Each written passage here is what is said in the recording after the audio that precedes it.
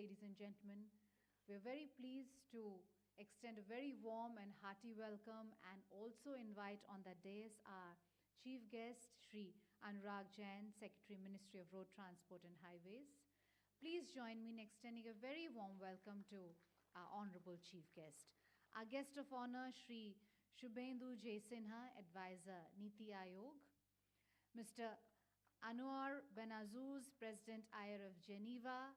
Shri K.K. Kapila, Founder, President of IRF India Chapter. Lieutenant General Harpal Singh, Retired President of IRF India Chapter. And Mr. D.O. Tavre, Senior Vice President of IRF India Chapter. Can we have once again a very warm applause as a welcome gesture to our esteemed dignitaries. And before we formally commence the function, the inaugural ceremony, I would request Lieutenant General Harpal Singh to kindly welcome our chief guest, Shri Anurag Jain.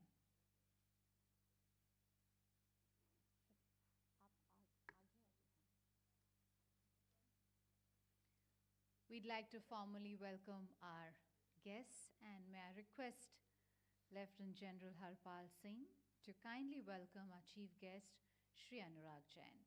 Thank you, sir, for gracing this occasion and being here with us.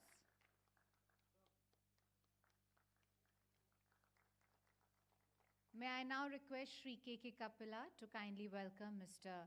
Anwar Benazuz.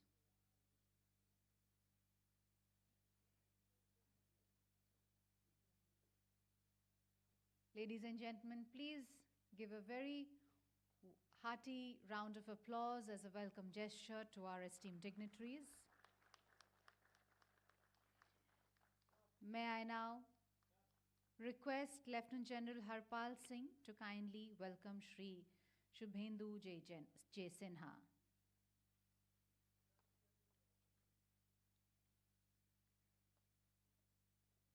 Welcoming our guest of honor, Shri Shubhendu J. Sinha.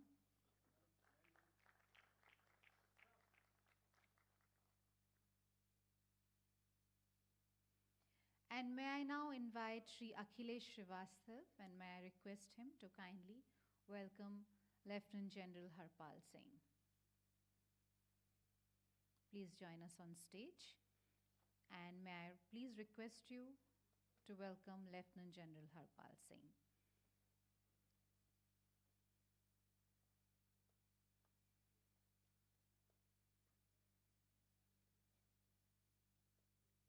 And in the meantime, if I may request Mr. Professor P.K. Sikdar to also join us on stage. May I request Professor Sikdar to kindly welcome Shri K.K. Kapila.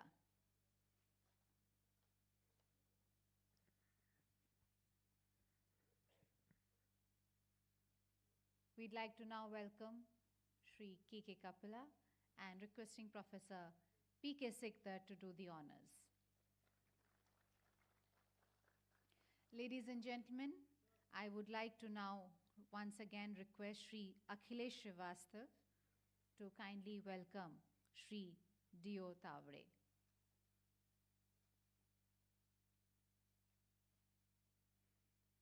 I know it's still very cool, Delhi weather is cool, and we have an early start, but I'm sure you can show some more enthusiasm, ladies and gentlemen.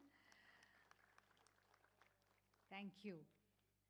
And with this, we will now do the lighting of the ceremonial lamp. And may I please request our chief guest, our guest of honor, and distinguished dignitaries on the dais to kindly light the ceremonial lamp. Lighting of the ceremonial lamp is very much part of our Indian tradition, and it is always done to invoke divine blessings before new and auspicious beginnings.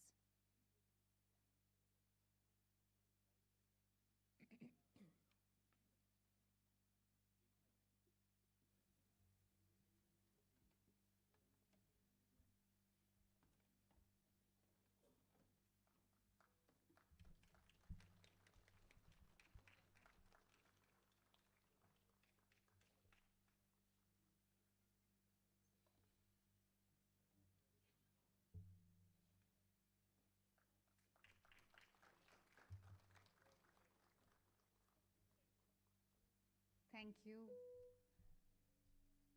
Esteemed guests, for the lighting of the ceremonial lamp. And may I now request you to kindly take your respective seats. After the lighting of the ceremonial lamp, ladies and gentlemen, we will now have an invocation to Goddess Saraswati with the Saraswati Vandana. This is an ode to the divine goddess of knowledge, and this is being presented by a team of young artists of the Visharad Foundation who will sing the Saraswati Vandana.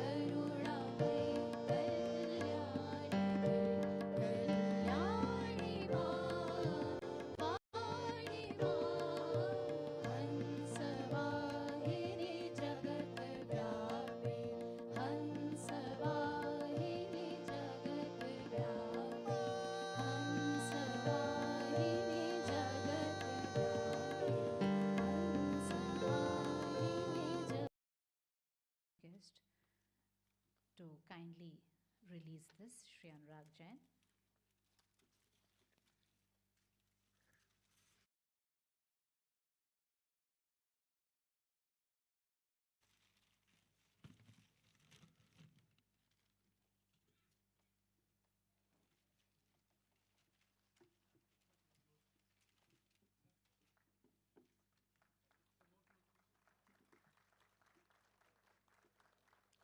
Thank you. Before I invite our first speaker, ladies and gentlemen, I would just like to briefly introduce him. Lieutenant General Harpal Singh, retired. He is the former ENC and Director General of Border Roads Organization, MES, which is a premier construction agency and also one of the pillars of the Corps of Engineers of the Indian Army, which provides rear line engineering support to the armed forces. He is also credited with the resurgence of BRO, and his notable contribution has been the completion of the Atal Tunnel. Lieutenant General Harpal Singh has had a very deep engagement in road safety related aspects and has been involved in the ITS setup in the United States.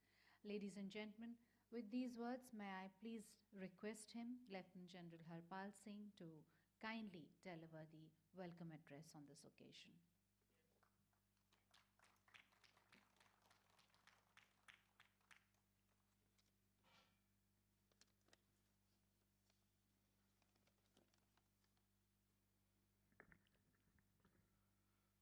Mr. Anurag Jain, Secretary MORTH, Mr. Sudhendu Sinha, Advisor Niti Aayog, Mr. Anand Benazor, President, International Road Federation, Mr. KK Kapila, and Mr. Tawade from the IRF India chapter, honored doyens of the industry, academicians, young startups, friends from the media, ladies and gentlemen.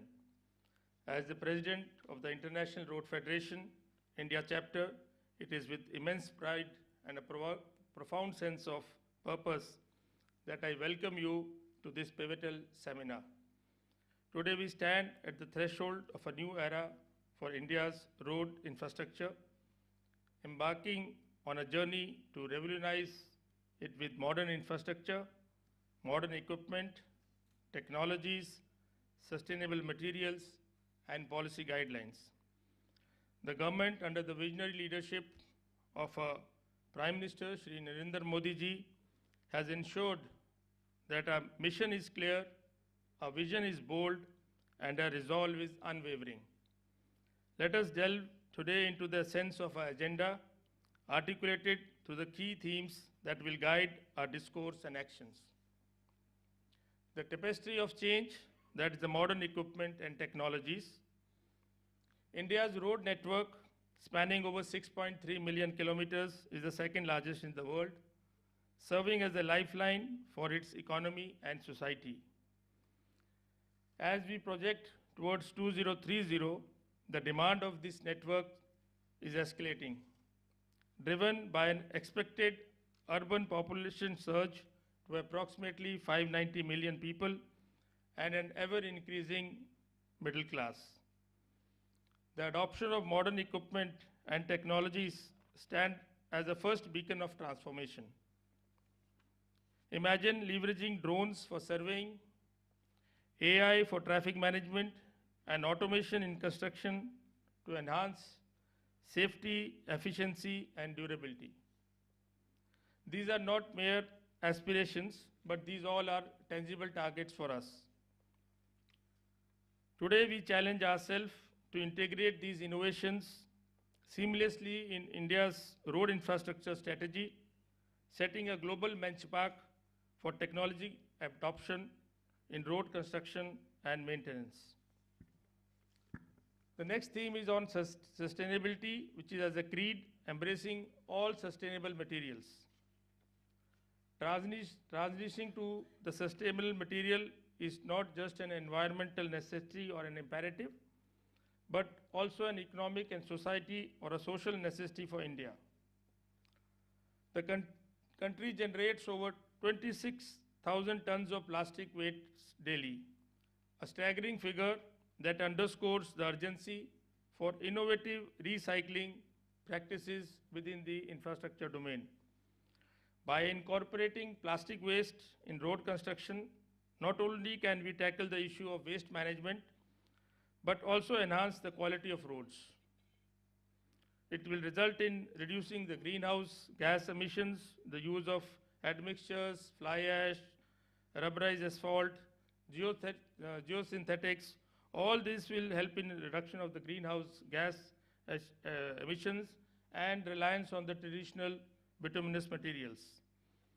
The challenge before us all is to scale this or to scale these practices, making sustainable road a standard and not an exception. The blueprint for tomorrow is guided by the policy guidelines, which is a scaffold that supports our ambitions. India's commitment to infrastructure development, as evidenced by the allocation of $1.4 trillion under the National Infrastructure Pipeline, sets a solid foundation. However, the evolution of policy guidelines to foster innovation, ensure sustainability, and promote inclusivity is paramount. We are well aware that MORTH has been advocating for policies that streamline the adoption of modern technologies, standardize the use of sustainable materials, and facilitate public-private partnership to mobilize resources effectively. The path forward for all of us is both a challenge and an opportunity, a collective journey that requires the convergence of vision, expertise, and action at all levels. Collaboration across government, industries, academia, and civil society is crucial to transforming India's road infrastructure. Another important thing is engaging local communities in the planning and implementation process, ensuring that the projects we undertake are not only environmentally sustainable, but also socially equitable. The role of international partnerships and knowledge exchange cannot be overstated, as global best practices provide invaluable insights that can be adapted to the Indian context. Friends, as we chart this journey, let us be guided by the principles of innovation, sustainability, and inclusivity. I take this opportunity to welcome our chief guest, Mr. Anurag Jain, Secretary MORTH. Thank you, sir, for your dedication to this cause, your willingness to engage in this transformative journey, and your commitment to shaping a future where India's road infrastructure stands as a beacon of innovation and sustainability on the global stage. In conclusion, the seminar over 2 days is not just a forum for dialogue, but a catalyst for action. As we delve into the intricacies of modernizing equipment, embracing sustainable materials, crafting conducive policy frameworks, and forging a path forward, let us remember the ultimate goal: to build an infrastructure legacy that propels India in the future. Let us embark on this mission with optimism, determination, and a shared vision of success. Together, we pave the way for a brighter, greener, and more connected India. Thank you, and Jai Hind.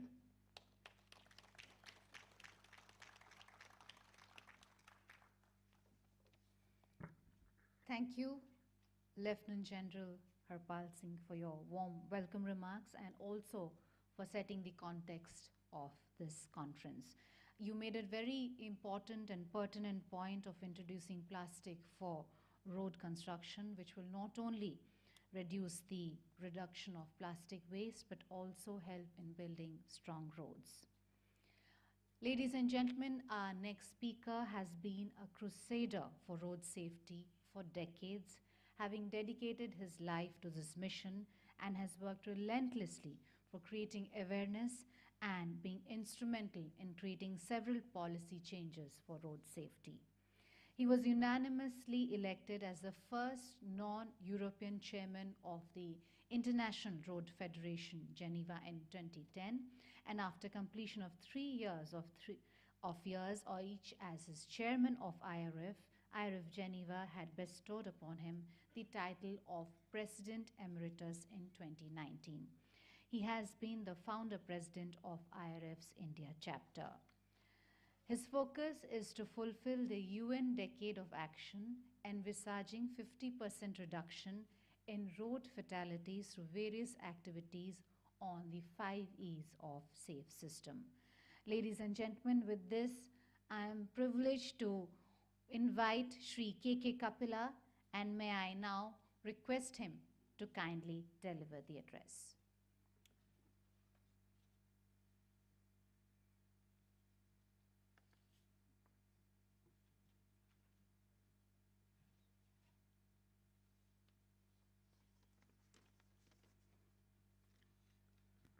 Shri Anurag Jain ji,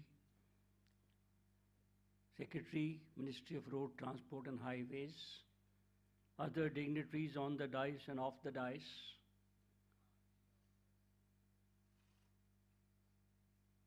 delegates to the conference,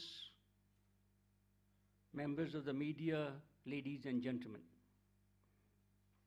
I am happy to welcome everyone at the August gathering of experts representing the pinnacle of innovative and collaboration in road infrastructure development with safety and sustainability. There is a need, and indeed an urgent need, to explore the cutting-edge technologies and pioneering innovations that can shape the future of our infrastructure development.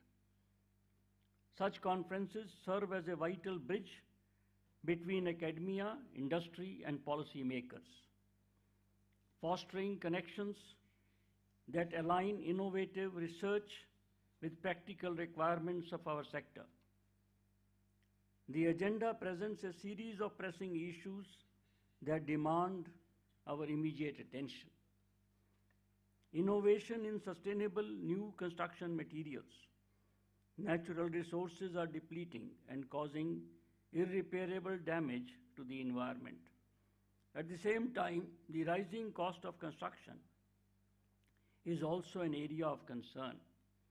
We must explore greener, cost-effective alternative materials that enhance road durability while promoting a sustainable future.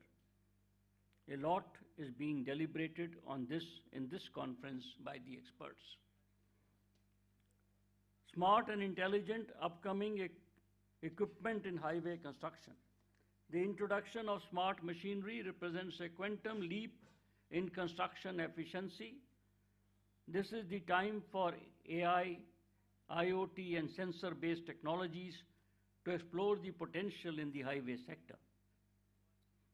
New technologies in project planning, DPR preparation, GIS-based surveys, and project monitoring using AI, drones, and BIM. In developed countries, a lot more time and resources are spent on meticulous planning than execution. We urgently need revolutionary IR 4.0 technologies to shape the planning, execution, and monitoring of highway projects better.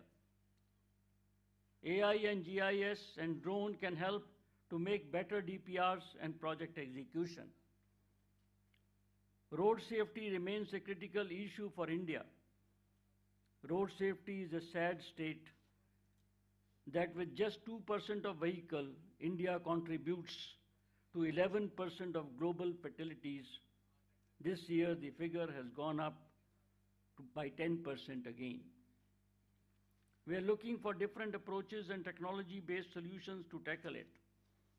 As per recent data, most accidents, more than 80% occur due to drivers' behavior like overspeeding, driving in the wrong lane, not wearing helmets or seat belts, traffic violations, etc. We should explore tracking real-time drivers' behavior using technologies and give timely alerts to assist drivers rather than doing post-analysis and rectification. With ADAS, AI, IoT, and 5G, we can track every vehicle and driver's driving behavior in real time and save them. Bridges and tunnels challenges. A lot of bridges and tunnels are under construction in India. We have good experiences of success and learning from failures. The conference brings bridges and tunnel experts will enlighten us with their presentation and discussions. The 2 days of talks, panel discussions, and presentation of approximately 350 delegates will yield valuable results. The valuable participation of sponsors and exhibitors with the support and active involvement of CSIR, CRRI, IRC, and various IITs will bring the best input required for the highway industry. Thank you. Jai Hind.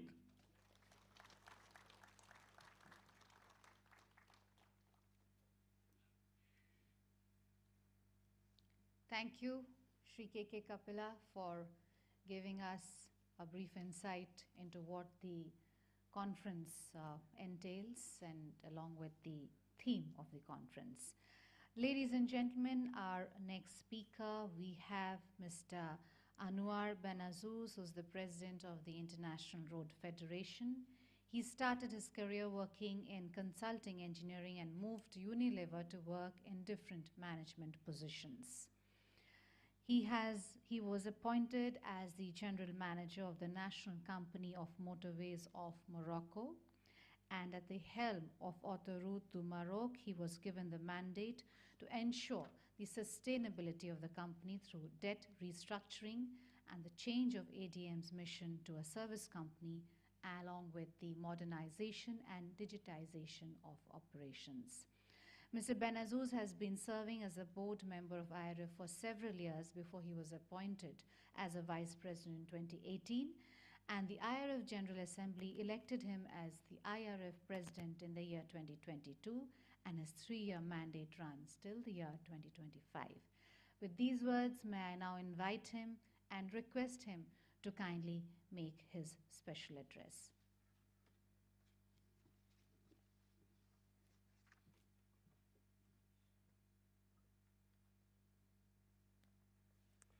Thank you. Excellencies, distinguished colleagues. It is my great pleasure to be here today and to add my voice to those of the distinguished speakers of this inaugural session. This is my first visit to India since my appointment as president of the International Road Federation. And I can assure you it's not going to be my last.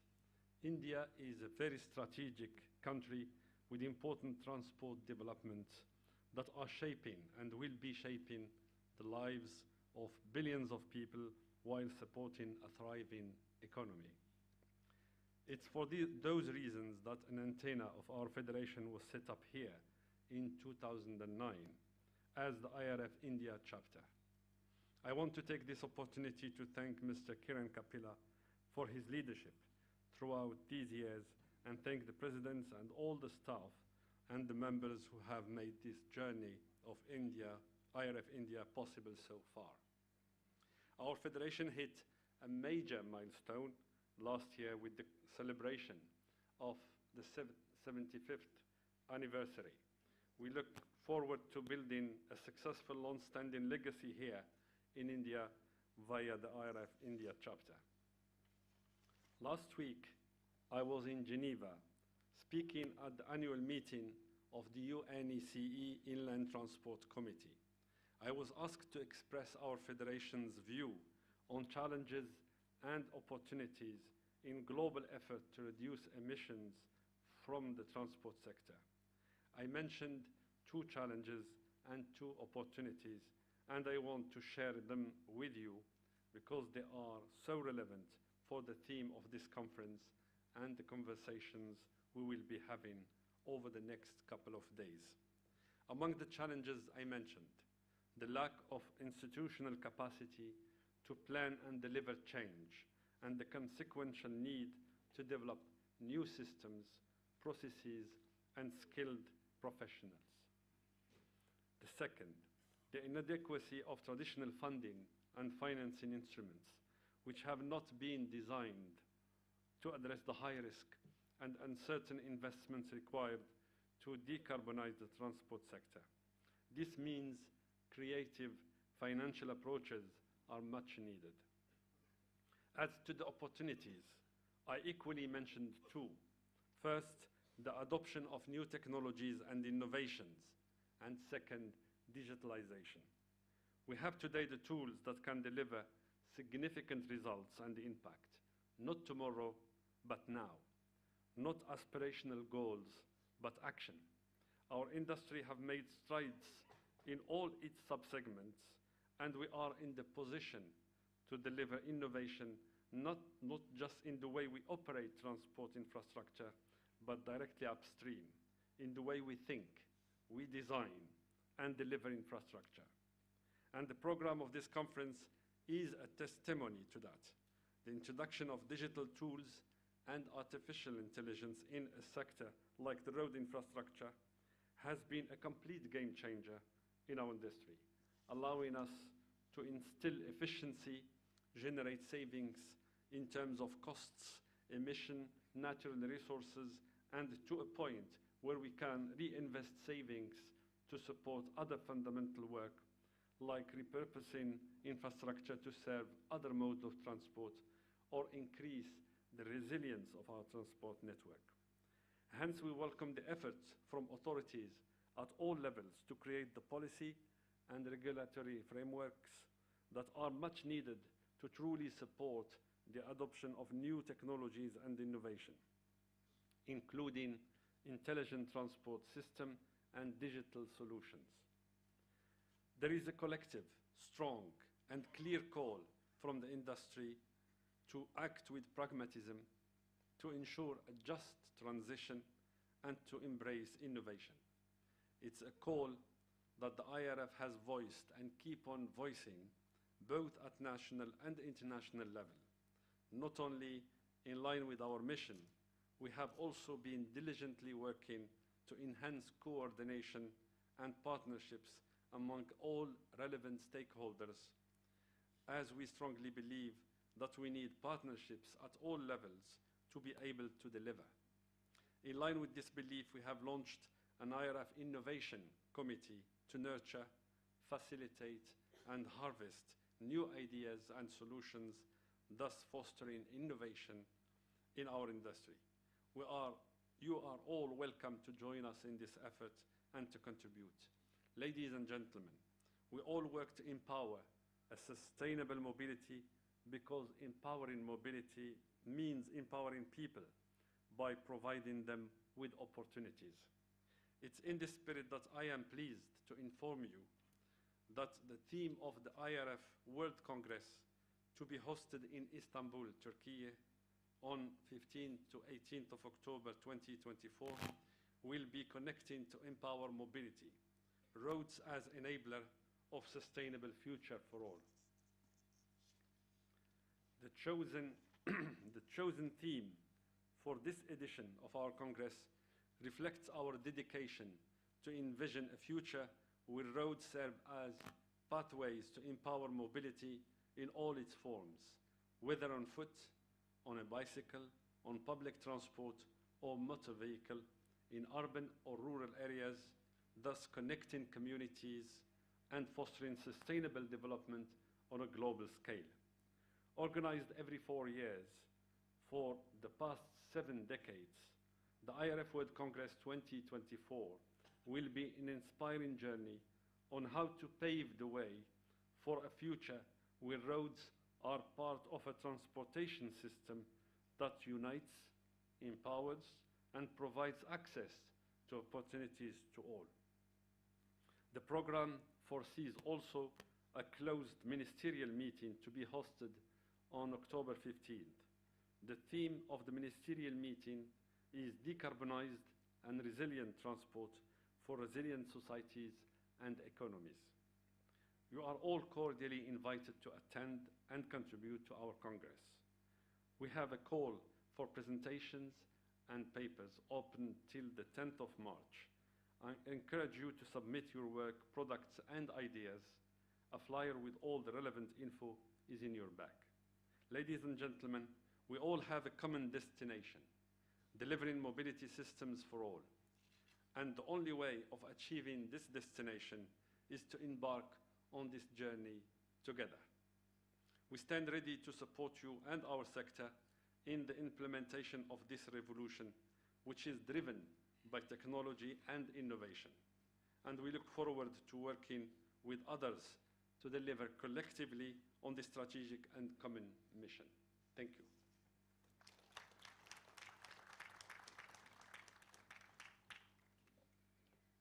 Thank you, Mr. Anwar Benazos, for your extremely comprehensive talk. And first of all, a very warm welcome to you to India. This is your first time, and we hope there's many more to come. Ladies and gentlemen, we have our next speaker. He's also our guest of honor for this occasion, Shri Sudhendu J. Sinha. He has an extremely rich experience of over 30 years in operations, intra-planning, coordination and management at field and policy-making levels in the Indian Railways with a considerable success and appreciation.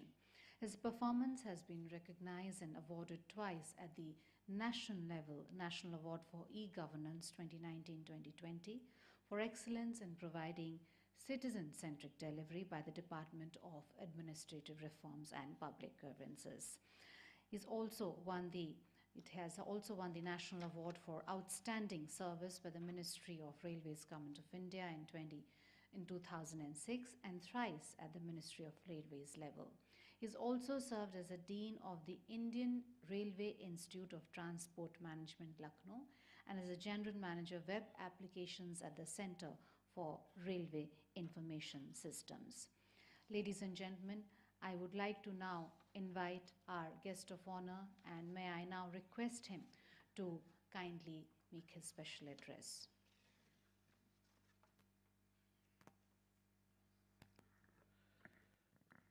Thank you.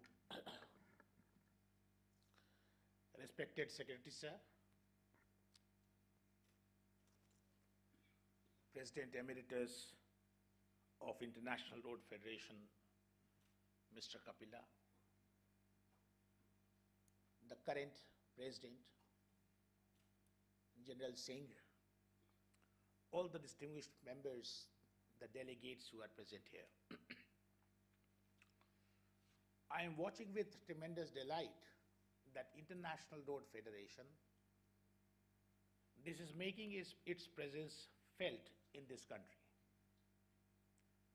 through multiple events that they organize, knowledge products that they bring, collaborate, partner, and bring together multiple knowledgeable and technical experts, knowledgeable people and technical experts into the stream, and through them try to create an action plan, and in turn also pass it on to the government to take it forward. As it has been told, and we have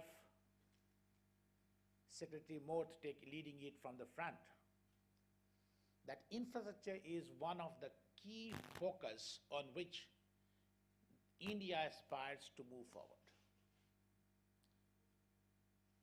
A few statistics would confirm it.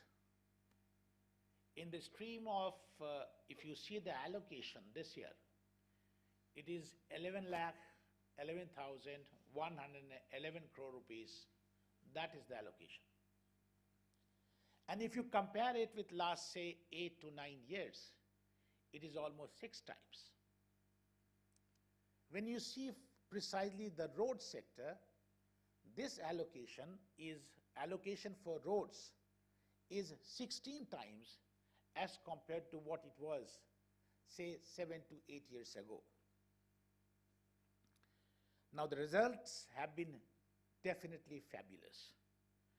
The national highways have gone up by almost 55,000 plus kilometers in this period.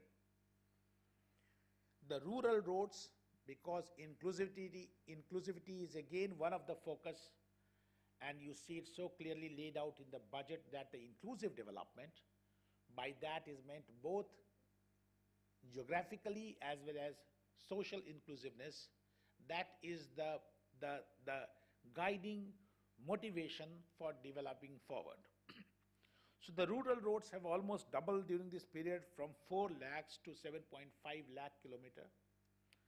By that you can simply understand that almost entire of rural India is now connected to at least the Mufassil headquarters, subdivisional headquarters. So that this brings access to medical facilities, municipal services, government services, access to opportunities of education, and multiple advantages. The high-speed corridors, it has gone up by almost 8 times. From a very humble 500 kilometers, now it is close to 4,000 kilometers plus. That has been the pace of development that has taken place in infrastructure as a whole and in road sector in particular. It's really, I would compliment IRF for the particular theme that they have chosen: material, equipment, technology, and the policy. And of course, when I say material, it means sustainable material. When I say technology, it means innovative technology. When it is equipment, it is indigenously built equipment. And when it is policy, it is a dynamic and responsive policy. So those quality parameters are almost, not written, but that is what is presumed to be there. And as it was so clearly laid out, that the capacity building still continues to be one of the challenges, not precisely in many of the states, but in some of the states that still continues to be a challenge. So probably that area is one on which IRF can think about, that how we can go about creating the capacities. I'm aware that some of the states have gone for international funding, international loan or grants to build up this capacity. So this is capacity building is again going to be a premier, because the kind of pace, and the quantum that we want to achieve, that could only come when we have got the capacity to deliver. Now, all these the achievements that have been there, this has not been without specific interventions. And if you see, there is a set of interventions that have been carried out by Government of India with a whole of government approach. It has been National Infrastructure Pipeline, followed by the PPP initiatives and the Asset Monetization Pipeline, followed by PM Gati Shakti, National Master Portal, and then finally it is National Logistics Policy. And all of them are being continuously evaluated and improved upon. So the idea is very clear, that the policy should not be a kind of redundant kind of stuff. It has to gradually evolve itself also, depending upon the new learnings and the new demands that is there. Again, compliments to IRF, and I'm sure that by the end of the day, through the 6 technology sessions that you are going through, you would come out with very, very specific suggestions, kind of action plan that you can send it across to us, and we will be right there to take it forward. Thank you.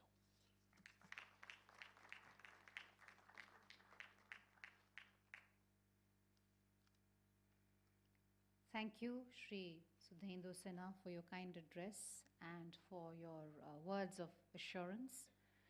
Ladies and gentlemen, we are very pleased to have with us the gracious presence of our chief guest today. Shri Anurag Jain is an Indian administrative officer of the 1989 batch of the Madhya Pradesh cadre.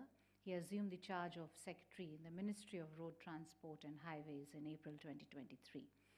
Prior to this, he was secretary in the Department for Promotion and Industry and Internal Trade, and during his assignment, he led the transformational PM Gati Shakti National Master Plan the initiative which received Prime Minister's Award for Excellence in Public Administration in April 2023.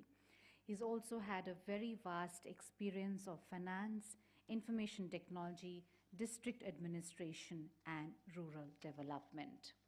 As Joint Secretary in the Ministry of Finance, Government of India, he's credited with the conceptualization and also the implementation of one of the most successful initiatives, which is the Pradhan Mantri Jan Dhan Yojana, which was the largest financial inclusion program in the world.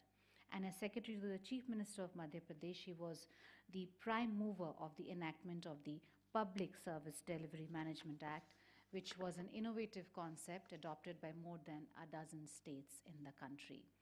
And with these words, may I please invite him and request him to kindly deliver the keynote address.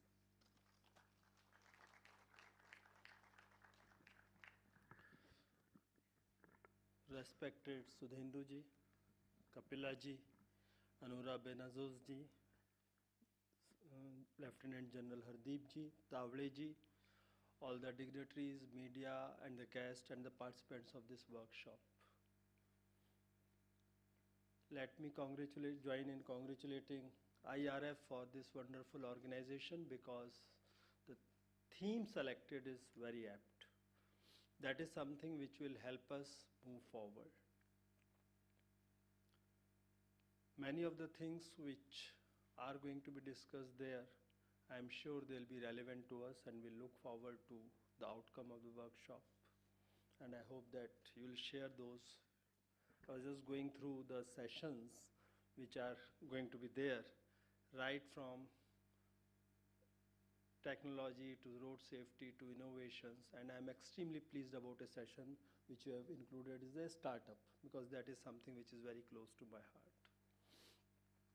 In my last job, which is Secretary DPIIT, encouraging startups was one of the prime jobs we were doing, and the kind of growth we have had in India, I personally feel that innovations which have come in Indian system all of a sudden in such large scale, startups should be given credit to, and they find solutions. I mean, I have a great belief in that.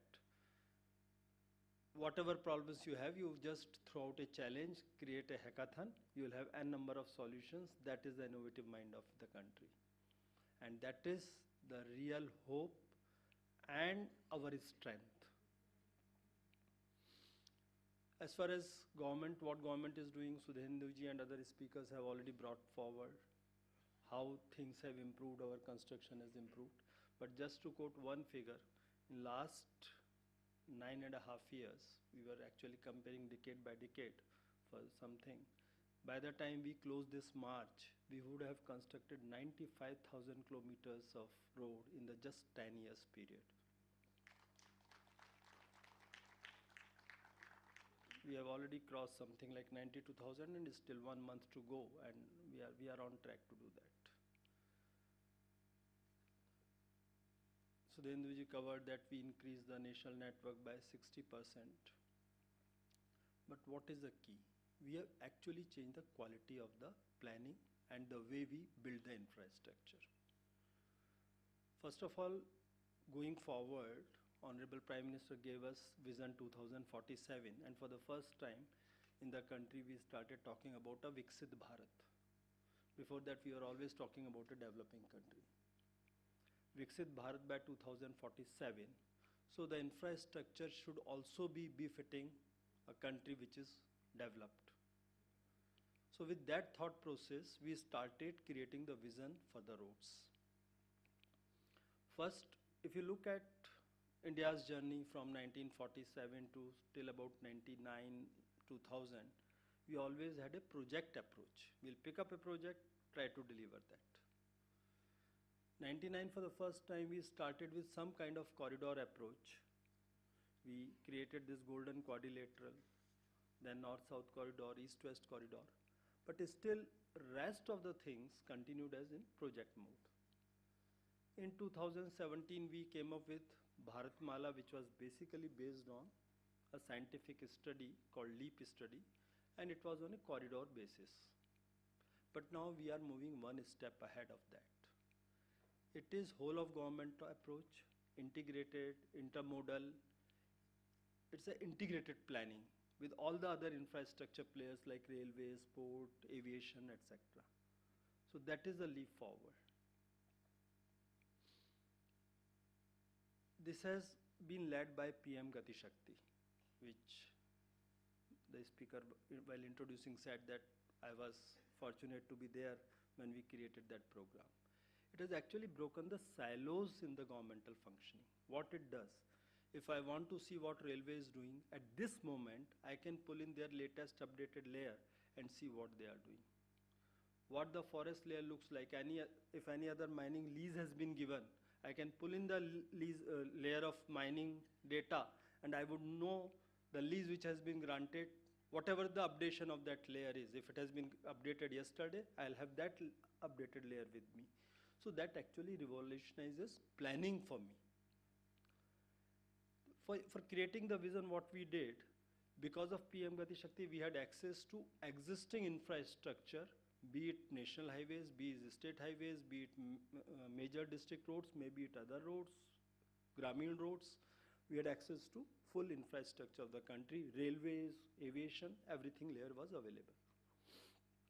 Then we had a big data of GST and e-way bills. And we had another big data of toll collections. Putting all this together, a transportation model was worked out, and we tried to predict, depending on the growth forecast, how would that congestion take place every 5 years, starting 22 to 47. And depending on that, when things get congested, what should be the alternative frameworks, what should be the alternative roads we should be constructing. That is what the vision comes out. So vision is basically something which is based on efficiency, logistic efficiency, equity, sustainability, and safety. What it does, Sudhenduji mentioned that it has become 4,000 kilometers of high-speed corridor. We are constructing another 6,000, so it will soon become 10,000. But vision takes it to 50,000. It ensures the availability of high-speed corridors across the country. Wherever you are in the country, move up 100 kilometers left or right, I mean north or south, east or west, you should be hitting a high-speed corridor. So that also brings in the equity aspect that every part of the country is being covered. Only thing, looking into the logistic efficiency, I talked about the congestion model, prospective congestion using the transportation model. That will only increase the number of lanes, but availability of a high-speed corridor will be across the country. So this is how we are planning our infrastructure. Now, this is a broad plan in the vision. Why we are going for high-speed corridors? Of course, learning from the developed countries, they already have high-speed corridors. When we create a road, the way things move, all the malls and the hotels and the commercial things and the residences, the colonies come across the roads and it becomes a urban development. And then after every 5 to 10 years, we start creating bypasses to that urban agglomeration. But if we go for a high-speed corridor, which is access controlled, whatever development comes, it will come by the side, but my road will continue to remain. So whatever we build will be there for the next 50 years, 100 years. So we don't have to redo again and again. So that will also saturate the requirement of roads at some point of time. Because our population is going to be stabilized by about 2050. Economic growth will happen, but the mode will also change. So projections are there that we should be looking at a mature infrastructure within the next 10 to 12 years, which will fit us for next 25, 30 years, 50 years. When we go to a project level, we plan it using the PM Gati Shakti. We talked about LIDAR, drone, Kapilaji talked about all these tools are being used by our consultants. But what is most important, all these technologies give you what is existing. But through PM Gati Shakti, we know what is going to come up, what railway is going to construct, what civil aviation is going to construct, where industrial parks are going to be built, where the food processing industries are going to come. So that prospective plan, which is part of PM Gati Shakti, helps us plan our roadways better, those projects better. So that is how planning comes in. On the sustainability aspect, I would just say, India has really leapfrogged. For the first time at COP26, Honorable Prime Minister made a commitment of our targets up to 2030 and net zero by 2070. We are well on track to do that. A lot of things are happening. I'm not going into the details. You all know about that. The major targets of energy, etc. Transportation is relevant. We can speak a little about it. But what is most important is we have inbuilt sustainability into our development agenda. What the developed countries did, they developed and now they are trying to convert it to sustainability. But even though costlier thing, so that's why we keep arguing that the people should, at the global level we talk about the environmental funds and the need to support the developing countries. That's one aspect. But what we have done is we have inbuilt sustainability into every part of our development agenda. We are going to have 500 gigawatt of renewable energy, non-fossil fuel energy by 2030.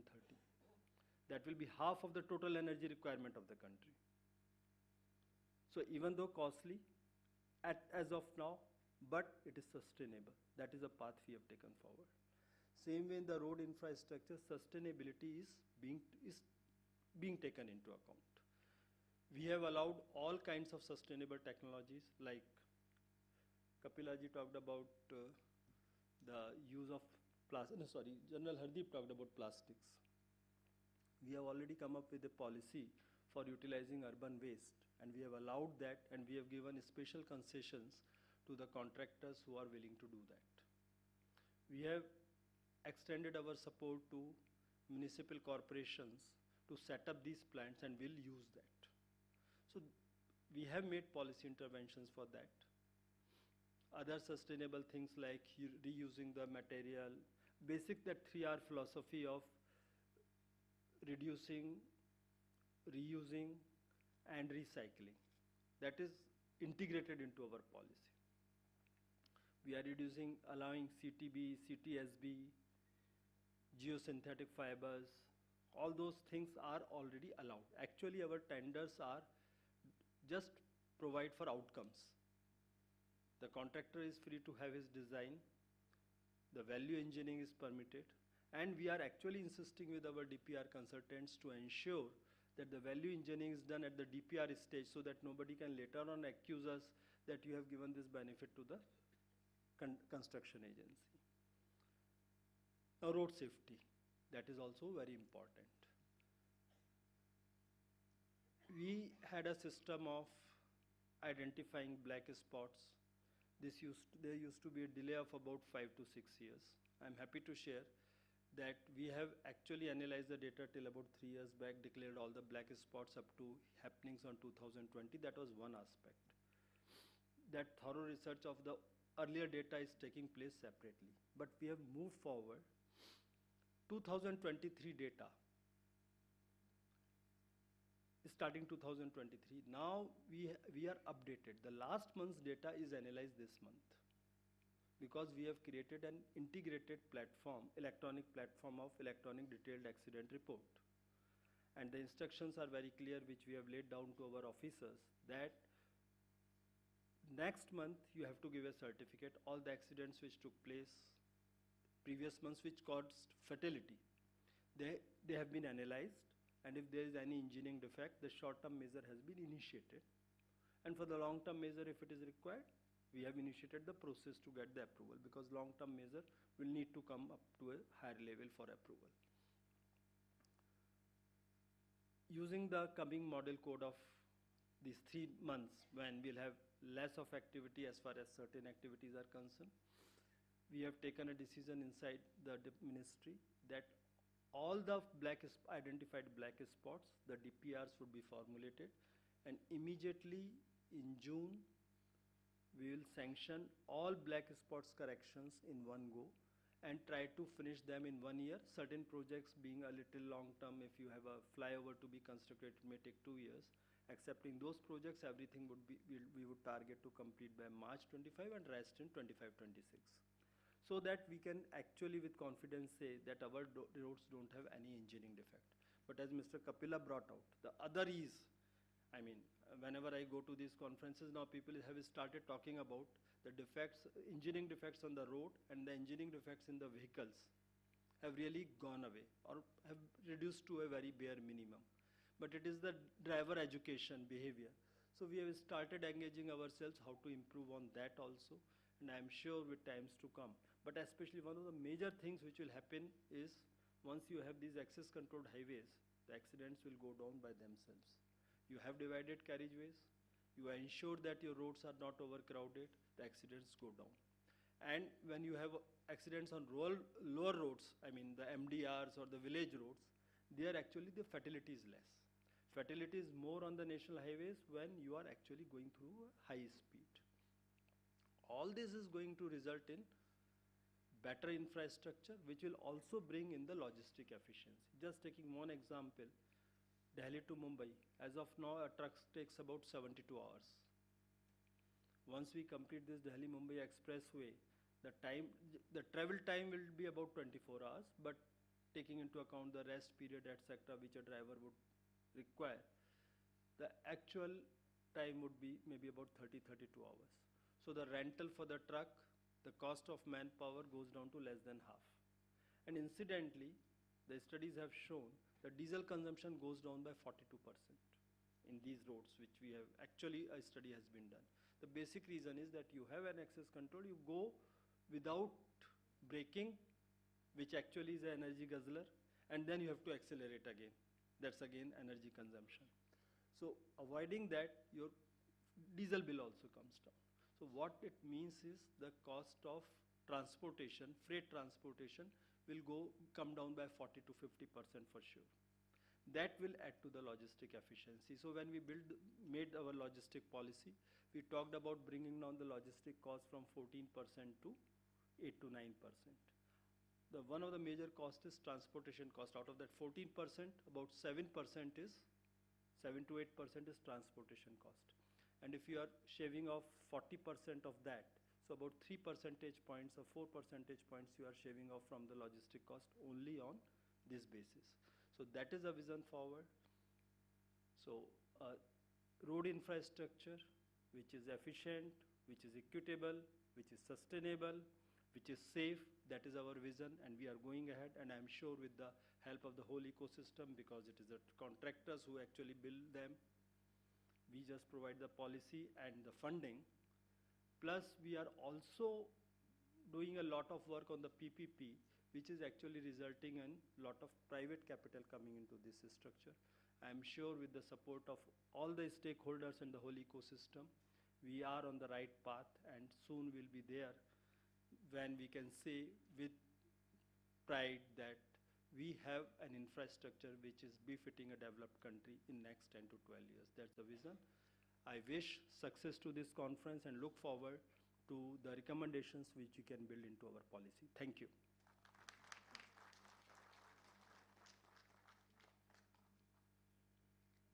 Thank you, Shri Anurag Jain, for your very insightful address and for giving us a very comprehensive talk and showing us the future roadmap for revolutionizing road infra networks. Ladies and gentlemen, our next speaker is Mr. Dio Tavre. He's the ex-member of NHAI and also the Senior Vice President of the IRF India chapter, and he's worked in the ministry as well as NHAI for over 37 years on various senior positions. He was responsible for the implementation of various major projects of development and improvements and the widening of the 4x6 laning of the national highways under NHDP and Bharatmala Pariyojana. Ladies and gentlemen, I would like to now request him to kindly propose the vote of thanks.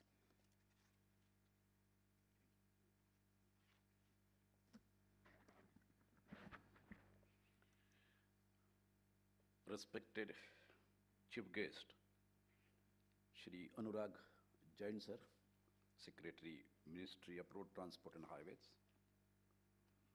we know in the month of March how much pressure you are exerting. Still you made a point to come here and address the gathering with your insightful and inspiring present lecture. You touch upon all the points which really we wanted to listen from you, particularly Vision 2047 and the road safety aspects and government initiative in this regard. Really, we are really grateful to you, sir. Mr. Sudhendu J. Sinha, sir, Advisor, Niti Aayog. Thank you very much for really your inspiring and informative, very informative presentation. Mr. Anwar Benajos, President IRF. You travel all along from Morocco. Really, we are really thankful and grateful to you for attending this national conference. And we assure you that India chapter will strive to achieve the goal of IRF.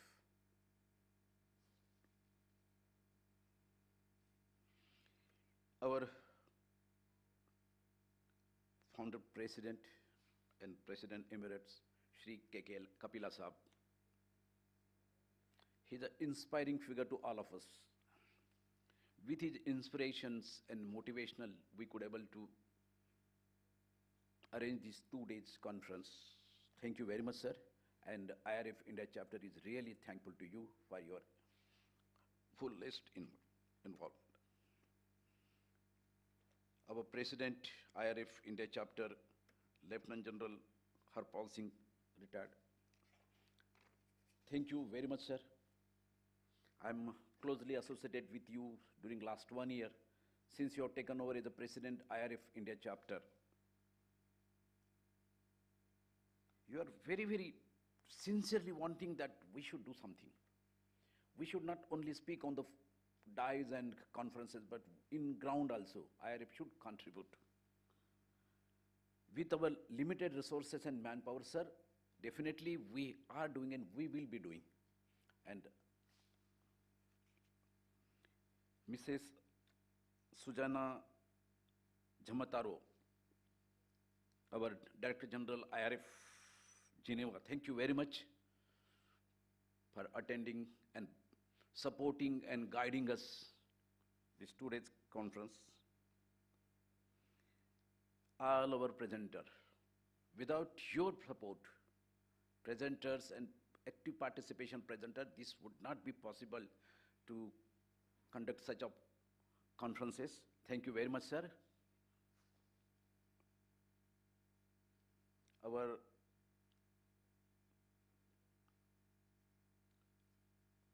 governing council members, member of organizing committee, all delegates, I'm thankful to all delegates for your participation, and I thank print media and electronics media for covering this conference. Thank you very much, sir. Thank you.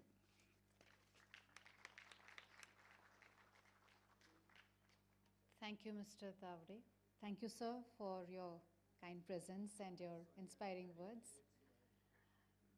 We know in spite of your very hectic schedule, you have given us time. Ladies and gentlemen, can we once again have a big round of applause for our chief guest in showing our appreciation and heartfelt thanks for him to be here. With this, we will now take a short tea and coffee break. Tea and coffee break is the hall adjacent to the exhibition hall. May I request you all to please join us back at 11:30 a.m. for our first keynote session, followed by the technical sessions. And for all those who have not given your presentations, May I please request you to hand it over to our IRF team, Mr. Sumit and Mr. Rajnikant here. We have our IRF team. You may kindly give your presentations to them for all those speakers who still have not presented their presentations.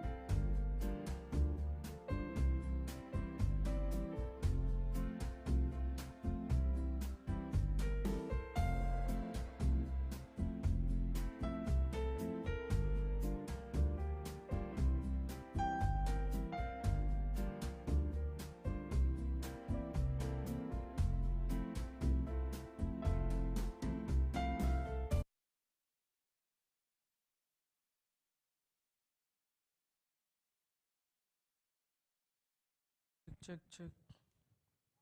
Hello, check. Hello, check. Hello, check. Hello. Hello, check. Hello, check. Hello. Hello, check. Check 1 2. Hello, check. Hello, check. बोल दे ये वाले देंगे ठाक Hello, check. बोल दे वरुण भाई से आवाज पहुंच गई. Hello, check. Hello, check. यही वाला देंगे अगर सिंगल देना होगा तो ठीक है Hello, check. Check 1 2. Hello, check. Hello, check. Hello. Hello, check. Hello, check. Hello, check. Hello, check. Hello, check. Check 1 2. Hello, check. Hello, check. Hello. अरे ठीक है रहने दे जा उनका वो लिया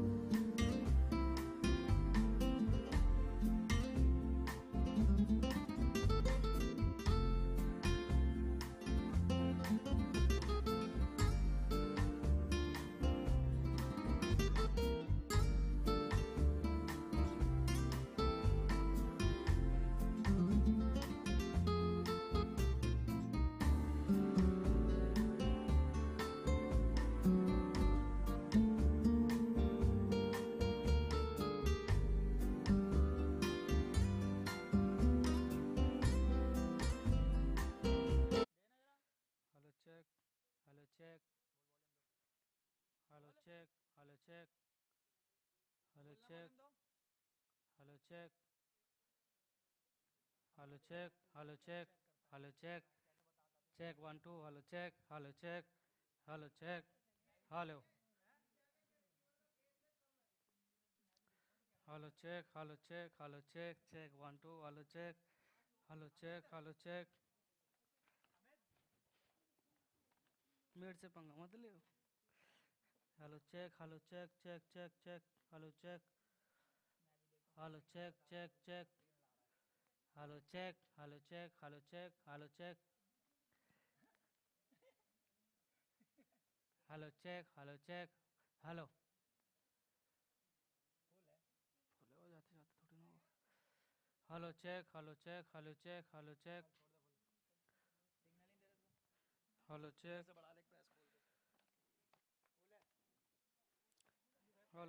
Hello, check. Hello, check. Hello, check. क्या बड़ा जाएगा स्निप पेन Hello, check. इसे खोल इसको Oh, खोल जा.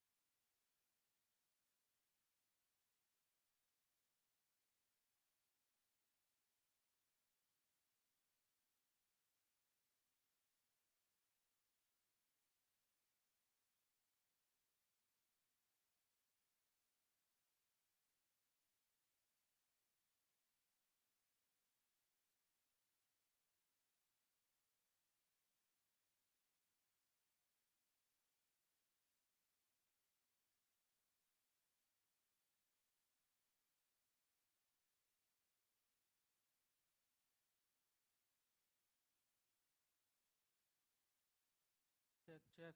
Hello, check. Check 1 2. Hello, check. Hello, check. Hello, check. Hello, check. Hello, check. Hello, check. Hello, check. Hello, check.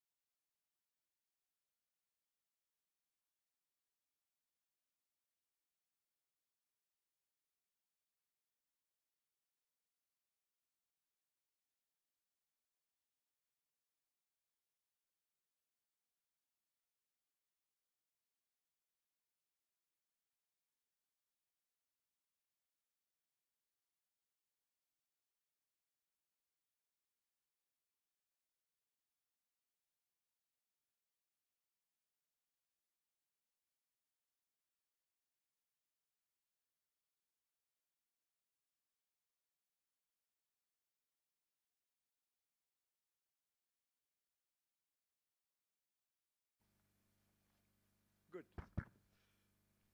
A very happy good morning, ladies and gentlemen. Such a pleasure to do the first keynote. I said I got a critical mass of 200, but Sikdar said even if we get 100 is there, we should start. So that's exactly what's happening. Maybe we are coming to it, but I'm slowly people are moving in all fairness to all of them. We broke only at 11:25. We're expecting them to come back after a bio break and a tea break. It's not easy to do that, but then they all come over here. But otherwise, my address was 20 minutes from 11:30 to 11:50. That time was long over. So I'll try to make it in the 20 minutes time period. I'm sure I'll get a small little queue when I'm crossing that, but I timed it to do it in 20 minutes time period. So my presentation is going to be on this larger theme of building the nation's sustainable technology and innovation in infrastructure development.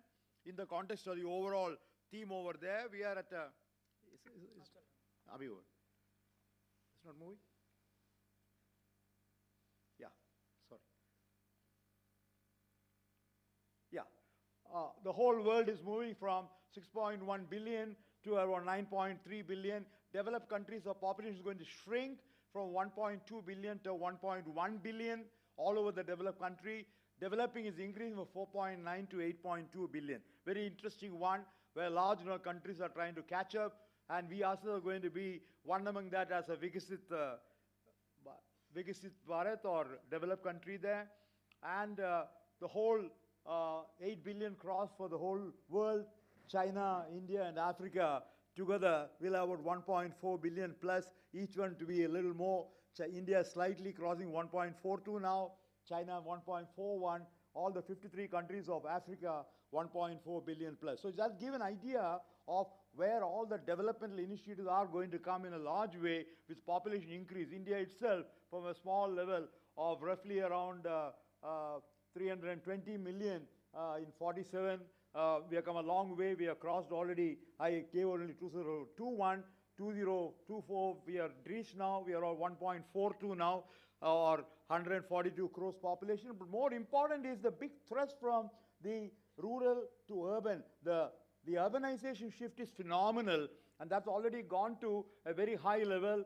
And today, when you talk across, we are already around 550 million only in the urban areas. And more importantly, 2001 to 2020, if you see, we added roughly from 1 billion or 100 crores to around 142. We added about roughly around 400 million in just 20 years' time.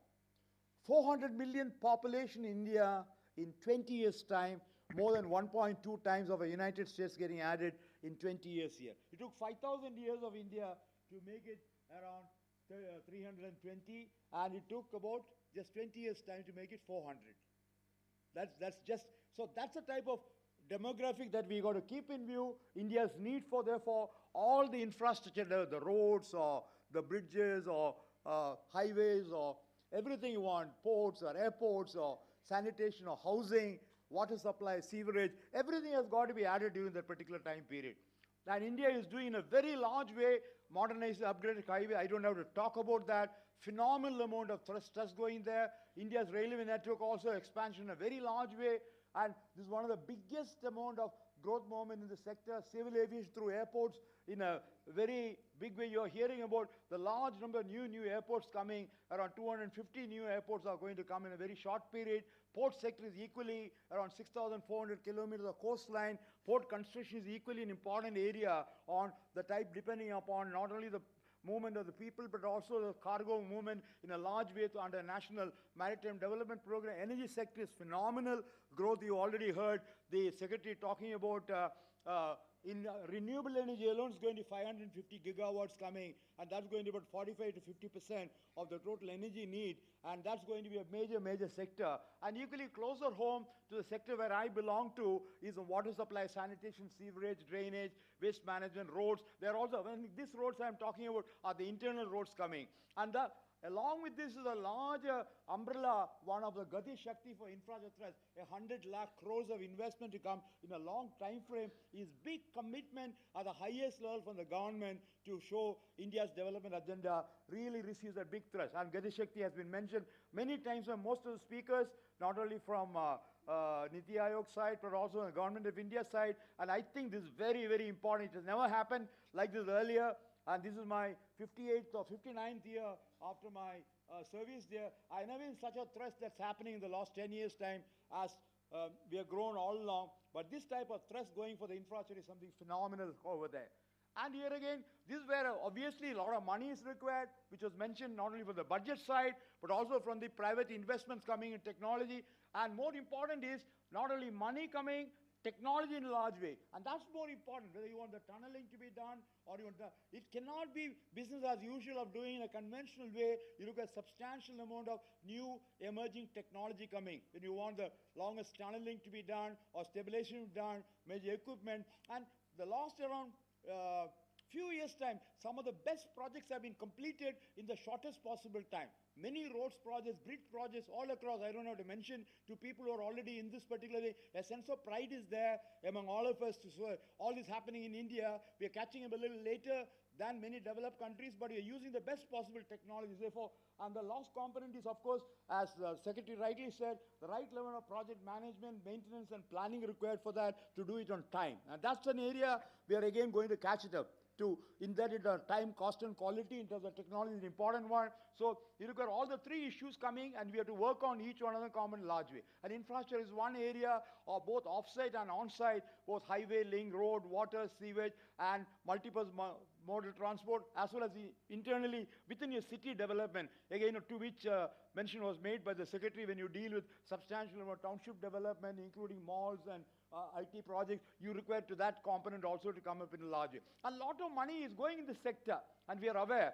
And what is interesting is the quantum jump in construction activity nearly come to 10% of GDP. That is about 8% of GDP was there in construction sector. And infrastructure, because of a big boost that has come and housing thrust over there, this is going up in a very large way. And largest employment, 1 crore of investment gets 100 man-years of employment. You have 5 crores of construction workers, 10 lakhs of engineers, and 250 industries get triggered off in a big way. Cement industry, steel industry, glass, all the industries which are building materials and that's the most important building blocks. When you want technologies, your theme is also on using materials as well as the technologies and the equipments in the right way. It's a great opportunity there. And therefore, I saw this additional 40 crores of population in the last about 20 years' time. It's a great opportunity for building India. Next 20 years' time period, India will be building as much and more than what we have built all along. More than what we have built all along in the last around 2,000 years' time period. We'll have to do that to take care of the additional population. That's the type of potential that's going to come in this area. And one of the major concern area we have to do when you do technologies is also India is visited by series of natural calamities. And this continuously coming, especially infrastructure in a large way on the coastal area, 6,400 kilometer coastal area. Your infrastructure also have to take care. Large bridges which are done along rivers as well as sea, etc. The protection that is required from sea in a large way, sulfate resistant, the issues to be done in that particular thing. Landslide is another major concern. Hill areas, some of the most important, you see, I've been discussing with large number of people who are already here, and how you have to do that particular landslide protected, earthquake resistant, very important. We saw in Turkey it's happening, we saw in Syria, we happened in all over. India itself has seen large number of them, especially in the hill terrain area. Cyclone and winds are another major one, and flood protection. So therefore, each one of these is an important component we got to definitely deal with when you so resilience is an important component of technology, of infrastructure. While sustainability is the next component, I said two sides of the same coin coming, but we got to really see how you deal with that in a very large way. And of course, the National Building Code of India, on which I had the greatest association of being there for all the versions from 1970 version to now the latest version of 2025 is going to come. We have a large number of technology-related issue, design and resilient-related issues being brought in. Large number of these provisions are done by people who are sitting on the front row and various rows, where experts which are in this particular area. And technologies itself are vernacular, conventional, industrial system and alternative system. We've got to see how best we catch up with the world in terms of speed, etc. We can do from a rural area to a small town, a medium town to an urban area using local materials as okay, maybe 20, 30, 40 years back. But now we are on the technological side, where the cement, steel, bricks, glass, aluminum, and where all professionals are coming. We are also a combination of both these things I call intermediate, cost-effective, sustainable technologies. It's all depends on where we do stand. You do on that bullock cart age of technology, or you want to make the modern one. India has already moved forward in a very large. India no more lives in the villages, as you saw that first slide of getting down to roughly of the order of around 60 crores or 600 million urban population by 2030 in large way. And construction industry has also got a major problem. We have to also deal with that. That's along with your wholesale index and building your other income levels on that, your construction cost is increasing at a much faster rate. The reason is because all your wholesale price index covering all of the living, none of this building material component are included there. So what will be inflation there? 4%, 5%, your building construction cost goes up 50% more than inflation. It's a fantastic study I have made for so many years. Your building construction cost, infrastructure cost actually goes up 50% more than your normal inflation, which is deciding your wholesale price index, consumer price index. A very important component which you have to really keep in view, where price of everything goes up. So how do you deal with that? We have to build it strong, durable, functional, aesthetic, environment friendly, ecologically appropriate, energy efficient, affordable, adaptable, cost effective, and also to do the construction larger. Large number of industrial waste your new building blocks will not be the same as what we used to do 30, 40, 50 years back. From fly ash from thermal power station, phosphogypsum from fertilizer factory, red mud from aluminium, blast furnace, slag from steel plants, limestone from limestone core. So all these are new products which will be bringing over there. And incidentally, these products are also having less embodied energy than your conventional building made. So use these blended in a large way. You also take care of the larger issue of bringing down the embodied energy or carbon dioxide reduction, which is required for the climate change, as we will talk. Similarly, agricultural waste is another major area. We have to really use it in a big way. Especially geotextiles is going to be very important, especially on infrastructure side. And that's going to be a very major area we can work on. Waste materials is another major component. And I'm very happy mention was made on the plastic waste in a very large way. This itself is another major component of how waste is converted to wealth or refuse to resource or trash to cash in a large way. And in the infrastructure industry, especially on roads, embankments, as well as other construction one, waste is an important component. Circular economy has got to be really utilized. There are phenomenal amount of opportunities coming in this area. A topic on can be there only on one day seminar on that, but then I thought I'll leave that as an idea behind each one of you. And high performance concrete, self-compacting concrete, high volume fly ash concrete. We have not used entirely all of them. High performance lightweight concrete, self-curing shrinkage-free concrete, use of mineral admixtures, condensed silica fumes, durability of enhancing products, and hydrophobic concrete waterproofing system. I was discussing on hydrophobic material little earlier. There is somebody who's bringing the technology of how to stabilize the soil in a larger, how to make it stronger, strengthen those particular one using right level of hydrophobic action to be done to make. Very important is that particular base on which all these are going to stand, and that's going to be equally an important component there. Or using recycled aggregates, lightweight aggregates, corrosion inhibitors in reinforcement. Very, very important for our particular projects or infrastructure in a large way, or advanced composite reinforcement, and using nanotechnology. So these are all going to be the emerging areas into which each one have got it geared up. And as I said, I'm only trying to give a mile-long, inch-deep approach for it. We have to go each one of the inch-long, mile-deep approach for each one of those small nuggets I just now brought to your notice in a very large way. And formwork of construction is important for concrete, and this is where you got technologies from all over the world. We have to use that. We are using some of them, not all of them, but India is getting geared up. Best construction companies in India, we are also gearing up in a large way. I think most of them are using that particular thing. But you go today from tokenism to total coverage in a large way, with large infrastructure construction coming in a big way.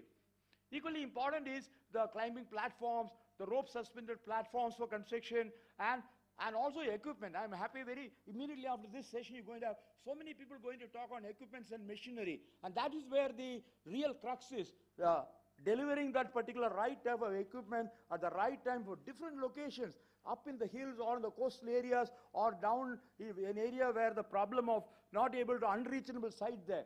and train certified manpower to use those particular equipments and machinery. The biggest opportunity is to do that is, do we have that particular thing? And last one is, how do you get that? You should even leasing options and financing is an important comment. It's not always possible that each one can acquire each one machine by purchasing alone. So on this one item, I'm sure the gentleman going to speak now in the session immediately, I'm going to get a lot of ideas on all the equipments and machinery. And take my word, in terms of material, manpower, machinery, and management and finance and money, these are all the M's together that will make construction and more so infrastructure construction better. So we have to really work on that.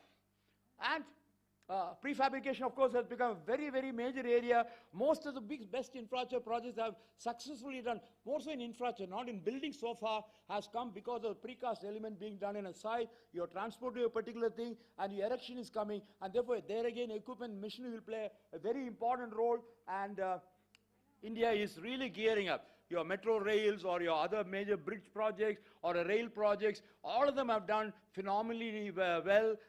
If you are getting the type of speed of 30 to 40 kilometers per day, as against 3 to 4 kilometers a few years back, it's also because your speed of construction has gone substantially larger, and we have to do a lot of things on that.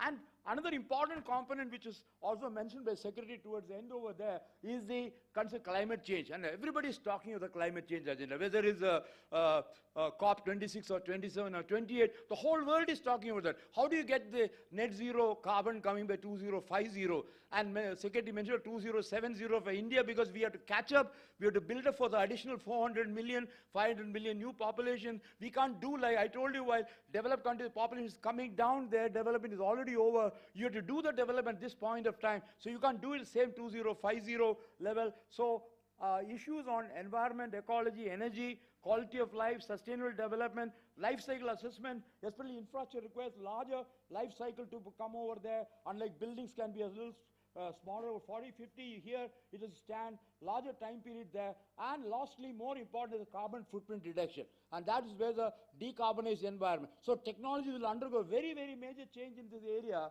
And therefore, suddenly we get a new language coming, or what is called the not only the operational carbon, but all the carbon that is incorporated in the building material production. Steel, cement, embodied carbon is an important component there. We are not being worried about it. As long as steel comes, cement comes, it's fine. But Europe is already putting a condition that no new material come unless you bring down all effort to bring your embodied carbon on building materials lower. I hope you know that. That's an important thing. They're all woken up, and therefore India is catching up on that particular thing. So you've got to really see how we work on reduction of the embodied carbon. We have to work on this area, and we have to, on the green journey, we have started in a big way, and we have done the 2015, the green building, then the green pro for large number of products which are environment friendly, then the ratings are improved now.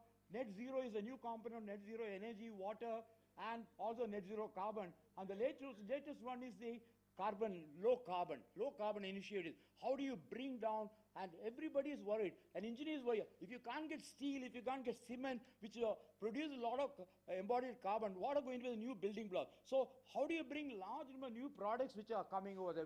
They call the green products, can be green cement over there. Large number of new initiatives are coming. How they are reducing the CO2 emission on the Indian cement industry is really catching up extremely well over there. Or you're talking in terms of the green steel over that. So what are the type of products that will get into that particular one is another major area of concern for everyone. Is it possible? Is it feasible?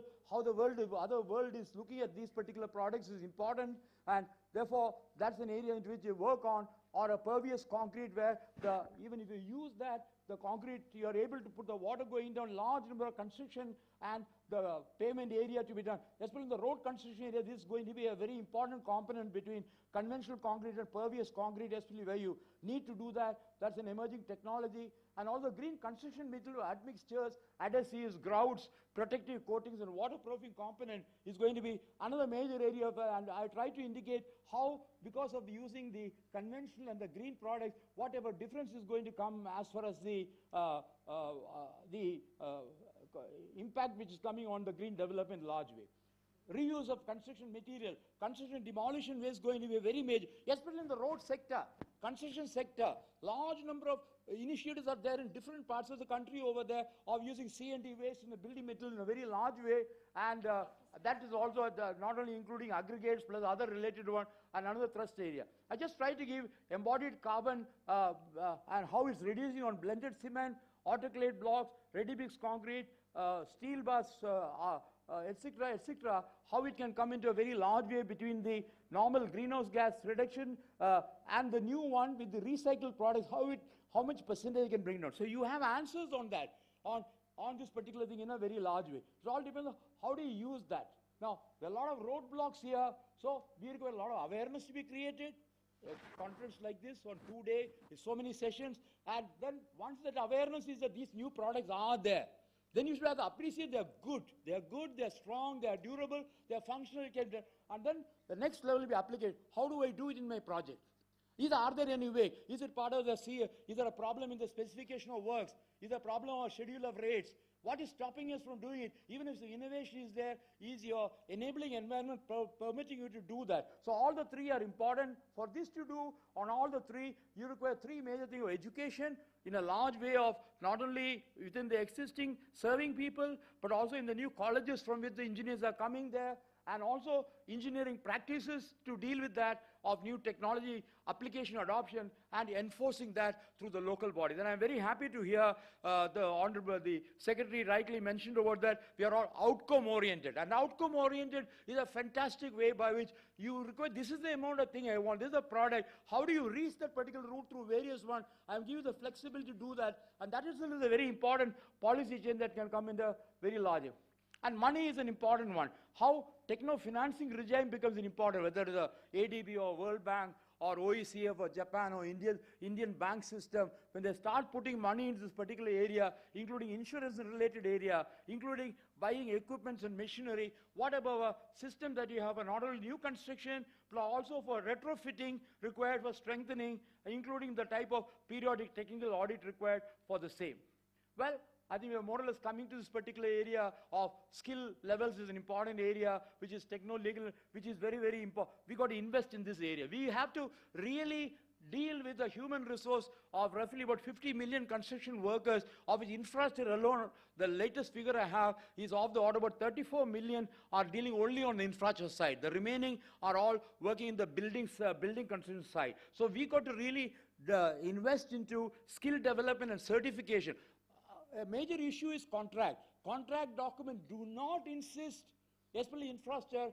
Now, NHA has done recently that you shall use only trained, skilled, certified workforce on a construction project. If you do that, the demand gets generated for doing that, the supply will come automatically. We don't have that over there, so we are unskilled, semi-skilled, and skilled construction workers. If quality has to improve, productivity has to improve, we got to invest in this. And I think the policy document is going to be all contract documents should make a provision. Indian document does not have it. Go to Malaysia, go to Singapore, go to Korea, go to Philippines, go to Singapore, Sri Lanka. They have this requirement in the contract document. You shall use only trained, certified construction workers and delivery system. More so equipment, machinery to handle. You require real capacity on that. India's construction industry will get only if they are used, not only at the engineer level, supervisor level, but also at the level of the cutting edge level of the construction workers. So we need to invest on that. If you do that, also to more important is not in the capex alone, but how to maintain that. And we have not been working about it so much in the operational cycle of 20-year, 30-year, 40-year, 50-year, 100-year cycle. What are we doing to see that the buildings, the infrastructure is maintaining itself, or whatever retrofitting or strengthening is needed from time to time. So equally an important component, the building code provides provision for that maintenance on that. We got to think of that for infrastructure, all the more reason over there.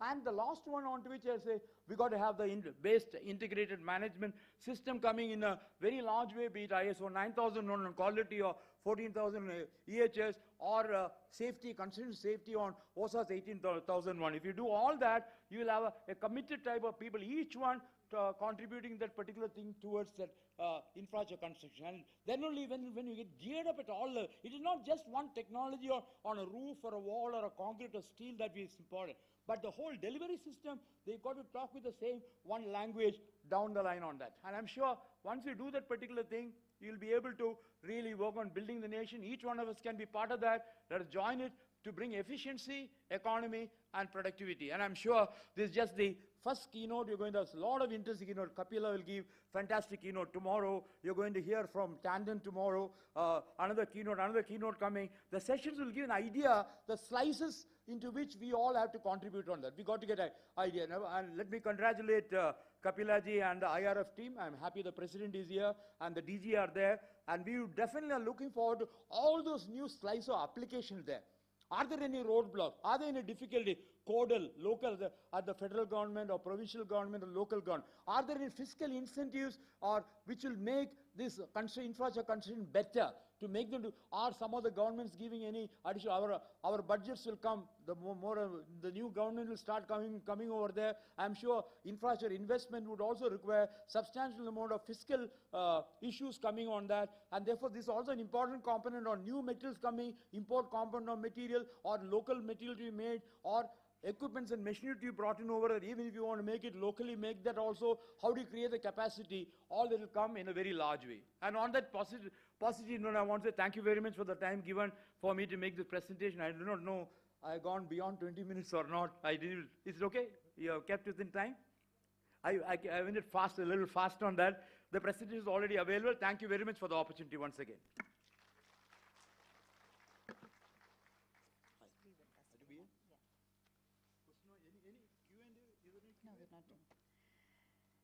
Thank you so much, Mr.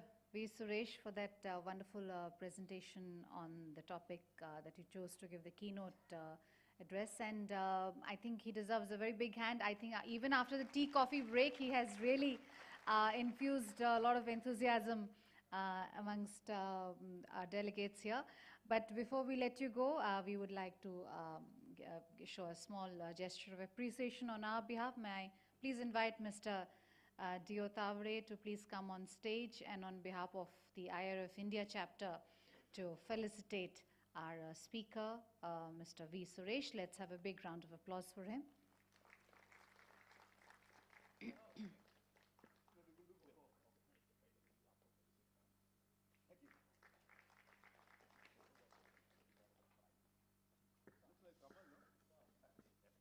These are succulents. Thank you. And with that, ladies and gentlemen, we are now ready to start our first technical session. Can we have a little dim light because it's very blinding while reading? Can we please reduce that spotlight, please? Spotlight, please reduce kariega. Thank you. Just give us a few minutes while we make the necessary table arrangements for our first technical session. Ladies and gentlemen, our first technical session is on the topic of innovative and intelligent construction equipment.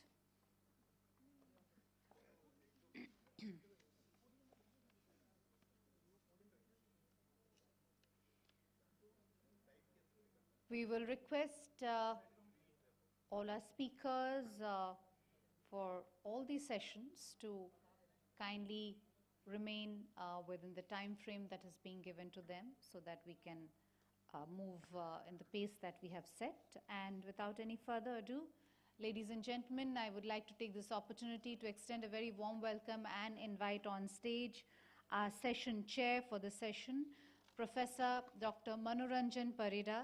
He's the director of CSIR, CRRI, and our session co-chair, Shri B. K.R. Prasad, GM Marketing from Tata Hitachi. So if I may please request you both to join us, our session chair and co-chair for the session. May I invite our eminent speakers for the session, Mr. Rupak Sharma, VP R&D, TCB India, Mr. Satin Sachdeva, Secretary, CARA, Mr. Meghdad Guha, Managing Director, Trans-Asian Techno Private Limited from Sakai, Mr. Anmol Sinha, President Terex, and Mr. Rachit Kaushal, who's the Key Accounts Manager from Aman India. And last but not least, Dr. Gopal Rai, who's the CEO and DGC Group from the DGC Group. Once again, please join me, ladies and gentlemen, in giving a very warm welcome to our session chair, co-chair, and all our eminent speakers for the session. I will briefly introduce our session chair and co-chair. Professor Manoranjan Parida is currently Director CSIR, the Central Road Research Institute, he was also the Deputy Director at IIT Roorkee before joining this. He received the Pandit Jawaharlal Nehru Birth Centenary Award in the year 2004 from the Indian Road Congress, and he's the convener of the Urban Roads and Streets Committee of Indian Roads Congress, New Delhi. We have with us our session co-chair, Shri B.K.R. Prasad. He's the General Manager of Marketing of Tata Hitachi, and he has been part of this company for more than 25 years, holding key assignments. His vast and in-depth knowledge of the construction equipment industry, coupled with a deep understanding of customer pulse, has led to strategic initiatives in the areas of product development, marketing strategies, and introduction of successful products, consolidating Tata Hitachi's leadership in the Indian sea industry. With these words, I will now hand it over to our session chair and request him to moderate the session.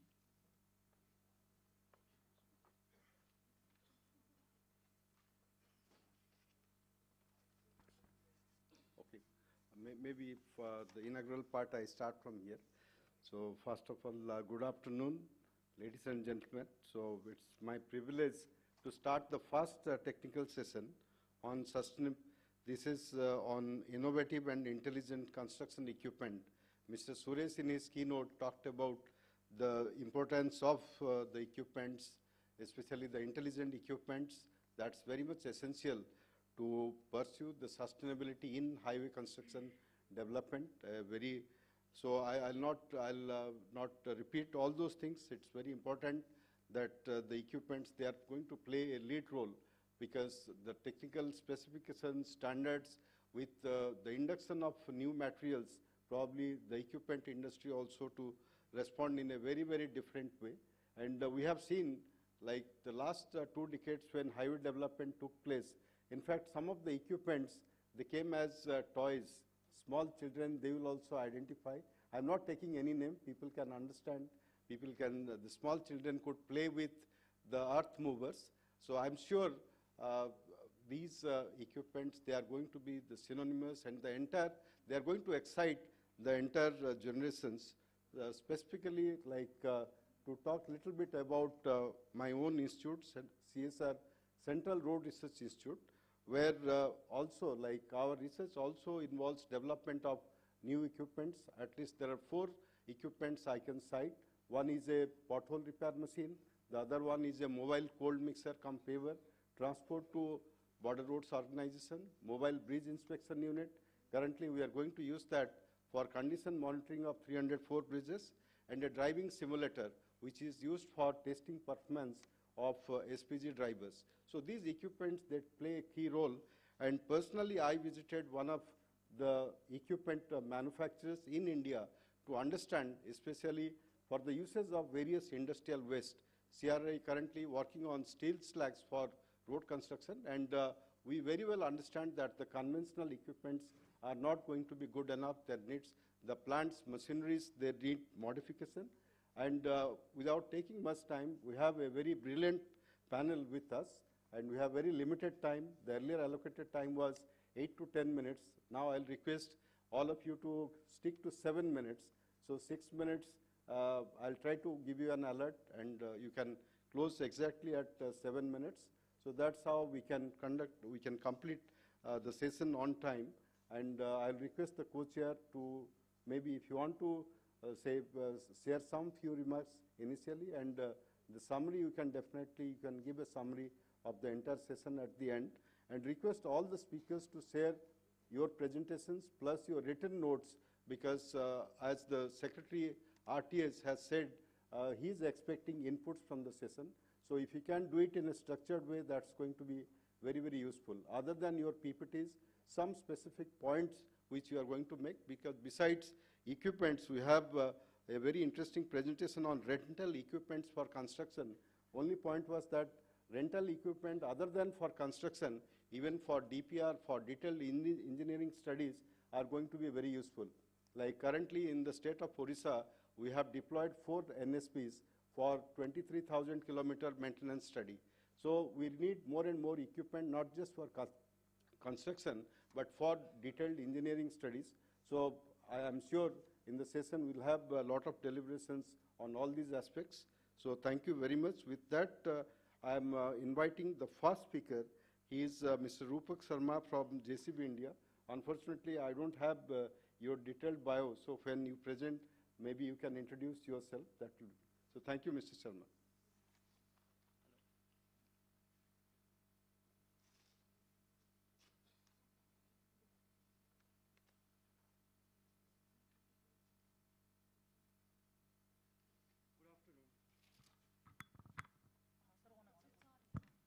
Good afternoon. So I am Rupak Sharma. I am Head of Advanced Engineering and Innovation in JCB.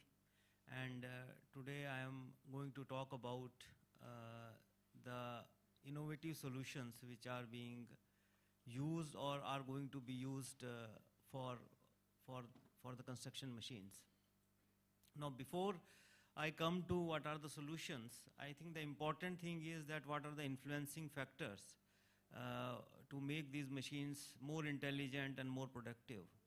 You know, there are, apart from safety, which is very important, safety of the, the occupied operator and also the site safety. There are other 4 things which are little opposing to each other. You know, there is emissions, you know, so we all know that the construction equipment is also going through a transformation for the emissions at par with the automotives. And the second thing is the sustainability. But for a customer, it becomes important that his total cost of ownership remains as low as possible. And the third is, as the technologies are becoming very, very complex, the uptime of the machine becomes very important. And these are the influencing factors which are important for the technologies. Now, I'll go one by one. We, for example, on the construction equipments are at CV4 at the moment, and in 1 year time we are going to be at CV5, and that are making the machines very, very complex. Electronic engines are coming in. But the other part of it is that the half of the construction equipments are right now emissionized and half are not. The large construction equipment like excavators, etc., are not right now emissionized. So we are working proactively with the government that there should be emission norms for these large equipment also. So one thing which these emissions are bringing is the cost. So there is a lot of innovation which is going on to bring the cost down. The second thing is the sustainability. So as a JCB, from 2010 till date, we have knocked down around 40% of the fuel by innovative technologies. And that has helped the customer to adopt some of this technology. The upfront cost which has gone up, the ROI was very, very fast. So we are continuing with this, and we are also looking into alternate fuels. And recently we are working on hydrogen, electrifications, and all these technology, so that we become more sustainable. But diesel engine is going to remain for many, many years from now. So one of the important thing is we are working very hard on the clean diesel engine and sustainable diesel engine. The third thing is the total cost of ownership. So if we work on the efficiencies and bring the fuel consumption down of these machines, they pay for the total cost of ownership. The second thing is that we make the machine smart, and machine can give informations to the customer about what is going to happen. It is that gives them prior information, and they can do some of the prior maintenance. Apart from that, we are working on some of the innovative technologies, like we have created systems. Like today we dig from these machines, but we have created system like IntelliDig. So we are not discussing about what is the quality of the dig or the quality of the ditch. So with this technology, we are now working on to that. So we had made a study that if we give somebody without these assisted technology, the machine, the fuel consumption goes around 15% up because either they underdig or overdig. Now with these technologies, we can have the right kind of dig, the right kind of quality and right, quality of the projects. Similarly, on some of the large wheel loaders, we have given the technologies like the weighing load, we call IntelliLoad. So we know that what is the load going onto the truck every time, so we don't overload the truck. We know what is the material going into the truck, and that also eliminate the dharam kanta. We know that the weighing bridges. So that is also a saving, and that is also a sustainable thing. And also when the trucks are going onto the road, they are not overloaded, and we know right now that there are fines if the trucks are overloaded. So on another like compaction, we are working on IntelliCompaction. We have launched that product. So the operator on the compactor doesn't have to go out and every time look into what is the quality of the compaction. The machine itself tells now whether it is under compacted, over compacted, or it is So that's the technology which we have given, and we have seen that we were able to reduce the passes of the compactor. So that means right type of operation for a right site. So these technologies are available, and also we are working on the safety, and for the uptime, it's like because now earlier when the diesel engine was not firing, the thing was that diesel was not going into the engine. Now there are a lot of sensors into the engine. We don't know which sensor, and the customer and the operator are not so aware of these things. So we are working like with the remote diagnostics or IntelliDiagnostic. We are able to diagnose the things early, and some of the things we can do remotely. So these things are very, very important, for the customer and for the ecosystem to adopt these technologies. And as we know that as we are going ahead, we have challenges on the emission, we have challenges on the sustainability, and to achieve that, the machine will become more and more complex, and more complex technology is going to come.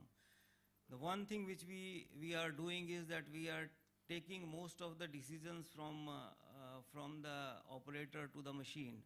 So we are trying to give the information from the machine to the operator that he should operate it better. And because right now, we spoke about skill sets, we spoke about skill set of the operators. Now we want to de-skill the operator by doing some of the things within the machine. And I think the first journey is towards like ADAS level 1, but going into the future, we can go equivalent to the ADAS, and we can bring some of the semi-automations, we can bring some of the automations, and some of the repeated work can go to manless type of things. So these are the things in the technology which are important for the construction equipments or the road sectors. Thank you. Thank you very much, Mr. Sharma. You are well on time, and you really highlighted especially the emission norms. So that's a very important point. Then the intelligent equipments. Then you talked about the advanced driver assistance system. So that really is going to be very, very useful, especially de-scaling and providing supports to the driver. And certainly that's going to go a long way. So we'll take up the questions after all the presenters have completed their presentations. So now with that, I'll invite the next speaker, Mr. Satin Sachdeva. So actually there are two beautiful lines in his bio which I would like to read. As a man thinketh in his heart, so is he. If you can think different, so will be you. That's what describes Satin Sachdeva in one line. He is the founder of SERA, Construction Equipment Rental Association, also its current Secretary General, India's largest equipment rental association, and a dynamic entrepreneur who has set industry ablaze with his modern ideas, dynamism, keen foresight, impeccable leadership skills, intellect, and futurist outlook. In fact, the rental model of the equipment is definitely going to go a long way. With this, I invite Mr. Sasteba for his presentation.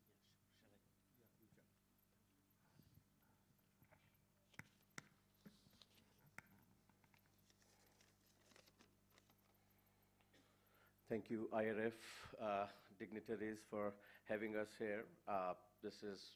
Good afternoon, everyone. This is certainly the best podium, wherein we're sitting in front of these dignitaries. And Sureshji, you have set the stage on fire with your first keynote. Absolutely, such a tremendous energy. Thanks for having us here. And so this is all about construction equipment rental. When we talk about machines, it is all about rentals nowadays. The penetration has gone up exponentially. Just 5 to 7 years back, the penetration of construction equipment rental is just 7 to 8%, and now we are somewhere close to 50%. In some categories like piling and cranes, we are even more than that. So that's what construction equipment rental industry for you. In India, construction equipment rental industry is growing at a very exponential pace. As the founder of esteemed association, I'm thrilled to lead this discussion on how we are reshaping the landscape of construction through cutting-edge technologies, groundbreaking methodologies, and relentless pursuit of excellence. So everybody here is talking about the skilling, technology, innovations. So certainly we are at the right place at the right time. Look at the machines. These are so intelligent. Mr. Sir, we just talked about the compaction, and we have all the technology at place. India is ready to gear up internationally, and we are taking things forward.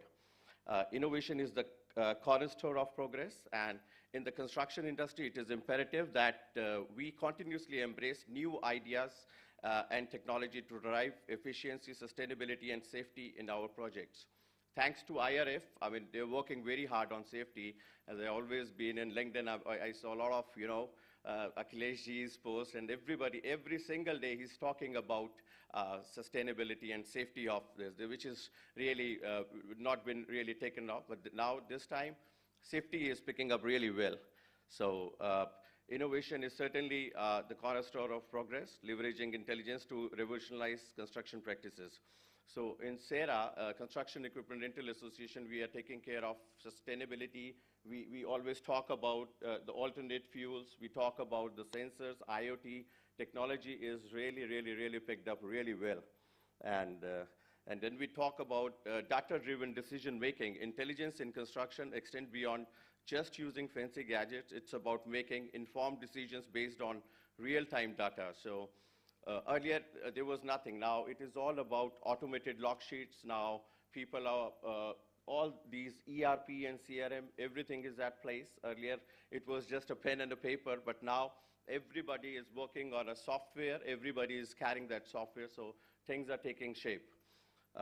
We always talk about sustainability and green machines. As stewards of the environment, it's our responsibility to embrace sustainable practice in every facet of our work. Our association, SERA, is leading the charge in promoting green equipment initiative, from using eco-friendly machines to implementing energy-efficient technologies. By prioritizing sustainability, we are not only reducing the carbon footprint, but also creating healthier, more resilient communities for future generation. And we understand what the collaboration is all about, so we are working together with all the major stakeholders. We are working very closely with the OEMs. The JCB is here, Sakai is here, more of these are here, Amar is here. So we are working very closely with the manufacturers, as well as we have IRB here, ITD Cementation, so all these corporates, construction companies we are closely working with. And the fourth stakeholder, the major stakeholder, is the financer, the one who is financing all our equipment. See, this is very highly capital-intensive business. So we need to have the right financiers, the right, OEMs are the major stakeholder. They are I always say that they are the parent company, So we will have a little presentation also. The future of construction is undeniably bright thanks to the pioneering effort of few associations like us. And by embracing innovation and intelligence, we are not only transforming the way we build, but we are also shaping a better world for all. I am excited to embark on this journey with each and every one of you. And I'm confident that together we will build a future that is both innovative and intelligent. So would like to have a little brief of the presentation. Can I have the presentation? Yeah.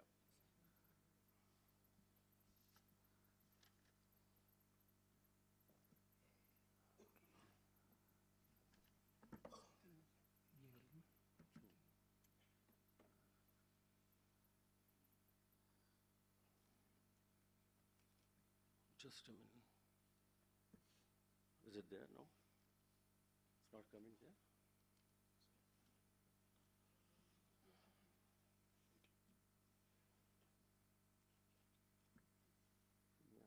Yeah. Can you enlarge it? Is it okay? Yeah. Just a minute. So this is again a little about SERA. The Construction Equipment Rental Association is a non-profit organization that represents the interest of equipment rental companies in the construction industry. And when we talk about construction equipment, it is not just about road equipment. It also says that these mining equipments are a part of it, building, concrete, piling, all are a part of this association. SERA members are primarily rental companies that offer a variety of equipment for rent to construction companies and contractors, including earth-moving, aerial lift, cranes, forklift, and other heavy equipments. SERA was formed in 2016. SERA represents India's equipment rental industry nationally and globally and is recognized worldwide. We are working closely with IRA, European Rental Association. Yeah? 1 minute. Just 1 minute left. Oh my goodness. So I'm really sure. SERA has created awareness for transformation, standardization. So the standardization was needed. I think it will take some more time for that standardization part of it, but definitely we'll be taking care of it. SERA has been inducted as a member of GRA. That's really exciting. We are the 8th country to be a part of this association. Only 8 countries are member of GRA. So Misha and I would skip, we strongly believe that partnership and cooperation between industry, government, and civil society is the key to infrastructure, economic, and social development of India. So we are growing. We should be, considered as an industry body. This is what we are promoting, the promoting rental concept. So it covers all the equipment categories: earth moving, material handling, road construction, material processing, concrete equipment. SERA is now a key stakeholder in the infrastructure industry. SERA is the voice of equipment rental industry of India and represents the rental industry. SERA is working closely with all the associations worldwide. We are working very closely with all the associations. Government has also acknowledged SERA's. SERA organized the first ever National Convention on Equipment Rental Industry in India in 2018, which is now an annual flagship event. SERA state chapter organized, it's a national organization, so we have all the state chapters with us. Investment is increased. People have already talked about it, that what is happening in India is whopping. I mean, we are shining bright, So rental penetration is now more than 40% in many categories. Based on growing trend of the infrastructure sector, the demand of construction equipment is supposed to increase more. The India construction rental market is growing for sure. The construction equipment market has witnessed significant growth in the recent past. For short-term construction application, renting a machine is preferable. So we always talk about renting versus buying, and we always talk about the benefits of renting. In India, equipment sold in equipment domestic market, about 30% of the equipment go to the rental companies. So we can have an applaud for the rental companies here in India. They're growing big.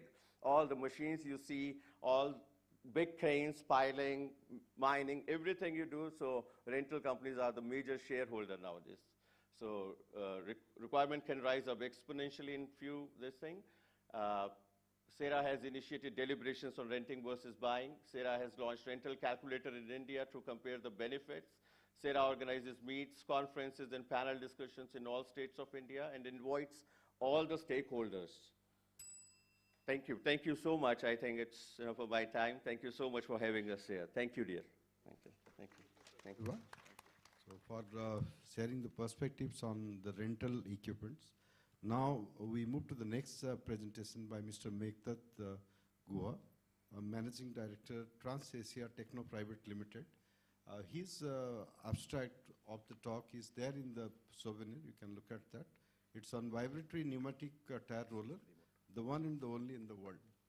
Thank you, Mr. Goel. Thank you, respected Chair. Thank you, all distinguished personalities and delegates sitting over here. I have been assigned a subject which actually takes more than 6 hours to describe. And I have been asked to squeeze it to 10 minutes. Now the chair asks me to squeeze it into 7 minutes. A very tough and difficult task for me. I'll try to do it. I am not promising I'll be able to do it, but I'll try. Mr. Guha, there is a competition which is called a PhD in 3 minutes. Yeah. So let us take it that way. Okay. Yeah, thank you. Okay. So let me start my presentation. We represent a company called Sakai Heavy Industries Limited. They are from Japan. They were established in the year 1918, 105 years old. And they are known in worldwide as the masters of compaction. And they are the #1 organization in technology, in products, in solutions for the compaction technology. And they don't do anything other than pavement construction technology and the equipment. So they are specialized on that. And Trans-Asian Techno is representing this organization in India since 2017. Market share, they have the largest market share in the Asian countries as well as in Japan. And I have just shown a slide, so because I have to run fast, I'll just skipping this. Before we discuss anything, we cannot ignore the automatic emergency brake system. Sakai having such a safety system in their equipment, which is unmatched.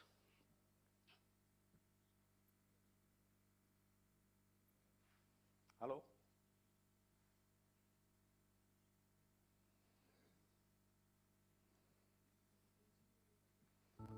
Yeah.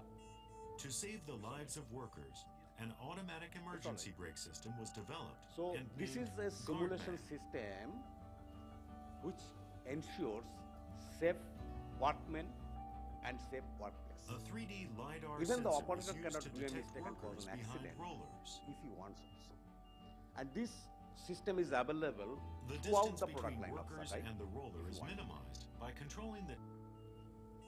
To save the lives of workers, stops an automatic case of emergency any brake system was developed and named... Now, since I will be talking about the compaction technology and the compaction equipment, there are 3 basic parameters. One is the amplitude, second is the frequency, third is the centrifugal force. And I think the forum and the delegates who are sitting over here, they know all these 3 terms. If that is the case, my question is, do I need to make a presentation? Because it is known to everyone. Let me see how it is. The need for HMM is hot asphalt mix. The need is, yes, thermal segregation is the challenge, particulate segregation is the challenge, shorter window for paving is the challenge, uniform density achieving is a challenge, number of rollers to be engaged is a challenge, surface finish is a challenge, avoiding crack formation during compaction is another challenge, and managing the tight longitudinal joints is another choice. And the quality aspects and quality control has become so strict worldwide in each and every country, you cannot ignore any of them. So you have to have the right and intelligent compaction equipment. It's not the efficiency or the knowledge of a human being can do that. So going to that, you got only 30 minutes time to compact the asphalt and everything has to be finished, starting from paving to finish. So how do you do that? There are several kinds of compaction equipments. There are 100 different varieties of compaction equipments. You need to wisely choose and use. I have been asked to speak something about intelligent compaction. Compaction equipment, the mechanism, the features, the operation style, all this can be assisted with an intelligent system which is called a CCV sensor, that is the compaction control value system. This was introduced by Sakai in 2019 and it was tested worldwide. And now it is easily available and with all the Sakai compaction equipments. There are two parts, one is hardware and the one is software, which takes care of your challenges, your defects, your assignments, and all these things. Manual system, you measure the density, you measure the mass, volume, you do the proctor test, you take the moisture control, you do the stiffness of modules, and in efficient compaction control system, everything is done by the equipment and the system automatically. The operator sees everything on a screen in front of him. So he knows where the compaction is less, where the compaction is more, where compaction has not been done, where the moisture is more, where the temperature, and it also senses the temperature of the surface, moisture of the surface, density of the surface, each and every inch, and guides the operator. This is one intelligence system we talked about. And now we are coming to the second part of it. Another compaction equipment is available with Sakai, which is called dual oscillation system. Oscillation refers to the movement of the drum horizontally just to back simply brief you in a few seconds how it is.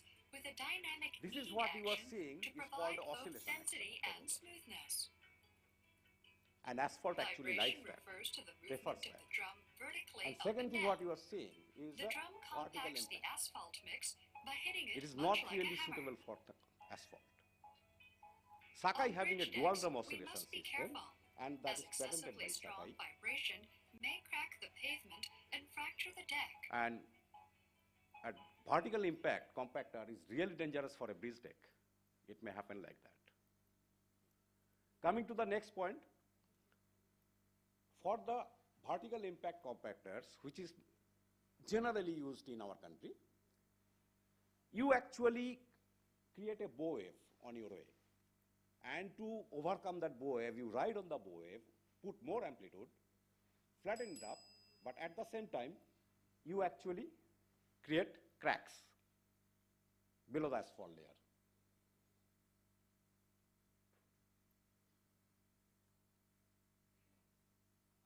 Now, this is another product I am going to show you. This is world's first and the only one vibrated in pneumatic roller. Normally you have seen a static roller, that is a standard roller. Vibrated in pneumatic roller puts vibration into the tire also, and amplitude can be set from 10 tons level, 15 ton, 20 ton, 25 ton, just by rotating a switch. It changes the frequency, it changes the amplitude. So based on your application, based on your requirement, you can set it. What are the advantages of this? It gives you a dynamic kneading action. You have choice of 4 amplitude on the same machine. You get a tighter surface and the density is much higher than the ordinary steel drum roller. You have the bottom-up density distribution. You see the right-hand side, 98%, 99%, and 98%. It is not possible with any steel drum roller. You have you can avoid this type of problem on your surface. Mr. Guha, maybe you try to wind up. I will do that. So this is how, in short, since chair has given me the instruction to stop it, I will just close it. Some of the testimonials worldwide in all the super express highways and the airports pavement, they are using this technology. And this technology is available with Sakai since 2004. Fortunately, this year this has come to India also. So if anybody of you wants that, please contact us. We'll organize a field demonstration. Please note down my contact details, my mobile number and the email ID. I'll be available for any assistance to any of you. Thank you very much. So thank you, Mr. Guha. I'm sorry, the time is limited. And I'm sure vibratory pneumatic tire rollers are going to play a very important role in terms of improving the ultimate output in road construction. And yes, in terms of availability, you don't find a lot of vibratory pneumatic tire roller. So thank you very much. Now we move to the next speaker. I'll invite Mr. Amol Sinha, who is Director Product and Training, Terex India Private Limited, with 24 plus years of experience. He has been actively involved in application, product development, and training of customers for proper operation of crushing, screening, washing, and recycling, which form the core of the equipment required for producing raw material for road infrastructure. So with that brief introduction, I request Mr. Sinha. So you have a presentation? Yeah, please go ahead.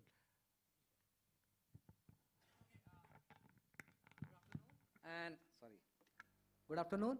I thank IRF and all the dignitaries who have present here. And I will just talk through the, instead of talking about my product, I wanted to highlight how they are pertaining to what all the topics we discussed today.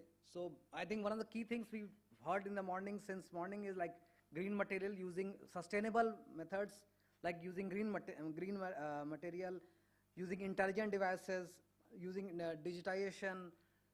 We discussed about emission. We also discussed about indigenous Make in India effort. And I think latest we added also rental and skills. So I will be touching upon these. Instead of talking more about our product, I will be more touching how our products are already making a difference in all these fields. Yeah. So first topic was that green material. So we know that it should be done, but we, Terex products are already doing it in India. We are already doing it in India. We have, we started 2 years back as a proof of concept. We imported a machine which can recycle slag and make aggregate and handle the, and we, there was a rightly pointed that slag is not very easy to crush and so this machine is specifically designed to handle slag. It's now currently working in SR steel, just crushing slag and making aggregate. We also worked with, I'm very proud and that we also worked along with CRRI to develop this flow, a process where such a machine can work. I will also just briefly show that machine, but not much in detail. So, so like slag, and we also have even further machine, more static machines, which can even process it into finer aggregate. We know that the latest IS 383, which specifies for the aggregates, also has accepted as manufactured sand. And we know that we have over depleted our river beds and we have extracted too much sands. Natural sand is totally lost from many parts of the states. Many states in India like Maharashtra and South India, it's totally gone. It's still present in the northern plains because of the Indo-Gangetic belt, but Deccan Plateau is really suffering from lack of natural sand and over-exploitation. So we have special machines which can convert any waste quarry or slag into a fine aggregate, which is can be also manufactured sand, specifying to IS 383. Then we also have machines, a similar machine which can do recycle demolition. We see a lot of demolitions going around. The famous one in the Twin Towers became popular, but that's only a tip of the iceberg. Every day I see small houses, small buildings being demolished, and all that demolition being demolished material being thrown somewhere in the sidelines of the city outside. But we have equipment which can perfectly make them, crush them, make them a good aggregate, wash it and remove any impurity in it, and put it back to thing. All there is a will from the, I think, the construction industry to accept that material to make new product, new material, new highways, new buildings with that. And then we also did a small demo where RAP or recycled asphalt was crushed and recycled. It was prepared, it's not like finished, but it was the first stage where the a pavement which was just freshly removed was crushed and made ready for recycling. Then intelligent. So there is another machine which we have launched, and we are again getting some success here. Is like it's indirectly affecting the construction industry because this machine actually helps all the city waste, municipal waste, and the legacy waste. we are in Delhi, we are very well aware about the waste dumps of, I think we have, in every route we take out of Delhi, there is a large dump waste. I think Ghazipur, Mundka, everywhere we have a lot of, Okhla, we have a lot of big dumps which are overflowing with the municipal waste, legacy waste. We have a machine, we launched a machine where all this machine can be, the waste can be shredded back and used as an alternate fuel in our cement plants. And ultimately cement becomes it's a major contributor to concrete. So using all this green material can reduce our carbon footprint. So indirectly, it's again, we are launching products to meet our sustainable targets. Then we have also, there was a discussion that yes, diesel engines are, they are still there, but we have already embarked in the journey of converting all our diesel machine into dual power machines. So at least where the power is available, they can be plugged into the mains and they can be run on pure electricity. And obviously that electricity can be green sourced. So we can really reduce our impact of construction industry. We have launched electrified machines, and I think now 60% to 70% of our sales are happening of electric machines only. Few machines which are also left, we are very sure in 2-3 years we will be able to offer every model as a electric machine. Okay. So in digitization, we have installed Internet of IoT and telematics, and we are doing it for last 7 years, and we are giving it free with every machine. And the data can be transmitted. And further, we have this year we have taken up that we have even localized it. So it's from the perspective of Make in India. We have gone, earlier we were working with an American company, now we are started working with an Indian company to provide IoT and telematics so that information can be conveyed. Then emission, I already used that since you are using electrifying, emission is also a point which is being addressed. And since we are offering machines which are mobile, which have telematics, which have dual power, and a lot of safety built into our design, I think that will also appeal to rental players. Yeah. And skill set, obviously we are part of the ICMA, and so we are part of the National Skill Development Council, and we have recently developed a VR-based operator training system for cranes, for safe operation of cranes. So just quickly running through whatever I told you, just quickly what are the products. So we are there in aggregate, environmental, concrete, handling, lifting, and these are our different verticals, but all of them work around our sustainability.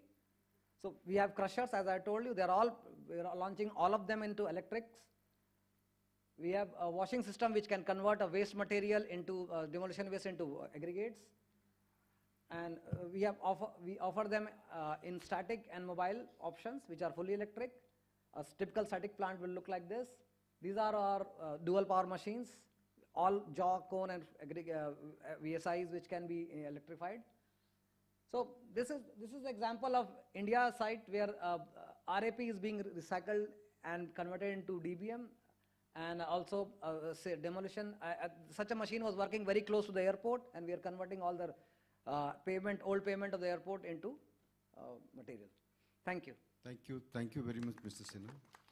So it was a little bit different perspective, how to avoid over-exploitation of natural resources, and how the demolition of waste or C&D waste, how they can be processed so that usage of natural resources can be avoided. Thank you very much. Now, we'll be moving to the next speaker, that is Mr. Rachit Kausal from Aman. He is currently Key Accounts Manager at Aman's India Private Limited, and responsible for managing the company's major accounts in the northern India region. So his key understanding of market dynamics, coupled with his exceptional communication and negotiation skill, has enabled him to forge lasting partnership and drive revenue growth for his organization. But what is more important is partnership. We look towards the various equipment industries to partner with different stakeholders, the government organizations, academic research organizations, and at least for the industrial waste, we have been able to receive a lot of industry support. So those collaborative models are equally important for development and usage of innovative materials. Thank you. Please go ahead. Good afternoon, all. Thank you, IRF, Kapila sir, and Sumit and the team for inviting Aman to showcase and give this presentation. As Dr. Parida said, for the 7 minutes, definitely I'll try to adhere to my timeline, sir, for sure. I'll try my level best. Okay, I'll start with the journey of the global of Aman, India. In 1869, globally, Aman was founded in Switzerland, that is in Langenthal. And when I talk about Aman journey from India, in 2013, founding of joint venture Aman with Apollo, and it is termed as Aman Apollo India in Ahmedabad. And by 2020, Aman as a subsidiary of Aman Group becomes a 100% total share. Globally, Aman is being headed by Hans Christian Schneider, and in India it is headed by Mr. Dheeraj Panda. We have 9 manufacturing facilities and 200 plus agencies plus sales partners with headquarters, as I already told. We have our headquarters in Switzerland. We have 3 manufacturing facilities in Germany, 1 in Italy, 1 in Czech Republic, 2 in China, and in India we have our manufacturing facilities, 42 acres of manufacturing facilities in Ahmedabad, a small town at Ditasan. These are some overviews on manufacturing facilities and the centers of competence. As you can see, Switzerland, Germany, Italy, and in Ahmedabad, we have this manufacturing facility. We have a wide range of product portfolio in light compaction. We also have high compaction, heavy compactions, asphalt pavers we have, and that is again subdivided into wheel pavers as well as the track pavers. Also, when we talk about the batching plants or we talk about the mixing plants, we have our batch mix plant as well as continuous plants. Not only for the flexible pavement, we have the solution for rigid pavement also. We have the concrete mixing plants also, stationary as well as highly optimized mobile batch mix plant. And as before 2013, the company was termed with Apollo India. So we have the product portfolio for Apollo also with the asphalt pavers. Wheel pavers also we have with starting with the 4.5 meters of track width up to, we have the track pavers also, curb pavers also, and some complementary products that we have is of bitumen spares.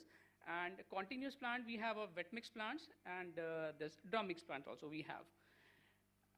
Government focus, like conversion of knowledge into wealth, is the future. The minister emphasized on skilled manpower, appropriate training, and road safety for long-term planning. He said this industry is giving strength to the Indian economy and making Atmanirbhar Bharat. So Aman, as a globally, we are focusing or we are adhere to the government focus that conversion of knowledge into wealth.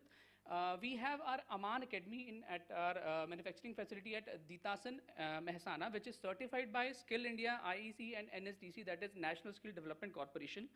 We, in Aman Academy, we are giving training on regular basis, not only to the grassroots level operators, but to the mid-size as well as to the high management also.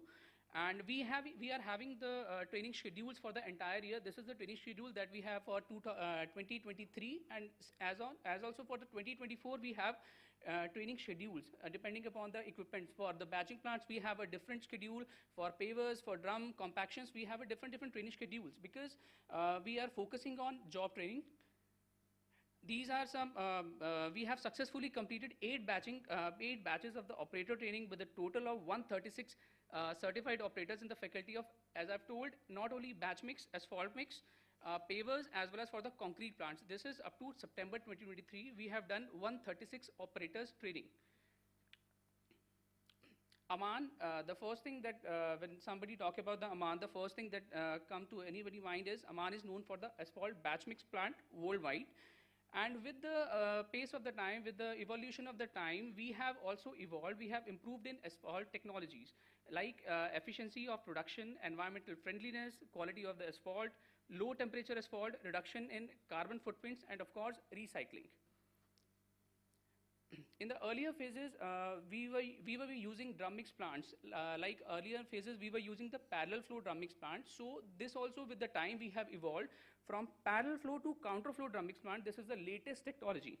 And what were the limitations that we were struggling with? What were the limitations of the parallel flow drum mix? As I've already mentioned, there is a high on energy consumption due to the parallel flow of heat exchange, use of waste scrubber, that is CV45, to control the dust pollution, limitation of using wrap, SMA, waste plastic, etc. But with the evolved technology, with the latest technology, we are aiming for the fuel saving, wrap, fiber, SMA, and waste plastic addition through this counterflow plants. And also pollution is also controlled, because earlier we were using the wet scrubber CV45. Now we are using the bag house in order to control the pollution. Means the counterflow plants are termed as pollution-free plants. These are just advanced drying and aggregate heating system. Earlier, that was not possible in the parallel flow drums, but we have moved, or we have evolved from parallel flow to counterflow. So we have also advanced drying and aggregate heating system through this counterflow drums. This is again a twin shaft mixer. In the drum mix plants as well as in the counterflow, there is the same mixing, addition of the waste plastic, addition of bitumen is doing in just in drums only. But when we move from continuous plant to the batch mix plant, so we'll be having a separate mixers. So we are having a good twin shaft mixer, so where we will be getting the uniform mix as well as the better stuff after the plant. Advanced closed loop bitumen system to avoid the oxidation. This is also the latest technology that we have. This is just models and the capacity that we have globally. ANP series, Velutech series, Ecotech series, and the countermix series. I'll not take that much time on this plant overview. This is just an overview and configuration of the plant, how plants look like. This is the real photograph of a site. This is a site running in Kargil of our esteemed contractor, Skylark Infra in Kargil. Recycling technology, wrap addition. The first thing when we talk about sustainable solutions in asphalt batch mix plant, the first thing that comes is reclaimed asphalt pavement.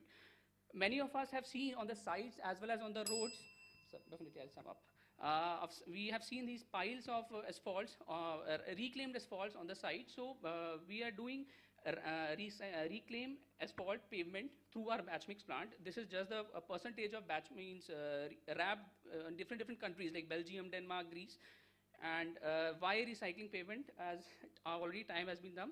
So 25%, 40%, 60% we have given in India. We are just left with, unfortunately, we have not given the 100%. Very soon, by the end of the year, we'll be giving with the 100% wrap technology by the end of this year.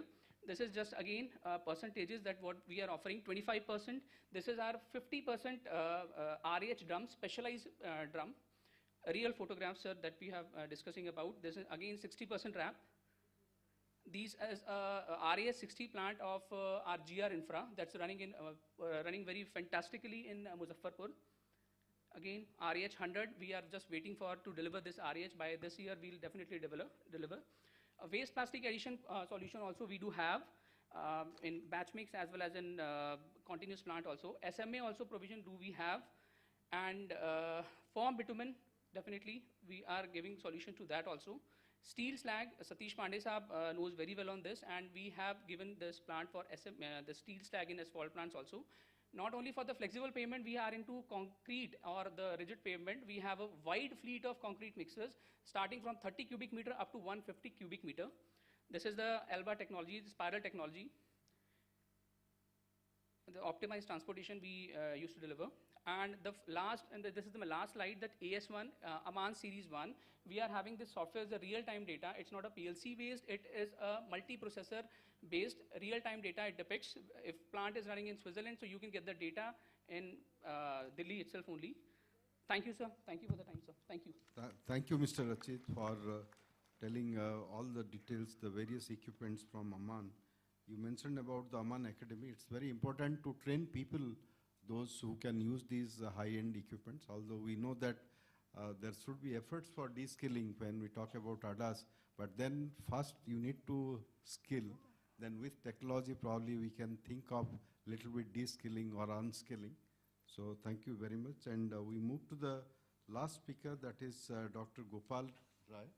So Dr. Gopal Rai has graduated from IIT Bombay with a PhD in structural engineering in 2006. He started his entrepreneurial journey in 2010 when he incorporated a specialized engineering and consulting venture, that is Dhirendra Group of Companies, which provides turnkey solutions to industry for structural auditing, retrofitting, and monitoring. And the vision of his company is to give new life to infrastructures by means of advanced technologies, tools, and materials. So with this, I invite Dr. Rai for a brief presentation, maximum 7 minutes. Thank you. Thank you, sir. Because with a PhD title, sometimes we may tend to speak more. No, no. Thank you, sir. Industry has 15 years of experience. I have learned to save time also. Thank you, sir. With this note, thanks to IRF, thanks to Taude Sahab, especially. And let me begin. This is something actually rehabilitation was my part of PhD part only. And as a DGC group, we evaluate the bridges, we do rehabilitation, and then we monitor also. So it's a turnkey responsibility from last 15 years we have done. Although time is constrained, we are using this jacketing and all system for rehabilitation of the bridges, but specialized is carbon fiber wrapping. Okay, this is from last 17 years in India. It is now been used from Mumbai airport to the Jawaharlal Nehru port, and now it is extensively used for a lot of products. And these are the materials are there. And there are ways of doing strengthening is like the flexural strengthening and shear strengthening. But in IIT, we have added the pre-stressing of carbon laminates. The best part you can see on the left side. Okay, the pre-stressing is like instead of just bonding a laminate, we stress it up to 10 ton and then we lock it, so that we can give an active way of strengthening. That has been developed in IIT Bombay, and in last 15 years, we have done close to 70 bridges, the railway bridges, NHI bridges, and the port bridges. And we have extensively done the rehabilitation. Although for the columns and slab, we have done a lot of work. This is my first project in 2007, Mumbai Airport runway bridge. This was the old photograph of a Mumbai airport in 2007. There was below a Mithi River, which is 60-year-old bridge. Okay, and this was the condition of that bridge. And the airport was shortening a distance. Although Mumbai airport runway is short by 200 meter, now they want to further short by 300 meters. So there was no length. So we have to rehabilitate with L&T, and this fiber wrapping we have done first project, and we have strengthened, and today it's almost 16 years, 17 years, okay, and we have monitored this bridge with the heavy aircraft, 1,000 aircraft daily come up, take off and landing, okay, and this bridge is still there, and this is the biggest example for the monitoring of the carbon fiber and bridges. I will not go to this part. Let me go to because since morning I'm hearing roads and everything. So I have changed my mind during the 7-minute slot only.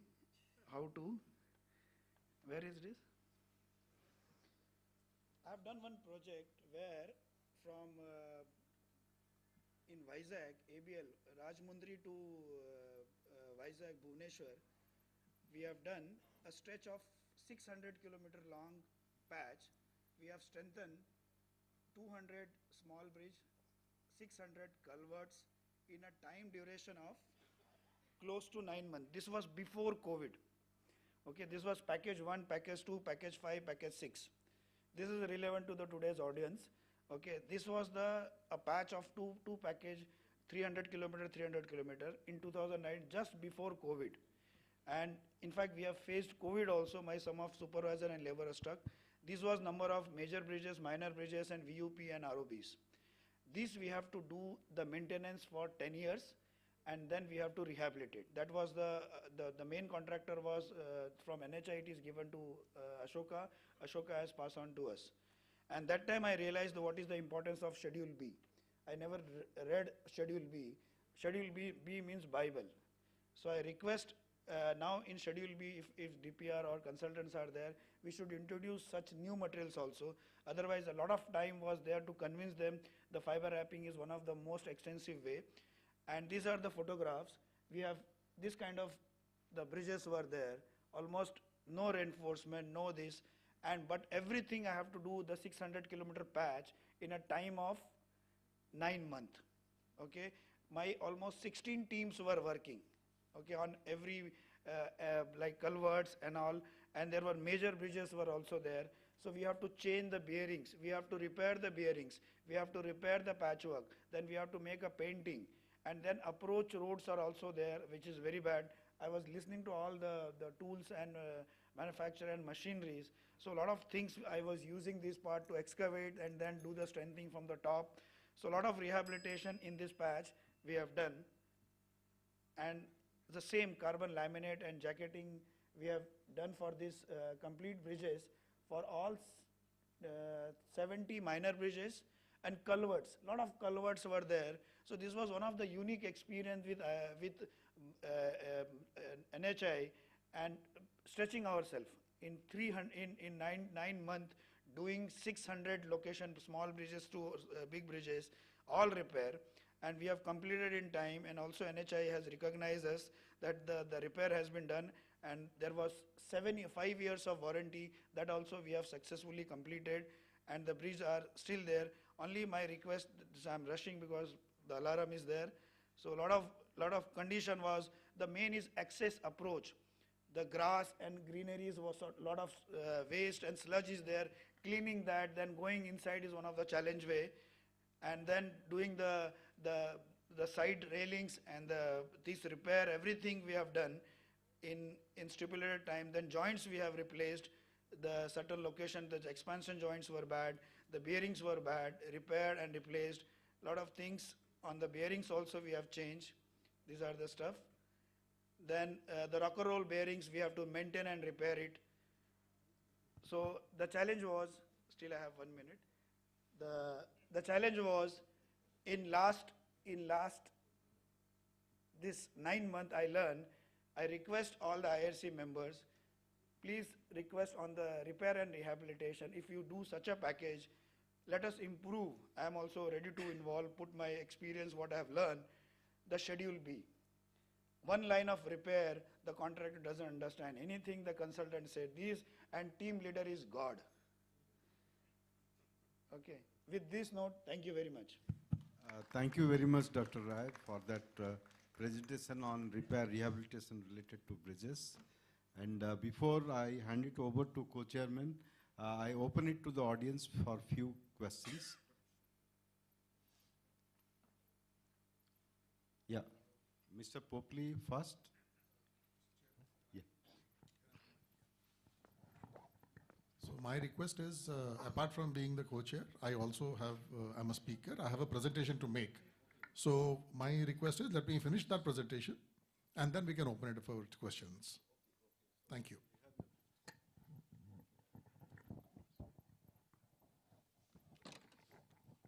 So we'll take up the questions after this presentation.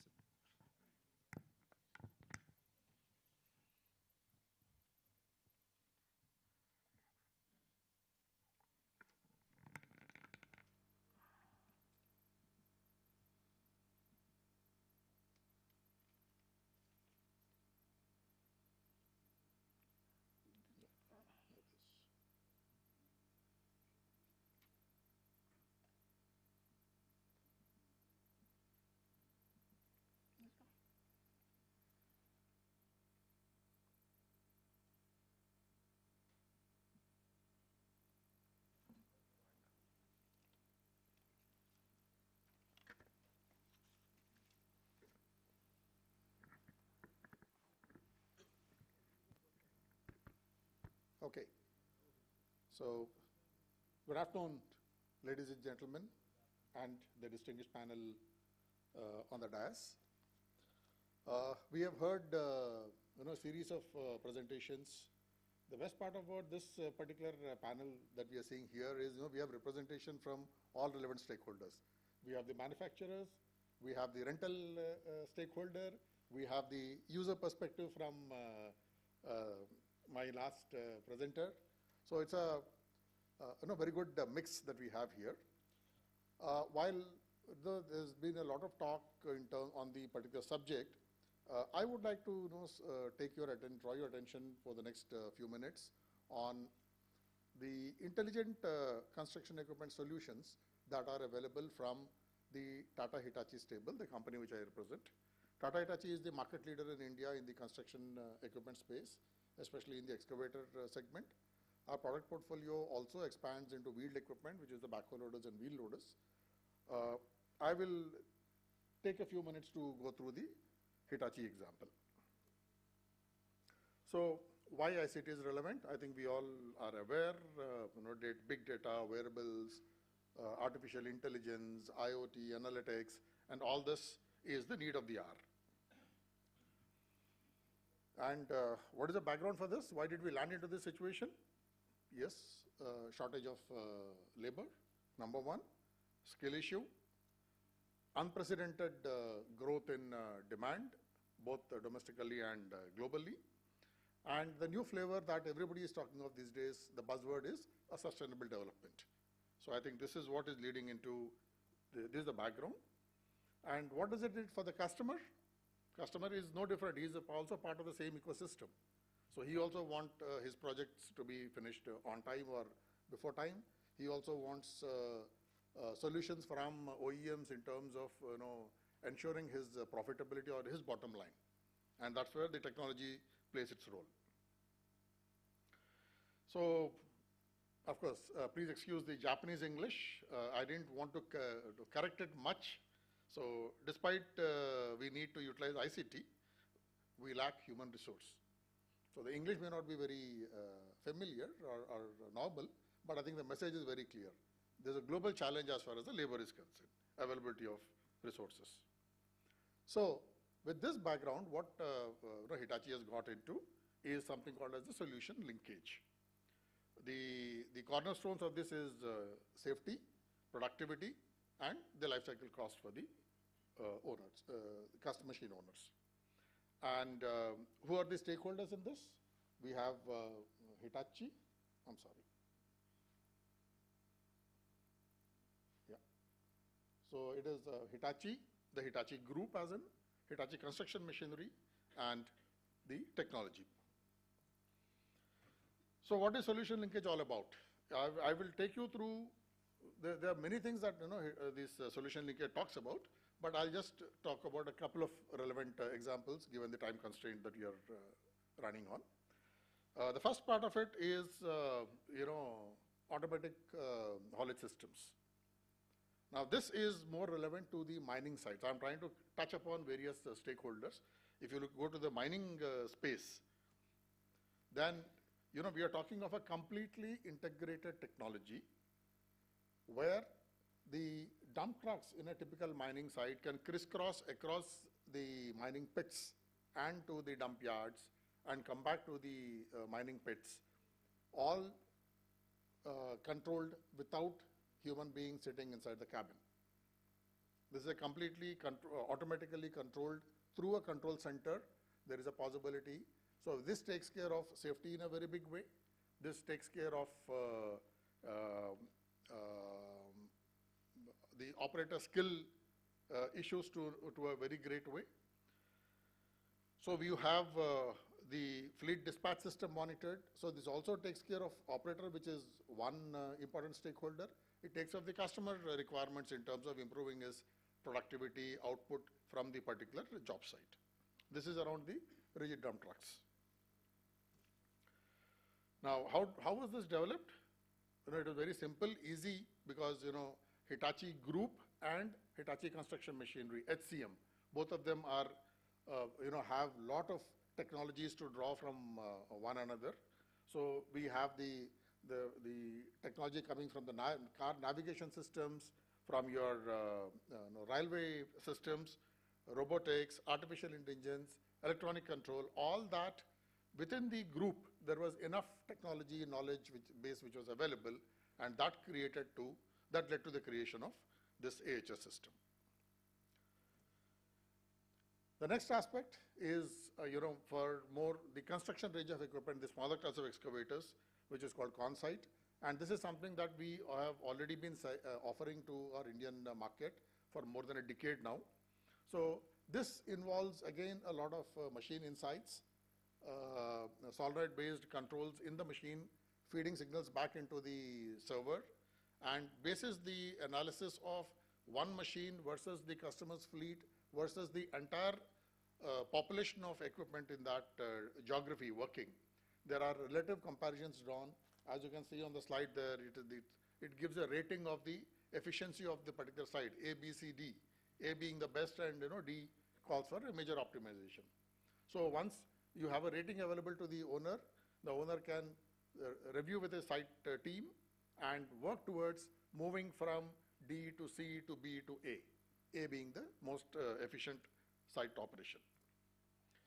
The third part, which is most interesting, is ICT-based construction solutions.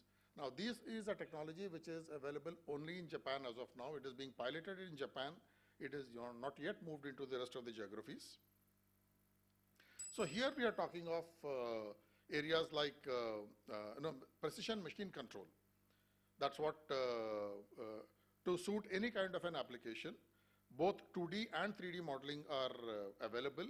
So in a 3D modeling, you have the complete wire diagram where you fix the machine will not work outside the boundaries based on the coordinates, the geo coordinates fits there. In a 2D system, it is a lot more simpler to operate where the operator can define. The advantage of this is very precise machine controls, number one. Number two, very safe operations. You can restrict the machine from moving outside the boundaries that you can define. A natural expansion to this is a 3D view, a 360 degrees view, as you can see on the screen here. And how this can help is in a typical Indian mining site, while my equipment's efficiency is at 100% level, the site inefficiency is in terms of the lead time, the dumper availability. We all see a very common phenomenon of idling dumpers, be it a mining site as the picture shows, or be it a road construction site as you can see in this image. So this is a major area of improvement which is available through this particular technology. I will get into the details in the interest of time. There's a short video here. Oh, what's the video? Excuse me. The rapid progress of social informatization has brought about major changes to our lives. Hitachi Construction Machinery Group takes a new approach in working to solve our customer challenges by utilizing ICT, IoT, and AI technologies.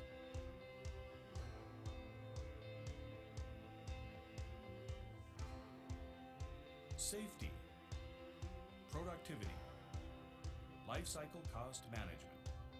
Solution linkage provides our valued customers tangible benefits to manage their outstanding challenges.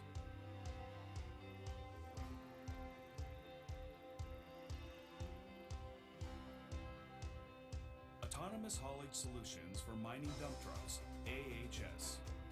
AHS enables unmanned dump truck operations by utilizing the Hitachi Group's proven technologies in rail and automotive industries. Thanks to various advanced sensing technologies, dump truck maneuvers are controlled precisely and safely. Hitachi's AC3 base dump truck is smart with an advanced drive control system.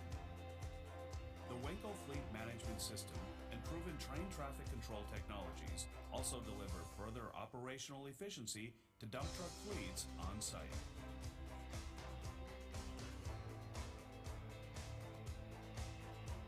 Various fleet management solutions provided by Wenco.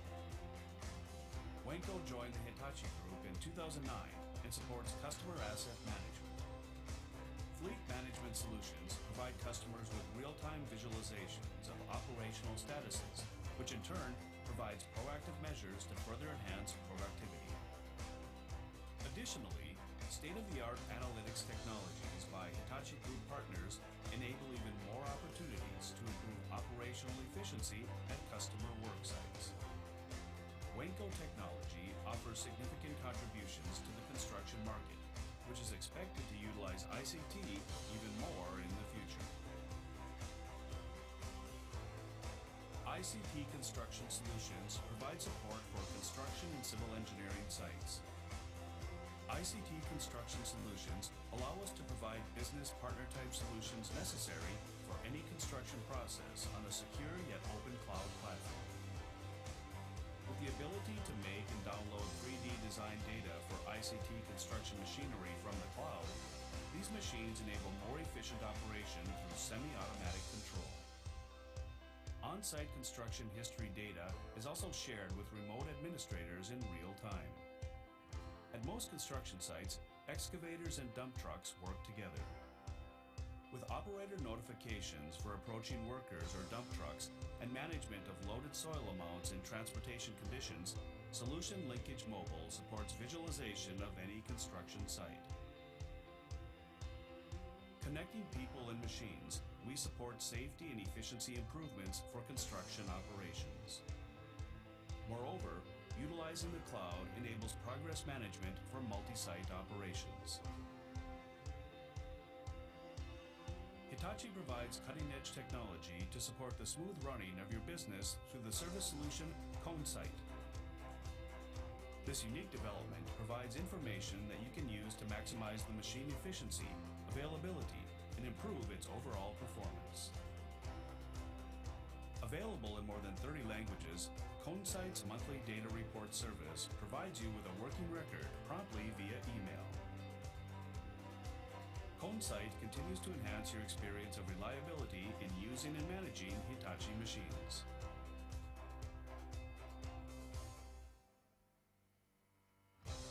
Solution Linkage resolves customers' challenges across various sites together.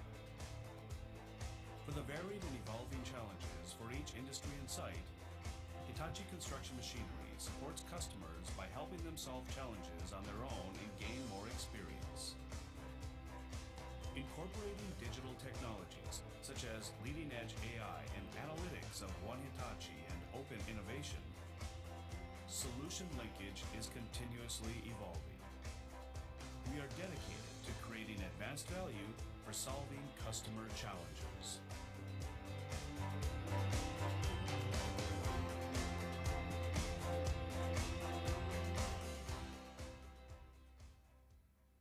Thank you. Thank you. Thank you, Mr. Prasad. So now it's open for the audience for a few questions. Okay. So if there is a mic below, please introduce yourself and be brief. Yeah, I am Sudarshan Kumar Popli, Advisor Road Safety with NHAI. First question is to Mr. Roy only. So one question only, Mr. Yeah, Popli. yeah, definitely, okay. Regarding the, basically now we are looking for replacing of this pipe railings and RCC railing with the crash barriers, RCC crash barriers. If the bridges have not been designed for that vehicle impact load, have you worked onto that? Anywhere you have worked?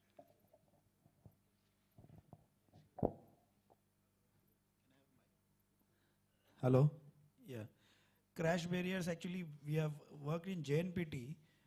Earlier the crash barrier was designed with the RCC walls and all, but looking at the current speed and all this, it is insufficient. So what we have done additional encourage. We have put additional bolting system, and then we have toughened aluminum parts over there, and the non-corrosive railings has been provided, and they have designed for the current speed of 120 kmph speed, that with the knocking speed. So we have changed in the existing bridge also, we have changed the crash barriers, and we have replaced that part also. But as a structurally, not as a safety, road safety and in that part. Somebody has designed and we have implemented on that part. Thank you. Any other question? Yeah. Good afternoon, everyone. Myself is Dr. Rakesh Kumar, Chief Scientist from CRRI. My question is addressed to Ruchi. During your presentation, you talked about the oxidized bitumen. Is oxidized bitumen being manufactured in our country? No, sir. Oxidized bitumen I am not talking about. I have shown one presentation. We have a closed loop bitumen system we have. Yeah. That's a closed bitumen system we have. I am not talking about the oxidized bitumen and all. Yes. In order to reduce rate of oxidation, yes. Oxidized bitumen is also one addition in that future. Yes. Thank you, sir. Thank you. Any other, Professor Mahesh Tandon? Please share the mic quickly.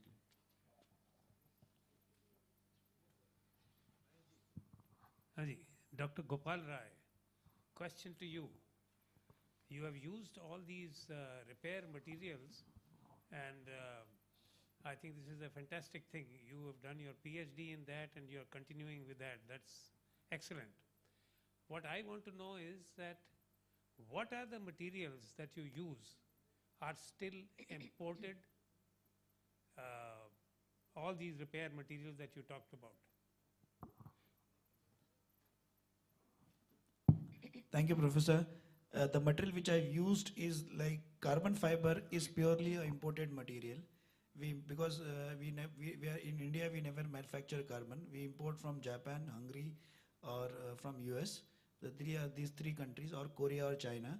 So these are the 5 countries where we buy the fibers. Resin we manufacture here only, that part.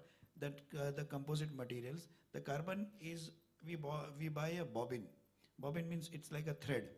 We buy a thread. With that thread, either we make a sheet which is used for the shear enhancement, or we make a carbon rods.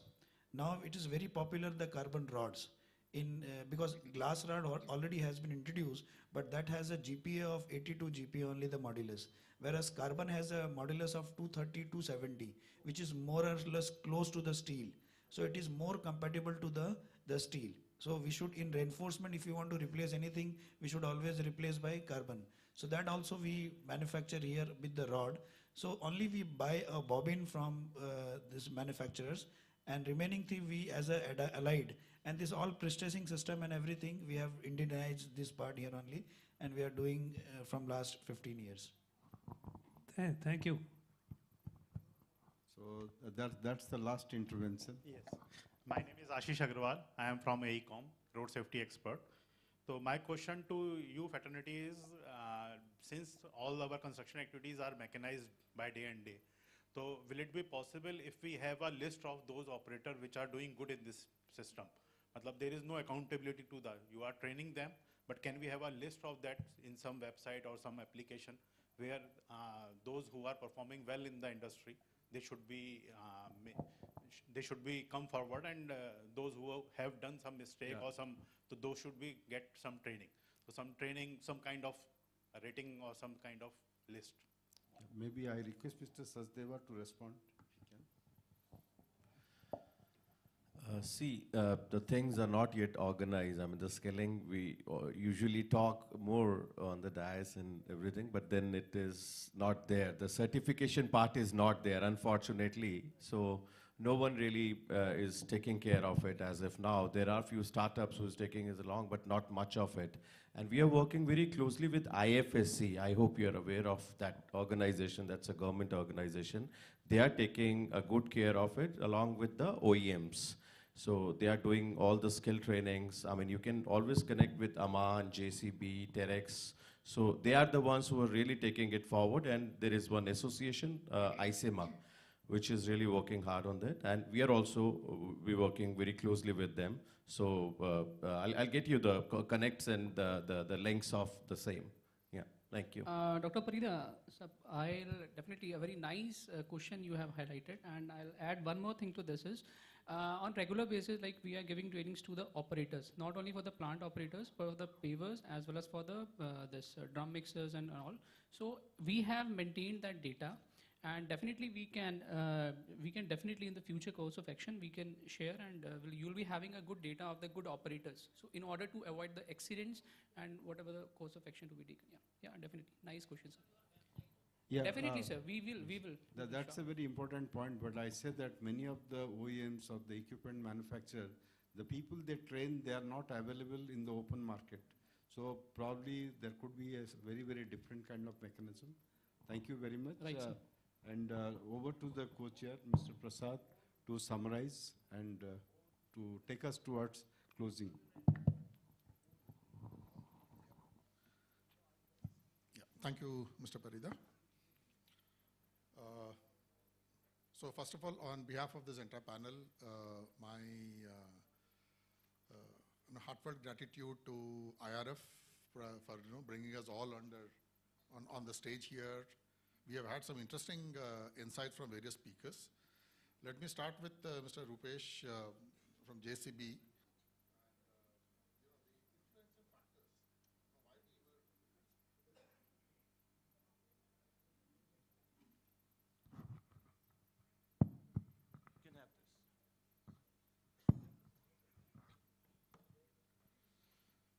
So Mr. Rupesh started with the influencing factors. I think it is a very good take, without directly jumping into the solutions technologies.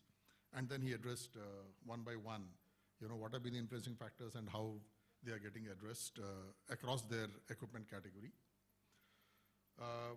User perspective from Mr. Satin. Thank you for bringing that perspective to us. We know one end of the spectrum, and you spoke from the other end of the spectrum. That was quite interesting. And you also are a very important bridge between the OEMs and the end customers. I think your perspective definitely made a lot of sense here. Mr. Guha, I think you had some very interesting content overall in terms of what is the lead your OEM brings to the table, and the kind of dominative presence you have in various geographies that you have presented. What I really liked in your one of the slides was where you mentioned ICT, which is the general terminology, is equal to CCU. I think that's an interesting take in that particular presentation. But yes, I think there is a lot of work you people are doing in terms of utilizing technology in a space where, as when we were in our growing up stages, compactor only meant a road roller for most of us. So from that to know what we have reached here, I think it's been a great journey. Mr. Sinha from Tarex, I think your focus on the green initiatives, I think, yes, definitely that's the end benefit. That's where you spoke about at length. And I was very glad to note that 60% of your sales is already, around the electric solutions. I think that's one of the areas where India is leading to. The globe is leading to, but definitely India should be taking a lead. Definitely, we are seeing India has a better pickup than our peers worldwide. Oh, that's great news for this country. Yeah. And Mr. Rachit Kaushal from Amman, I think your focus on skill development through the academy that you people have set up there, I think that was a very interesting perspective. All the technologies, all the products, features, everything is ultimately in the hands of that one entity called Mr. Operator. So unless and until we address that issue well, I think the entire technology can potentially fall flat. So thanks for bringing in that. And Mr. Rai, once again, all the questions were addressed to you from the audience. I think they were more keen on the end user perspective, which is what Mr. Rai brought in. And before I conclude, Dr. Parida, thanks for your opening remarks. You have set the context right for the entire session. And I think audience also came up with some quick 3-4 questions, very relevant and interesting questions. I hope this panel has been able to do justice to the session and to your questions. If there are any more, since we are working on a time constraint, we are all available here. We'll be happy to take any more questions on this. Thank you very much. Thank you so much, Session Chair and Co-Chair, and to all our expert panel of speakers for the deliberations. Before we wind up for lunch, may I please request Session Chair in his capacity as Chair of the session to kindly do the honors in presenting the mementos to our speakers. Can we have the mementos, please? Sir, may I please request you to start giving the mementos. Firstly, may I invite Mr. Rupak Sharma.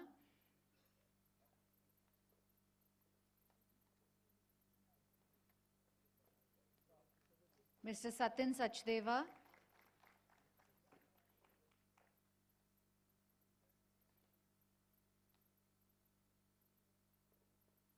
May I invite Mr. Meghdut Guha.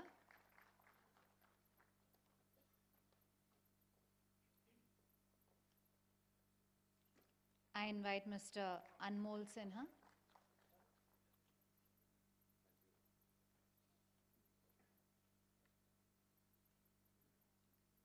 May I now invite Mr. Rachit Kaushal. May I now invite Mr. Rachit Kaushal. And may I now invite Dr. Gopal Rai.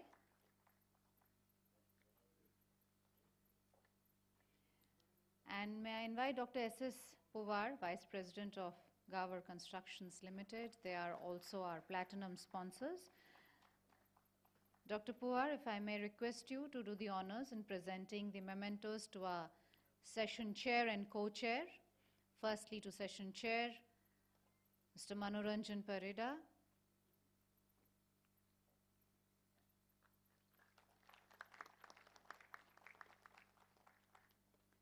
And may I please request Shri PKR Prasad to please join on, come forward, our session co-chair.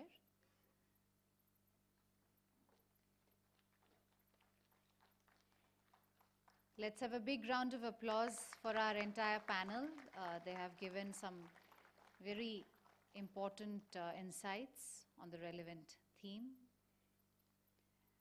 And may I request all speakers to come forward along with session chair and co-chair for a group photograph. And ladies and gentlemen, we will now break for lunch. Unfortunately, I'm the bearer of bad news. I'm cutting down lunch time by almost half an hour. May I request everybody to kindly be back with us at 2:30 for our next sessions.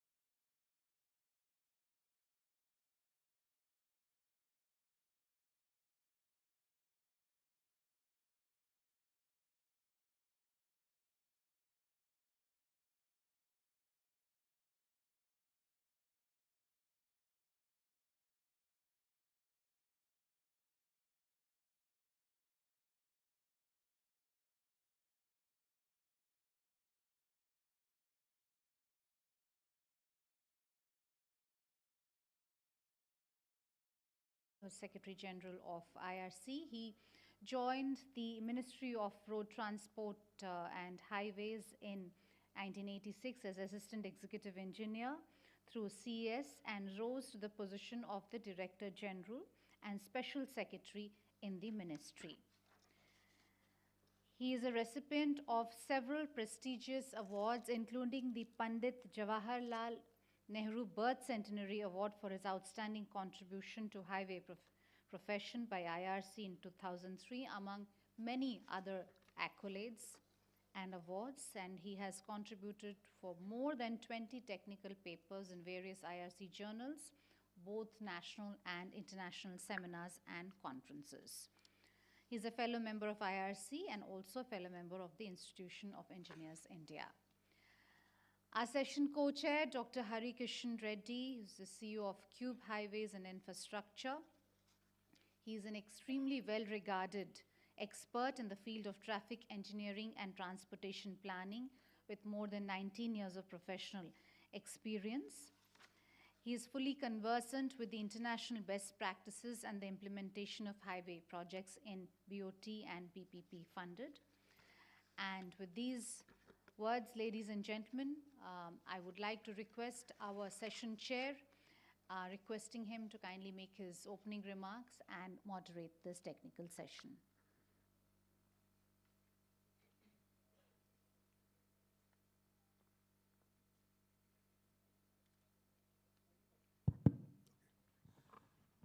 Good afternoon. I welcome you to the second technical session on innovative, sustainable, and cost-effective construction materials and technologies.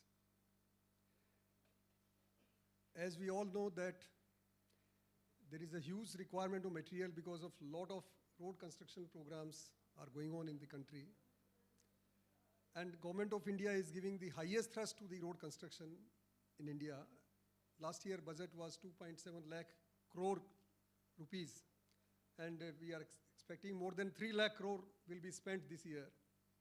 For last 5 years, almost more than 10,000 kilometer length of road, national highways are being constructed every year. And this year the target is more than 12,000 kilometer national highways. So this is only for national highway, but apart from that there is another flagship program of rural road construction, that is PMGSY program. So combined together, there is a huge requirement of construction materials, soils, aggregates, bitumen, cement, all these material. And there is urgent need to see that these are sustainable technology come into play, because there are depleting, aggregates are depleting.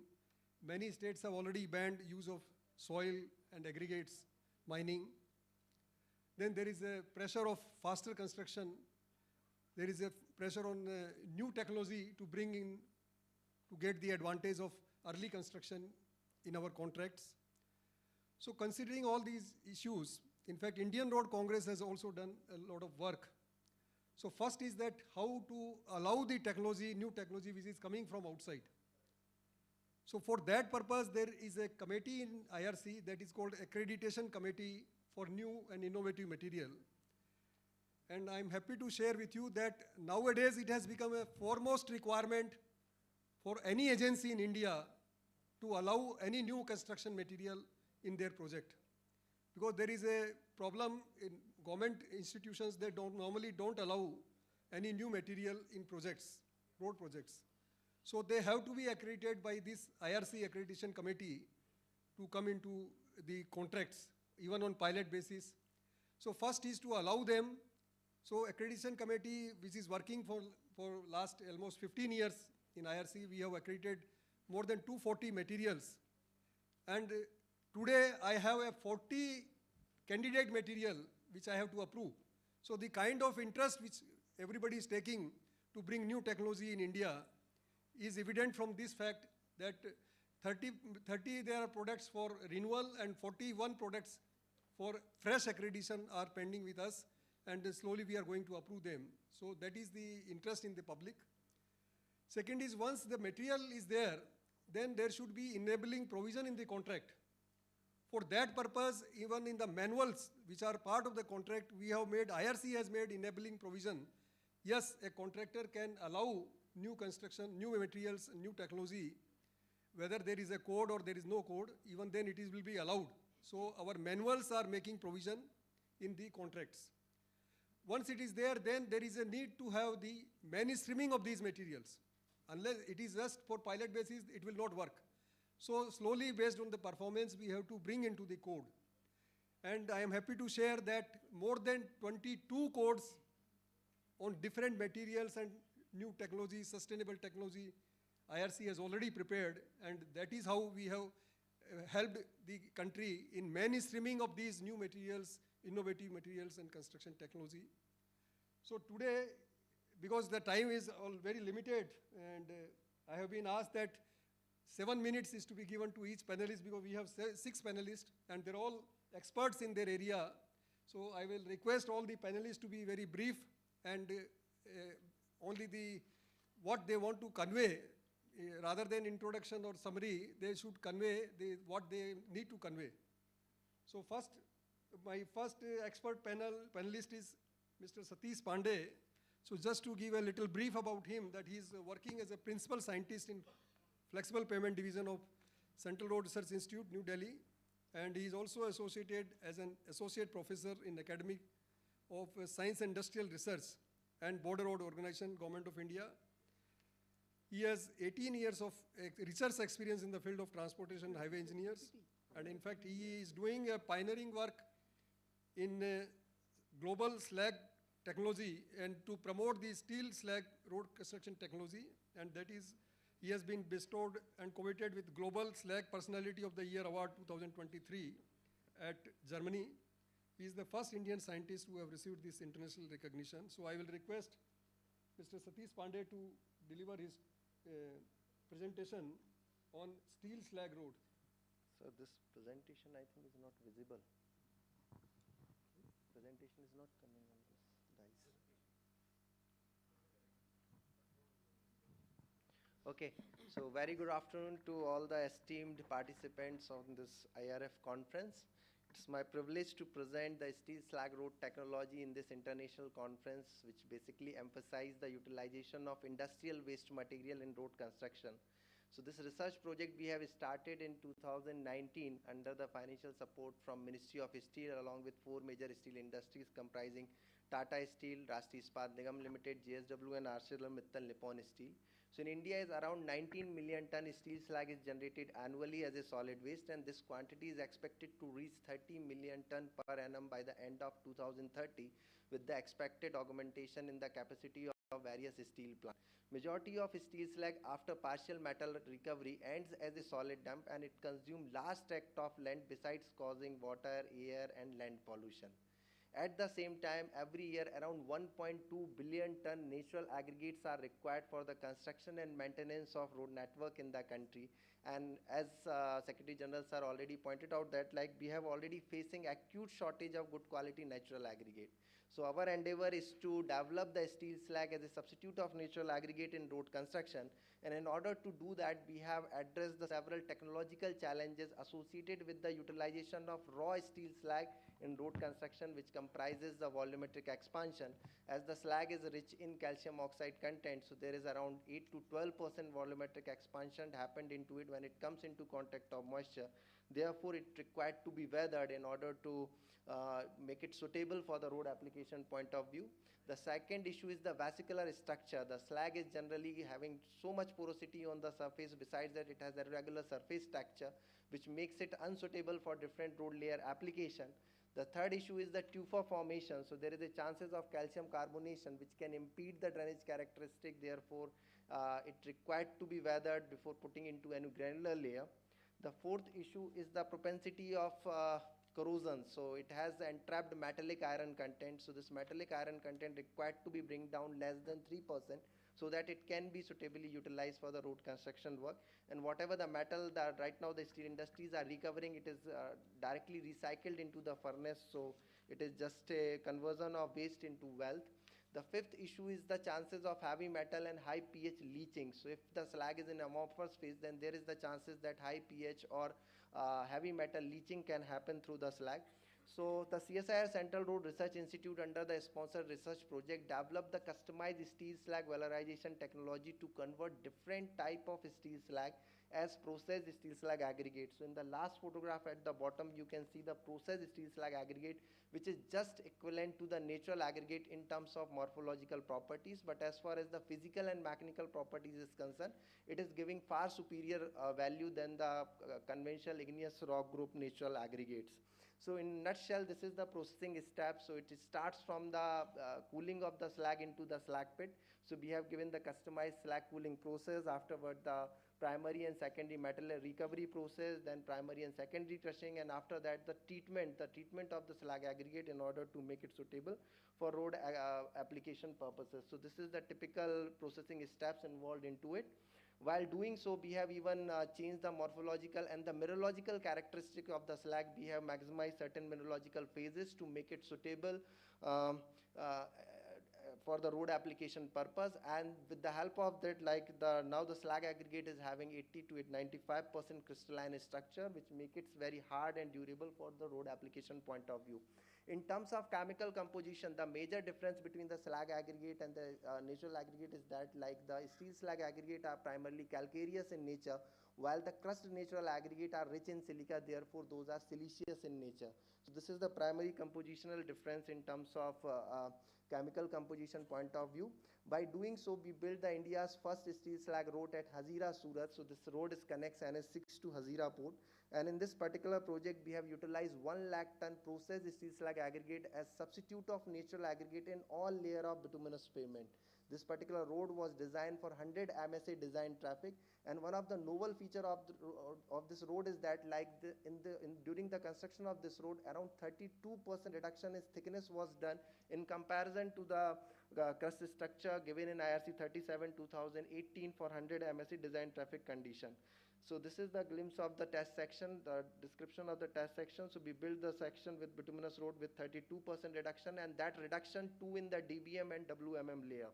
So with the help of that, we can maximize the economical benefit which concessionaire or road construction agency can reap out using steel slag road technology. Now we evaluated this particular road using heavyweight deflectometer. So in situ assessment was carried out using heavyweight deflectometer technique. One of the important finding of this road is that the major deflection is started at 140 kilonewton load rather than 40 kilonewton load. At 140 kilonewton load, when the conventional natural aggregate section was giving 996 micron deflection, the steel slag road was giving around 385 micron deflection. So it is just 1/3 of the deflection observed into the natural aggregate road section. So it shows very high durability and stiffness into it. The second project is this NS66 Mumbai-Goa section. So in this particular project, we utilize the Konark steel slag aggregate of JSW Steel. On LHS left-hand side carriageway is built through cement concrete steel slag road section, while RHS carriageway comprising bituminous steel slag road section at the same location.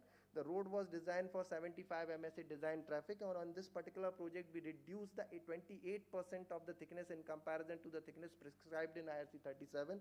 Around 80,000 ton processed Konark steel slag aggregate were utilized for this construction.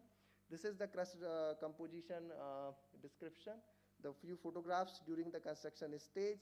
We also carried out a structural in situ structural assessment using heavyweight deflectometer and extracted the concrete core out of it. So one of the important finding is that when the concrete was designed for M40 grade concrete, the core was giving 46 to 54 AMPA compressive strength.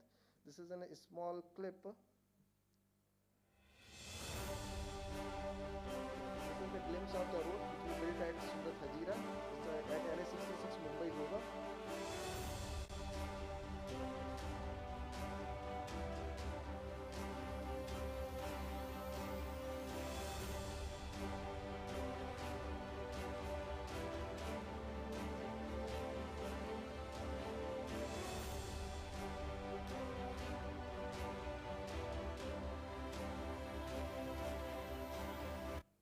And the third project is this border road organization road at Arunachal Pradesh 0. So at Indo-China border at high altitude, we utilize the processed LD slag aggregate for the construction of 40 mm thick bituminous concrete surfacing. So at this location, this BC layer was carried out using slag aggregate. The another one is NS33 Jamshedpur, Kolkata. So in this particular road, 40-kilometer road section is built using processed LD slag aggregate, using it in granular layers.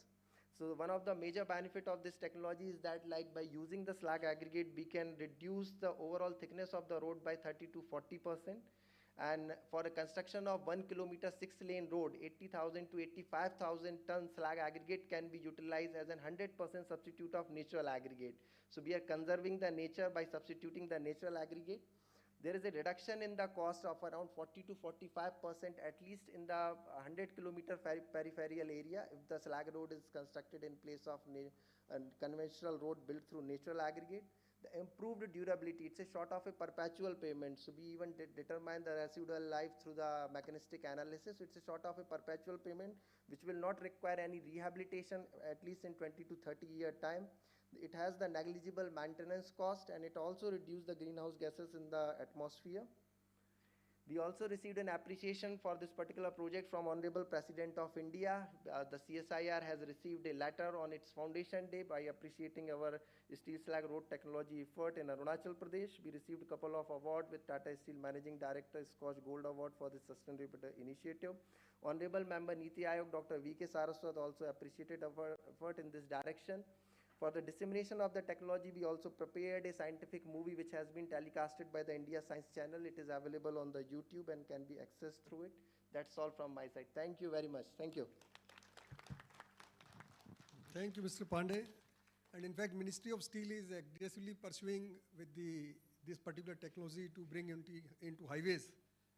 IRC prepared a code on this steel slag, use of iron, copper and steel slag on rural roads way back in 2018. So 6 years back we published this IRC document, and now that they want Ministry of Steel and all that, based on the experience of Mr. Pandey and CRI on national highways, we should bring out this particular code, modify this code to allow for national highways also. So that based on the experience that we will be working on that. Thank you. So the next presentation is Dr. L.R. Manjunath, Vice President, JSW Cement. Is it online? Yes, sir. So, Dr. Manjunath is, as we know that he is a Vice President responsible for direct sales and sustainability initiatives. He has done his PhD in management on sustainability of green building materials in construction, and MBA from Alliance University. He has published 68 research papers and articles on various national and international journals, and he is actively participating in various conferences, etc. So now I will request Dr. Manjunath to say about low energy cement, which JSW has come out with a new cement, sustainable material. Yes, Dr. Manjunath, please.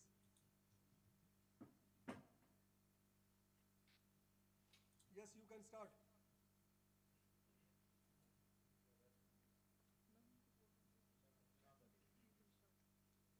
We are not audible to him.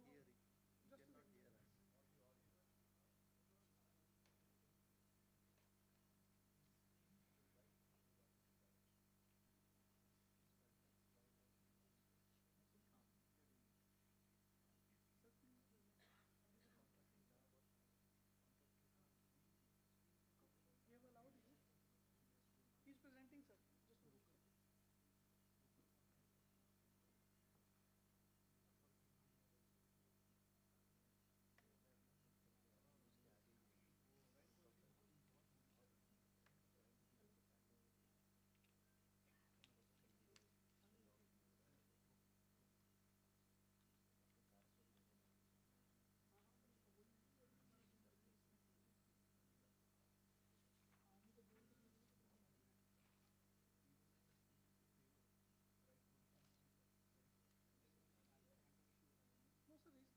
Disconnect हो गया, वो कर रहे हैं फिर से.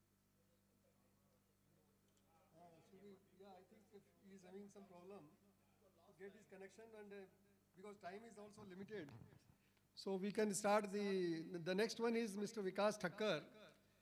He has done his MS Civil Engineering from USA and is a consultant, and he is recipient of the Pandit Jawaharlal Nehru award from IRC in 2015, and presently he is a freelance consultant. So I will request Mr. Thakkar, who is Director, PaveTech Consultants India, to make his presentation. And meantime, if we get the connection, next one will be Dr. Manjunath. Can you make this visible? Yeah. So without wasting much time, I'll just come to the main topic. Taking cue from the very important message given by Secretary General regarding the non-availability of aggregates. We actually need to look at some of these innovative technologies to make use of whatever available material is there, or salvage most of the material available, so that we can reduce the dependence on these natural aggregates. So white topping, briefly, white topping is a concrete overlay where we are salvaging the entire flexible pavement crust. So it's a composite pavement where a thin overlay of concrete is being done on the existing bituminous pavement, and the overlay thickness ranges between 100 mm to 200 mm. In technical terms, we call it the thin white topping. So the IRC SP70, we already have a code for this thin white topping, IRC SP76. So thickness between 100 to 200 is categorized as thin white topping. It's a bonded type of overlay. So what I'm going to talk to you, and the projects that I'm going to show you, are bonded type concrete overlays, where the concrete is intended to have a bond with the existing bituminous layer. So we do a few things to make sure that the bonding happens between the concrete and the bituminous pavement, and it offers a composite action.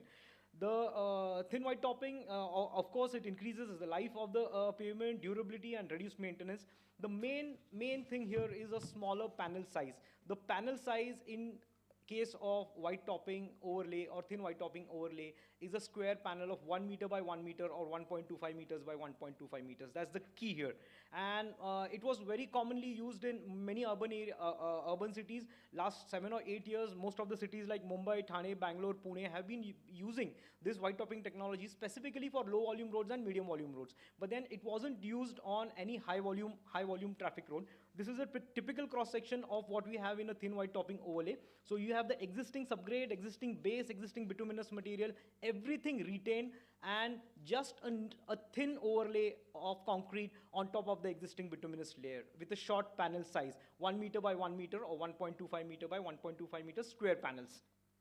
So this is just the shows you why we can design a overlay with a thin concrete overlay, because what happens in a bonded overlay is that the neutral axis gets shifted downwards, and the entire concrete being in compression, we are able to derive a very lower thickness of the concrete. As well, with a lower panel size, the curling stresses and the warping stresses are also drastically reduced. So I can design an overlay of maybe 150, 180 instead of the conventional thickness of 280 mm or 200 or 300 mm. So drastic reduction in the concrete. So what are the distinct advantages?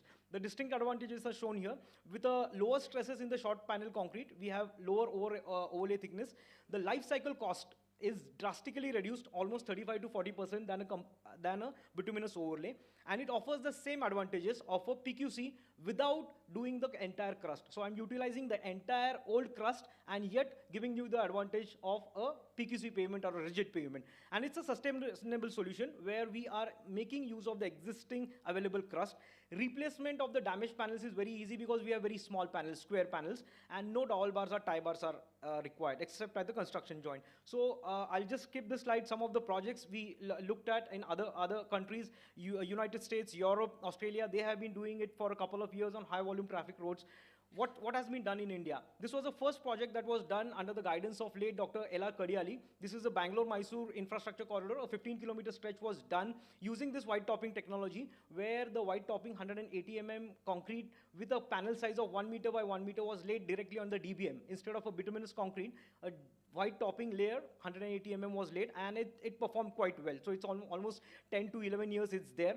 The second important research project was done by IIT Kharagpur in West Bengal through NHAI, and they have constructed test sections 1.5 kilometers on NH33, NH18 and NH49 since 2017, and the results have been quite encouraging. And in fact, those are going to translate into a code that is under consideration through IRC. Maybe in a few months that code would be out, which is the short panel concrete pavement. So this is concrete directly done on top of the existing bituminous surface. and National Highway. And this is a recent stretch that was constructed in Maharashtra. This was funded through the ministry, 2021, a 2-lane paved shoulder, 180 to 200 mm of concrete thickness, white topping, and it has been performing decently. I'll share the performance monitoring of this project at the end. So this was another project, 15 kilometers of white topping done. This is one ongoing project, which is the 4-laning Panvel-Indapur section of NH66, 80 kilometers of project. It's a already functional 4-lane bituminous pavement. It is being rehabilitated by using a 200 mm concrete overlay. It's an ongoing project. What's the difference? A common person won't be able to tell you any difference. The only difference is the smaller panel size. On the left-hand side, you see a white topping overlay, and on the right side, you see a conventional overlay where you have bigger panels and, of course, larger thickness. What projects can be taken up for white topping? Is white topping a silver bullet? No, it's not an end to the solutions, end to all the solutions. It's a selective technology. It needs to be done only at selected locations. On the left-hand side, I've shown you a photograph of a typical condition where we can propose white topping. On the right side, of course, no, we can't do white topping. It's not a one-stop solution for all your problems. Here, you might have to do some other rehabilitation method. So it needs to be very selectively done. Just a brief of the costing. A bituminous overlay would cost you somewhere around 1,150 rupees per square meter in current rate, with a life of say 5 to 6 years, and a white topping overlay with a life of 20 years. It costs me just 30% more, 1,500 rupees. But overall, in the life cycle cost, it is almost 35 to 40% less. So what are the technical considerations? Existing bituminous thickness, not less than 75 mm. It should not have major cracking or structural damages. And of course, the K value and the structural evaluation needs to be done using a Benkelman beam device or a falling weight deflectometer. And pre-overlay treatment is very, very important to make sure that the intended design life of 20 years is sought. So I'll just quickly run you through the construction process of what's been done. This is the first step. You scarify or you mill off the surface to create a bond on the existing pavement. You clean it with pressurized air jet before laying the concrete. The next step would be just laying the concrete with a paver finisher on top of this clean and roughened surface. You spread the concrete, you finish the concrete, texture the concrete with a paver like a regular concrete pavement. And the most important part is groove marking and cutting. The square panels, within a window of 12 to 15 hours, you do the groove cutting. And yes, curing, of course, 14 days curing, and you're ready to go. The only steel that's included here is the construction joint, the dowel bar and the tie bar at the construction joints. No other steel is there. You can see the tie bars here at the construction joint only. So this is the completed stretch of NH848 that was done in 2021, 3 years, decent performance. So how's the performance? We have been monitoring this performance. The commercial vehicles were in excess of 4,000, so it's quite significant. This stretch connects Maharashtra to Gujarat border, so significant traffic, and the design thickness was 200 mm M40 concrete. What's happening? These are the current conditions of some of the panels which have shown distresses. The total distresses in the panels are around 2.5 to 2.7% of the total panel in the 15 kilometer that we have constructed. But this was a first learning experience, first pilot project on a massive scale done through the ministry. So we had a lot of learnings through this particular project. What were the learnings? We found out that the pre-overlay treatment is very, very important. So you need to do look at the existing flexible pavement and do the pre-overlay treatment at those sections or the failed sections where you have to do the overlay. So the research carried out by IIT Kharagpur along with the test sections has given us a lot of technical data and a lot of information that can be translated into this new design code where we can actually use it for the heavy traffic corridors. And as I said, it's not a golden solution to all your problems, so you need to selectively look at the white topping, and adequate pre-overlay treatment is very, very essential to make it work for you for 25 years. So that's all in my presentation. I think I stuck to the time. Thank you. Thank you. In fact, the code was there right from 2015, but still this technology has not picked up the way we were anticipating. So, but now I think recently some large-scale work has been sanctioned by ministry. Hopefully we will have the good experience and we can update the code based on that feedback. So are we there with Dr. Manjunath is there? Yes, sir. Okay, please connect him.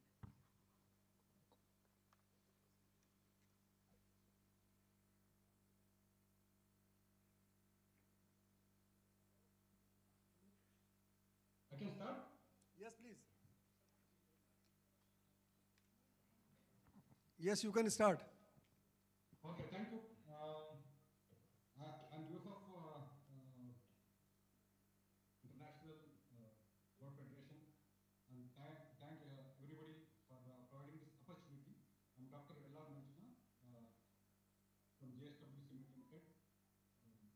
Today I'm presenting on mainly for sustainable materials and technologies for developing sustainable roads.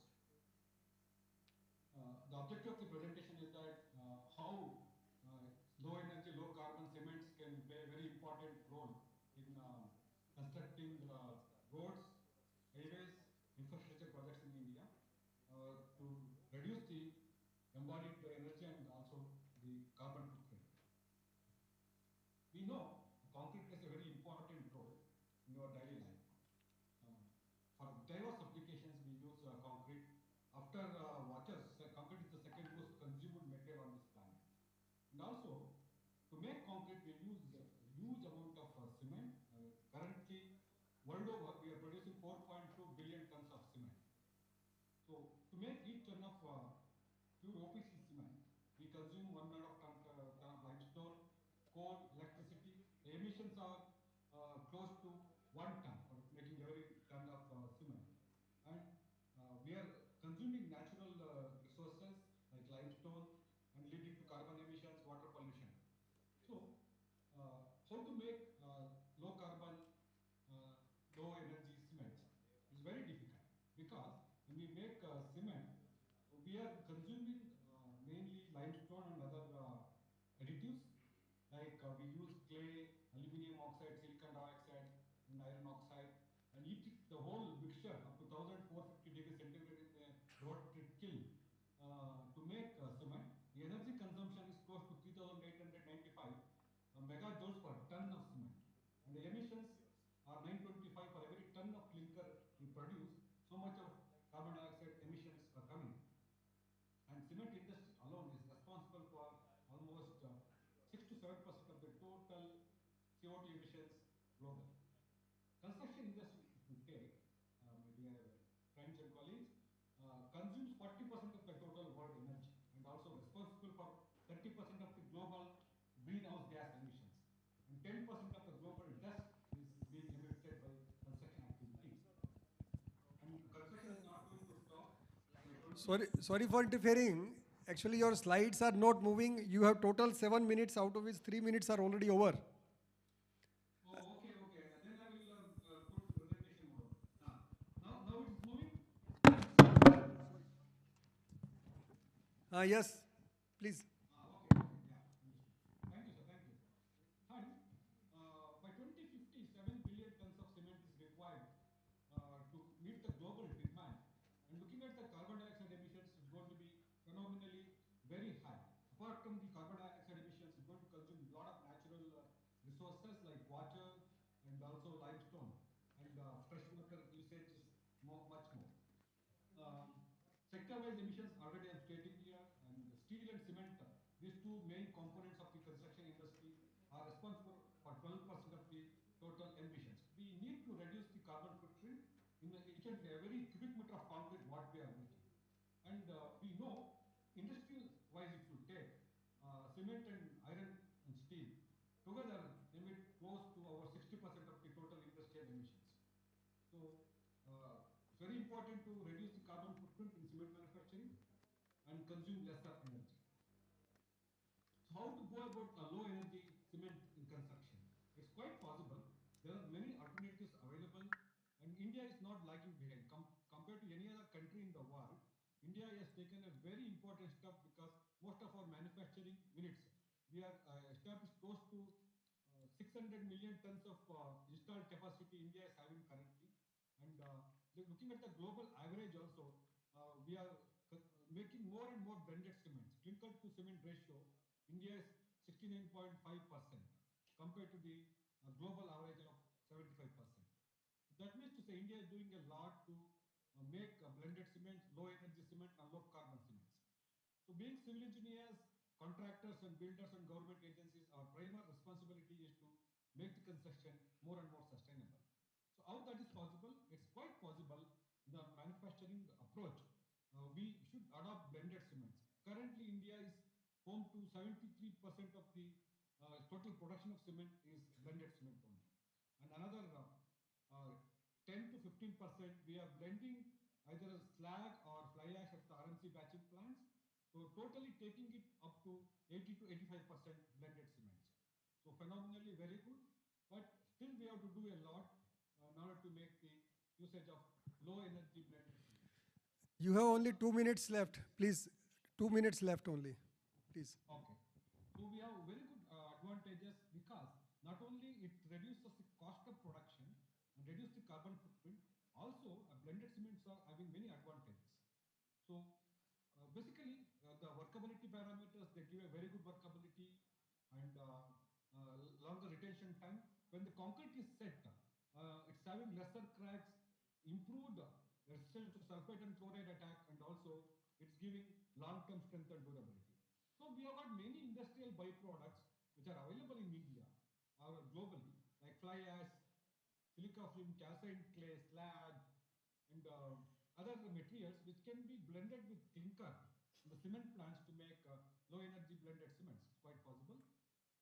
And the percentage of replacement also is stated by IS 456 2000. The fly ash we can blend up to 35%, blast furnace slag can blend up to 70%, silica fume 10%, 3 to 10%, rice husk ash 25 to 30%, metakaolin 10 to 25%. So based on the recommendation, we can blend these are all industrial byproducts which can be used effectively to make the low energy blended cements. And also, we know the chemical composition of cements, varies mainly the cement reactions works on calcium oxide, silicon dioxide, and aluminum oxide. All these minerals, mineral additives are rich in these components, which really help in making low energy blended cements. And many types of cements are being made in India and all over the world, and close to 15 types of cements are available. Often, the quite popular cements are Portland slag cement, which we can have a replacement up to 70%, and also Portland Pozzolana cement PPC. These two are very common and popular. Recently, composite cement, ternary blended cement with a combination of slag and fly ash is gaining acceptance, and many manufacturers are producing. And recently, calcined clay cement, density cement also has been launched, and it has to become popular so that India can utilize these kind of products for construction of roads and infrastructure projects. Dr. Madhuvan, the time is over. Yes, I will complete quickly, sir. These are the various types of cement which being manufactured by JSW, where I worked there. And advantages of blended cement I have already explained, long-term strength and reduction in thermal cracks, and also it's very eco-friendly. And going forward, I can show you the percentage of reduction in CO2 relatively. The PSC cement, so the emissions are only 490 kgs per every ton of cement production, whereas GGBS only 65 kg, which can replace up to 70% with the OPC mixes. So the combination of PSC, GGBS, and PPC will make the concrete more and more sustainable and durable. These are the environmental impact from the manufacturing of 1 ton of product, where the slag having the lowest percentage compared to any other other components. Okay, please wind up. Huh? And also, I would like to show embodied CO2 reduction in M30 grade of concrete, which generally reduced. If with 70% of slag replacement, the embodied CO2 is coming down to only 139 kg, where the pure OPC cement is 370 kg. So that's very high. And using of these energy efficient cements and cement products will definitely help us. These are the advantages and usage of blended cement. There are many projects. International Airport Bangalore for the PQC, they have used 50% slag, and Cable State Bridge Goa. This is one of the projects where Mark has used usage of slag in the product project. And Mumbai Transfer Harbour Seeding, our Atal Setu, they have used almost 50% slag in this project. The Pune Metro project, Karwar Seabird project, many projects have utilized this kind of low energy cements for making eco-friendly infrastructure projects. With that, I would like to conclude my presentation. As we progress in this seminar, the usage of low energy, low carbon cements and other building materials like GGBS and fly ash going to make the construction more sustainable and durable, and we can make the world a better place, reducing the carbon footprint and also make the construction sustainable and more durable. Okay. We thank the International Road Federation for providing this opportunity to present on cement and low energy cements today.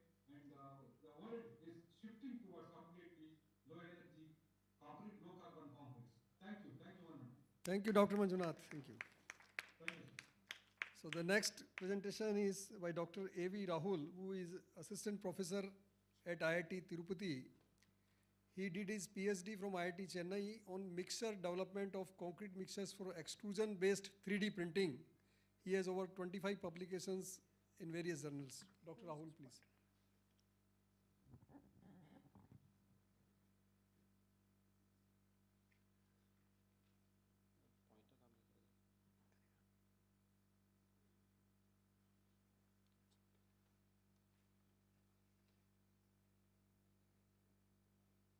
Yeah, good afternoon to all of you.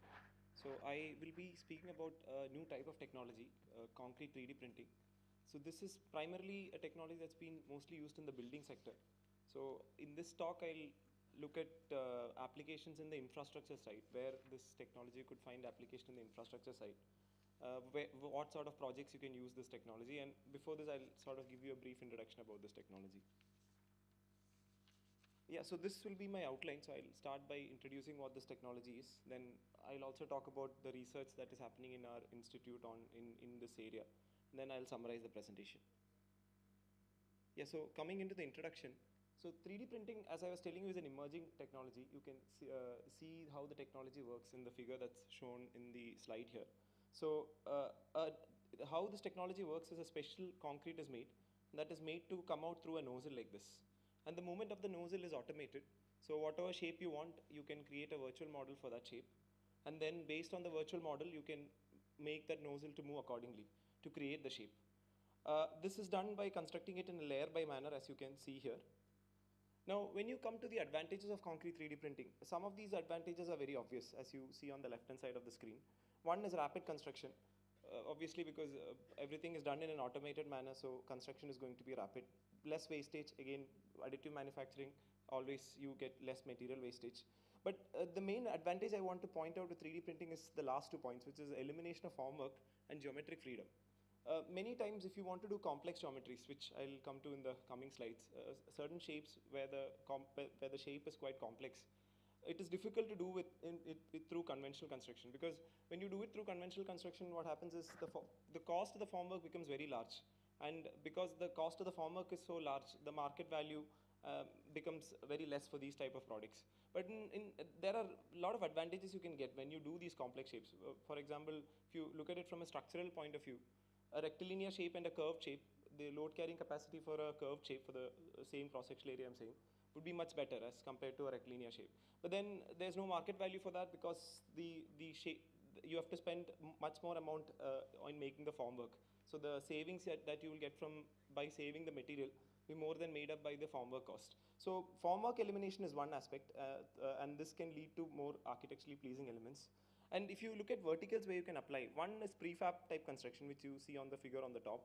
The other is on-site construction. For example, US Army is doing this currently.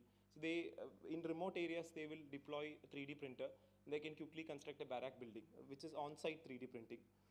Then customized geometries, which I was telling you, you can see the concrete furniture made below. If you're doing it this shape through conventional construction, this is going to cost a lot more than when you do it through concrete 3D printing, because the formwork will add a lot of cost to this project.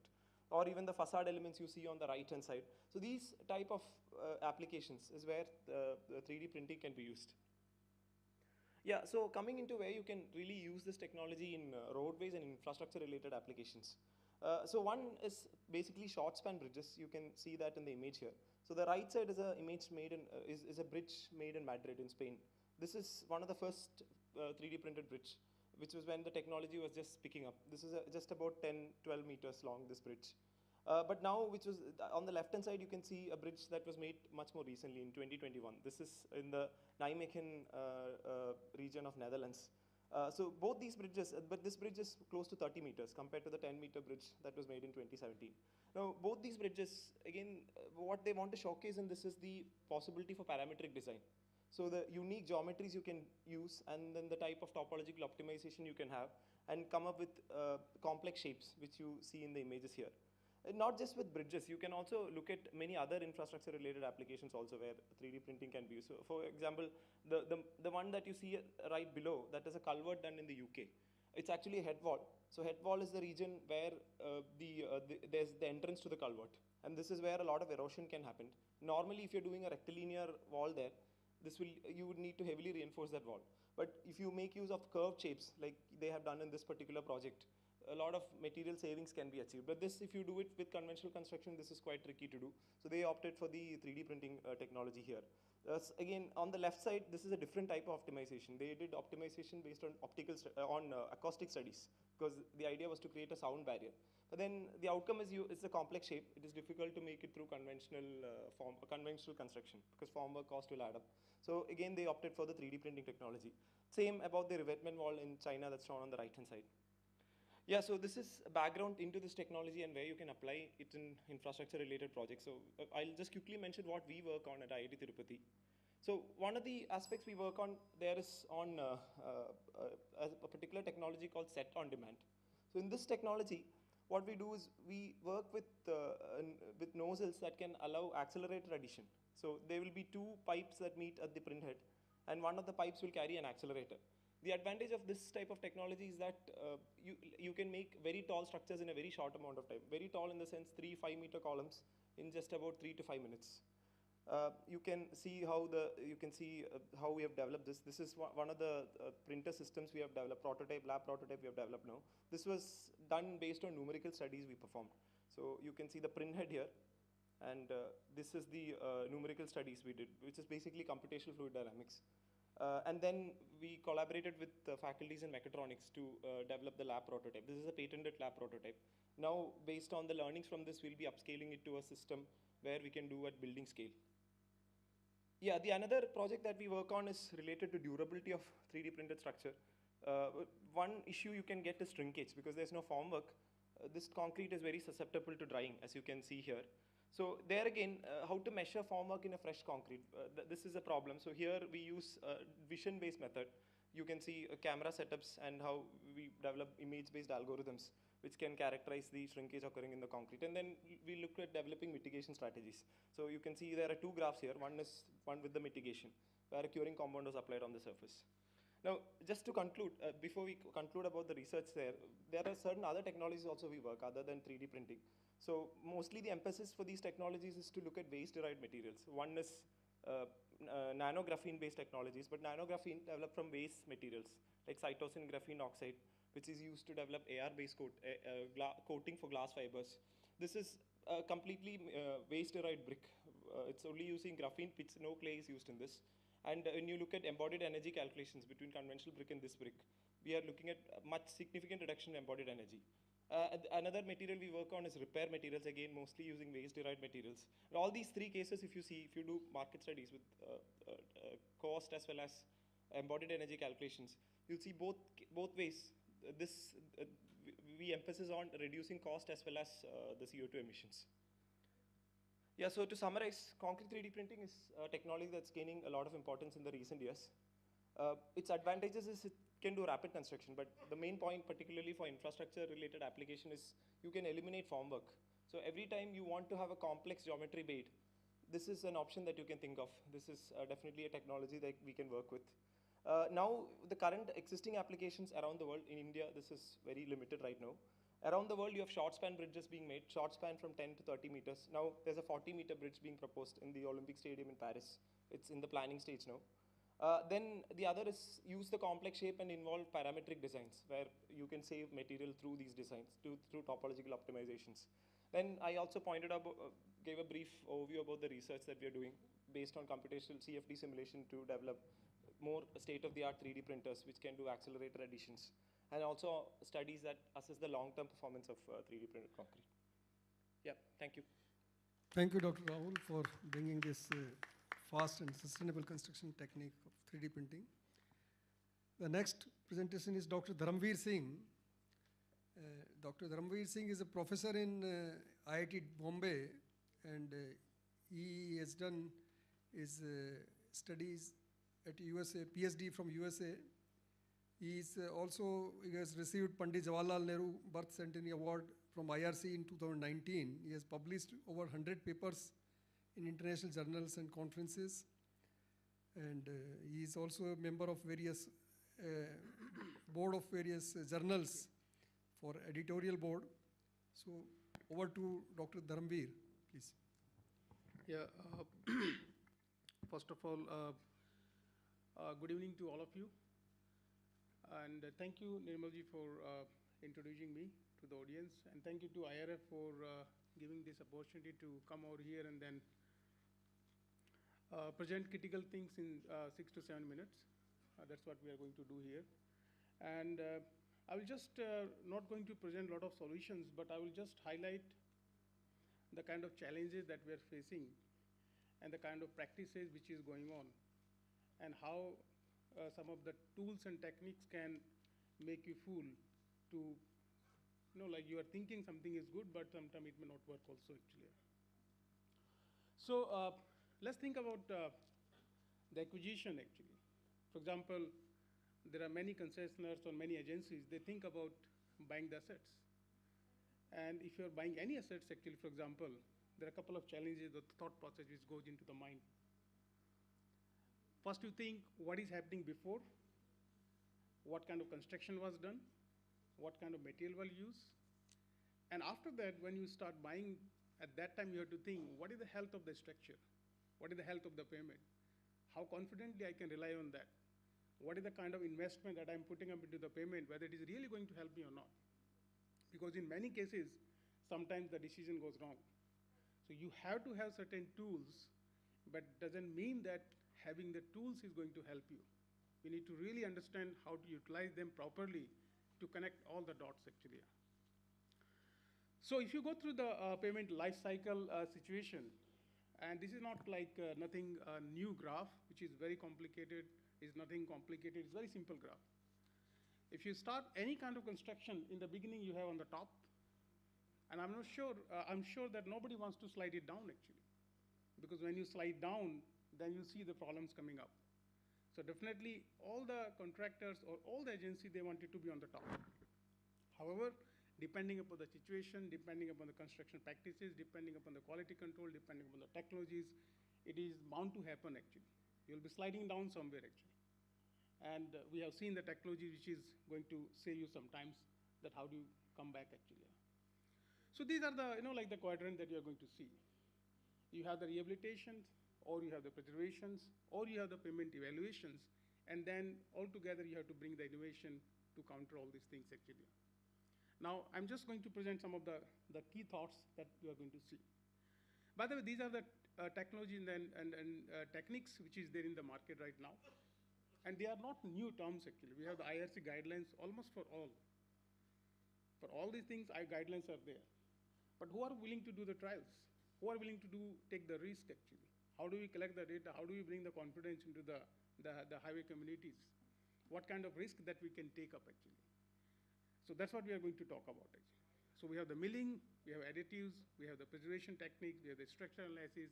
You need to know what is the best paving practices, plant, machineries. In fact, in the morning also, there was a good presentation about that. So this is the brand new payment, let's say any of the payment.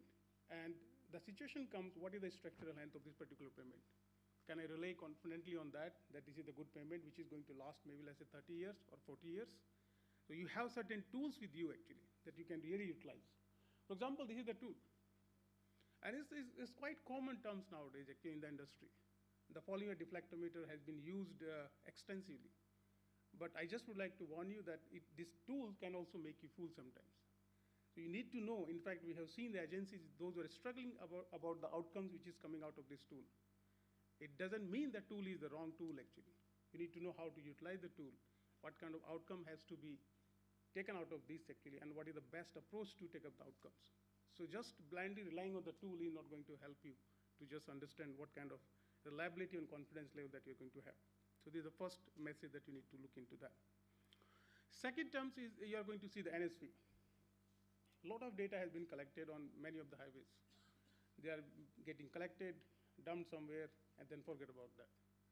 So how do you utilize them? What is the best way to understand or infer the message which we are getting out of these technologies? And how do we club them together? Ultimately, we have to have the system which can club things together. You have the volume deflectometer, you have the NSV. How do you club them together? Eventually, the purpose of using all this technology to help the agencies to manage the assets, to give them the warning signs, to give them the message that, yes, this is the cost-optimized technology, this is the cost-optimized solutions or treatment that you can utilize, but which is not working out very efficiently right now. You also see the milling and recycling. In fact, there is a good presentation afterward, in fact, in the morning also, that you have the milling and recycling. Remember, there are a lot of the confidence building which is going on in the industry now, and which is a good sign that we have been led. There are many agencies which is utilizing now recycling, but still we need to go far away actually. Maybe we need to change the gear. We need to go to the slightly on the higher side just to understand that how confidently we can utilize all these kind of technologies. Another thing, I think there are a lot of additives which is coming in the market. And the reason is because the kind of situation, the kind of traffic condition, the kind of the climatic condition that we have, we need to understand that what kind of solution that we need to provide. Just designing simple payment based on some mathematics is not going to help. We need to also think about that what is the sustainable approach that we need to adopt in terms of constructing the payment actually. So there are many additives which is there in the market, but it doesn't mean that all of them are really going to help you. You have to have some kind of the tools and understanding that what is going to work best and what is the cost optimization. These all are the grading system, which is now we have been moving actually. In fact, we started long back from the penetration, then we have shifted to the viscosity grade. Now, slowly we are going to the another kind of grading system. But again, I just would like to warn you that just changing the grading system is not going to help you. You are just putting one, like the product from one bottle to other bottle. It doesn't mean that you are going to get the good product actually out of that. You have to have the sense that what exactly I'm going to get out of this. So changing the technology or changing the terms is not going to really help us. So we have to really do certain kind of little bit more add-ons on the technology so that it can help us. And these are the O&M, those who are working on like many of the projects. This is the technology which is we have been doing microsurfacing, thin overlays, or many other kind of technologies are coming up just to help the kind of highways. And this is one of the slides I would like to pay the attention that the paving practices. You have the best tool, you have the best machinery, you have the best roller, pavers, but you don't know how to use them. What kind of the capacity building has to be utilized actually. And this is the reason I put a lot of focus on the training and tools. These are the new mixes, new methodologies. I'll just skip quickly. There are many technologies are coming up. These are one of the method which now picking up. In fact, in India now people are talking about the super mix design. And I'll show you some of the examples. This is how the things look like. That all the mixes may not look same actually. So this is the last slide to me. And any technology that you are thinking about, whatever the technology actually, we need to really have the capacity building just to understand that how do we implement it successfully. And with that, I would like to just close my presentation. Thank you. Thank you, Dr. Zambir, for bringing out all your slides in a timely manner and an effective manner. So with this, now we come to the last presentation from Mr. Himanshu Agarwal, Chief Operating Officer, Zydex Industries. He has an experience of over 33 years, professional experience. He is associate member of European Asphalt Pavement Association, Brussels. So, Mr. Himanshu, please.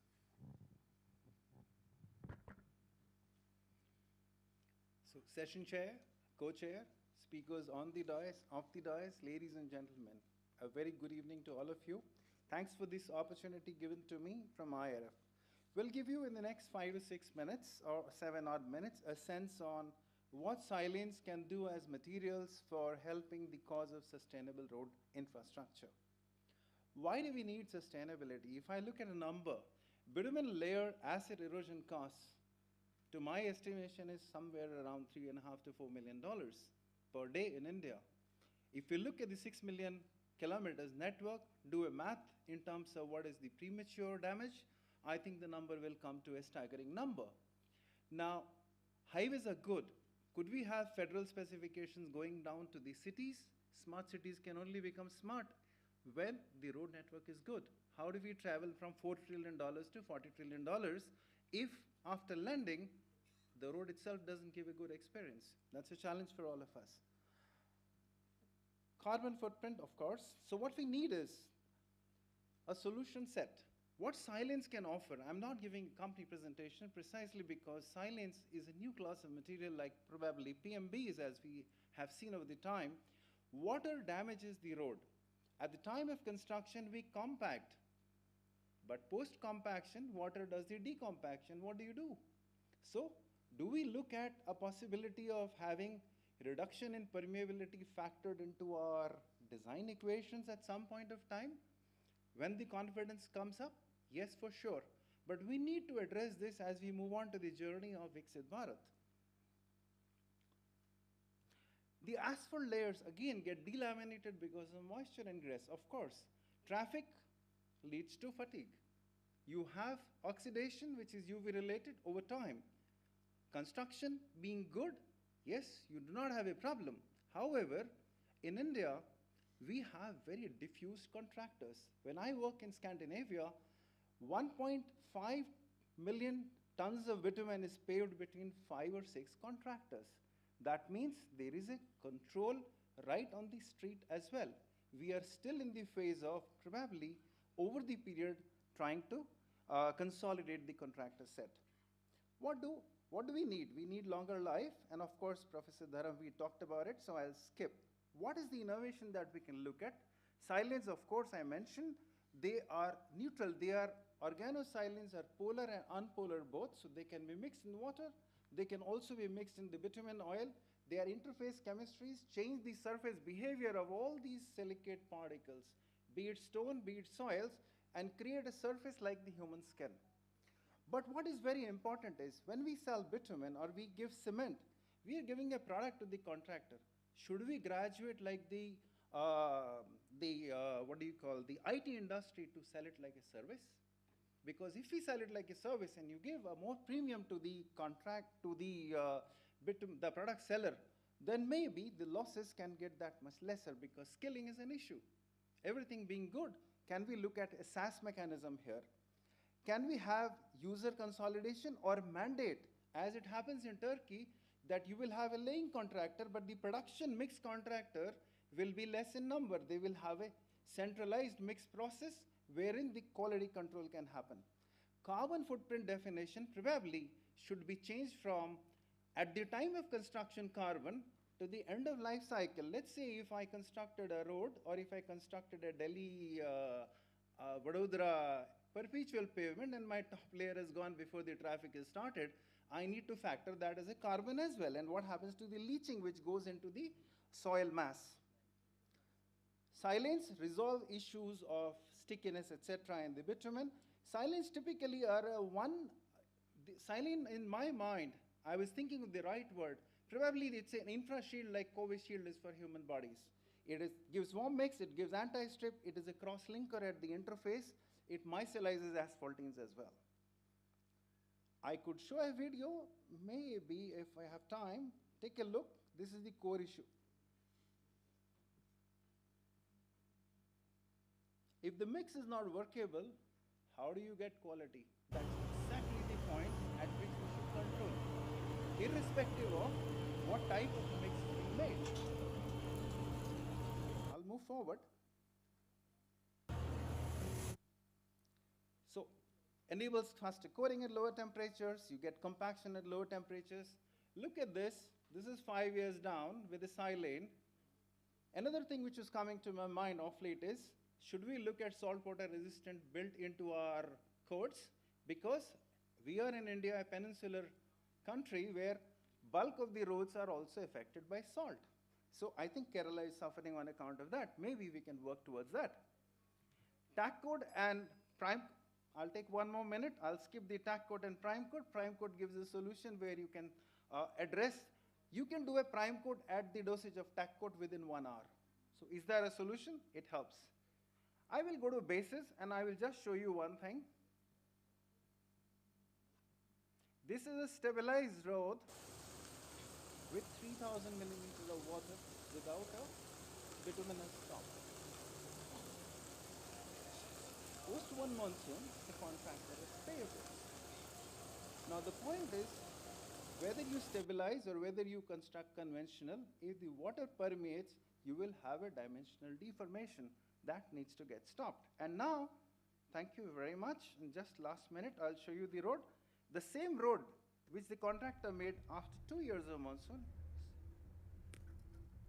Thank you very much. Thank you, Mr. Manshu, for your nice presentation on your materials. Before I request my co-chair to sum up the findings of our presentations, various presentations, we had a mix of panelists from academia, research institute, consultancy, manufacturers, promoters, consultants. So before that, I will request the audience to come up with their questions or any queries on clarifications on the presentations made by all the panelists. Maybe any questions?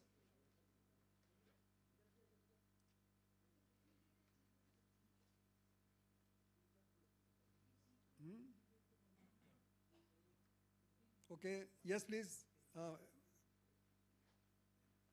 You can introduce yourself and be brief about the question. Myself, Ashutosh Kumar, ITD Cementation, Senior Manager Contracts. My question is for Mr. Satish Pandey. In your methodology, can you brief me a little more, how you deal with these potholes when you lay the concrete on the bitumen? Like, is there any special treatment, something like that? I think you're talking about the white topping. White topping, yeah? Yeah. Okay. I specifically mentioned you need to do a pre-overlay treatment. You need to identify those isolated failure patches and you need to reconstruct them from the base top. You just can't pave on top of that damaged surface. So definitely you need to do a pre-overlay treatment of it. You just can't pave on top of it. Okay. Yeah. Thank you. Thank you very much. Yes, please.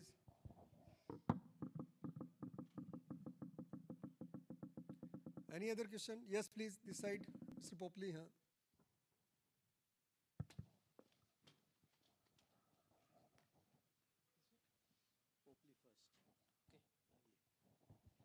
Talked about that 200 mmCC thickness. It's substantial. If that any comparison has been done, if I remove that BC layer, that bituminous layer, recycling and relay it, maybe it comes to the same cost because 30% saving you are saying in the life-saving cost, not the immediate cost. So if you design, I mean, I have made the life cycle cost analysis for a 20 years period. You could design it for more than that, 25 years. So definitely the life cycle cost difference would be much more. This is for the first project that we have done. We designed it for 20 years with 200. You could actually cut down on the thickness with the guidance of the code that's coming through the research of IIT Kharagpur. So you could actually go to 170, 180. So the difference would be much more. Yes, please.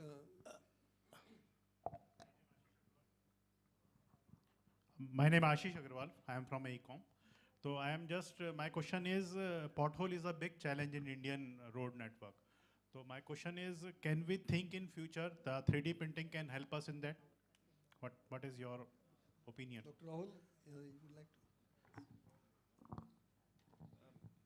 Well, potholes, I think it will be difficult to do through 3D printing because, because to do 3D printing, we have to first level the machine, and there should be much simpler solutions. In my opinion, 3D printing is where you want complex shapes to be done, culverts like that. Yeah.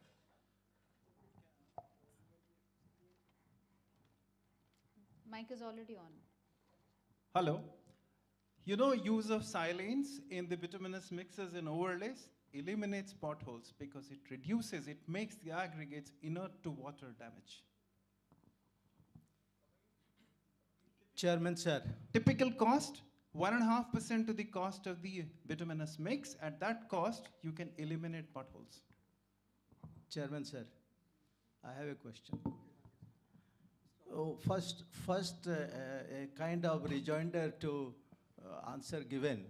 Well, he has asked that how to fill the pothole, not to eliminate the pothole. Now, second thing, my question is actually to Dr. Rahul. How will you handle reinforcement in 3D concrete printing? Yeah, that is actually a good question because the session was too short, I didn't include this. For bridges, for instance, what they have done is either we can design it as compression only, making use of that shape freedom, Other option is, which has been done around the world, is to make segments and then do post-tensioning. So post-tensioning allows you to also do dry, I mean, when you do post-tension, you don't have to do wet joints. Post-tensioning itself will compress and keep all the elements together. So print elements, then bring it to the site, post-tension and hold it together. Mainly prefab. Prefab, correct. Prefab, correct. Yeah. I think we can have one last question. Yes, please.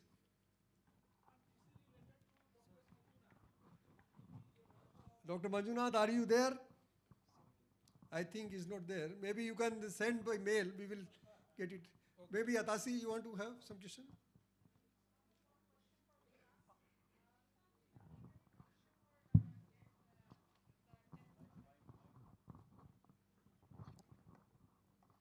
Yeah, this question is for you, Vikas. I mean, did you keep any 10 mm provision for the grooving and grinding because you were designing for 20 years, you mentioned?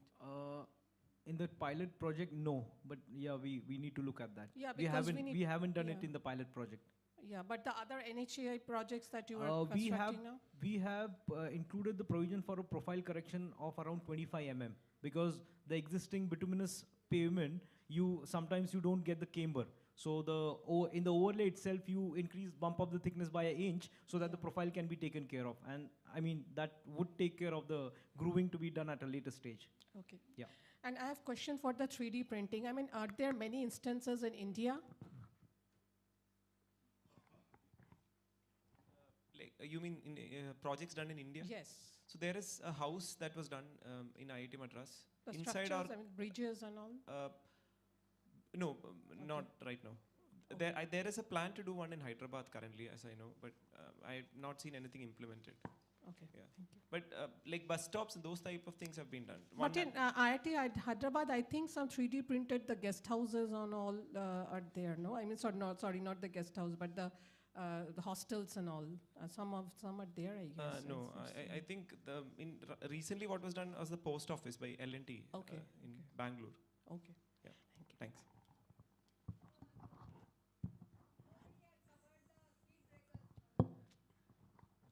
Speed breaker. No, what do you want to know about speed breaker?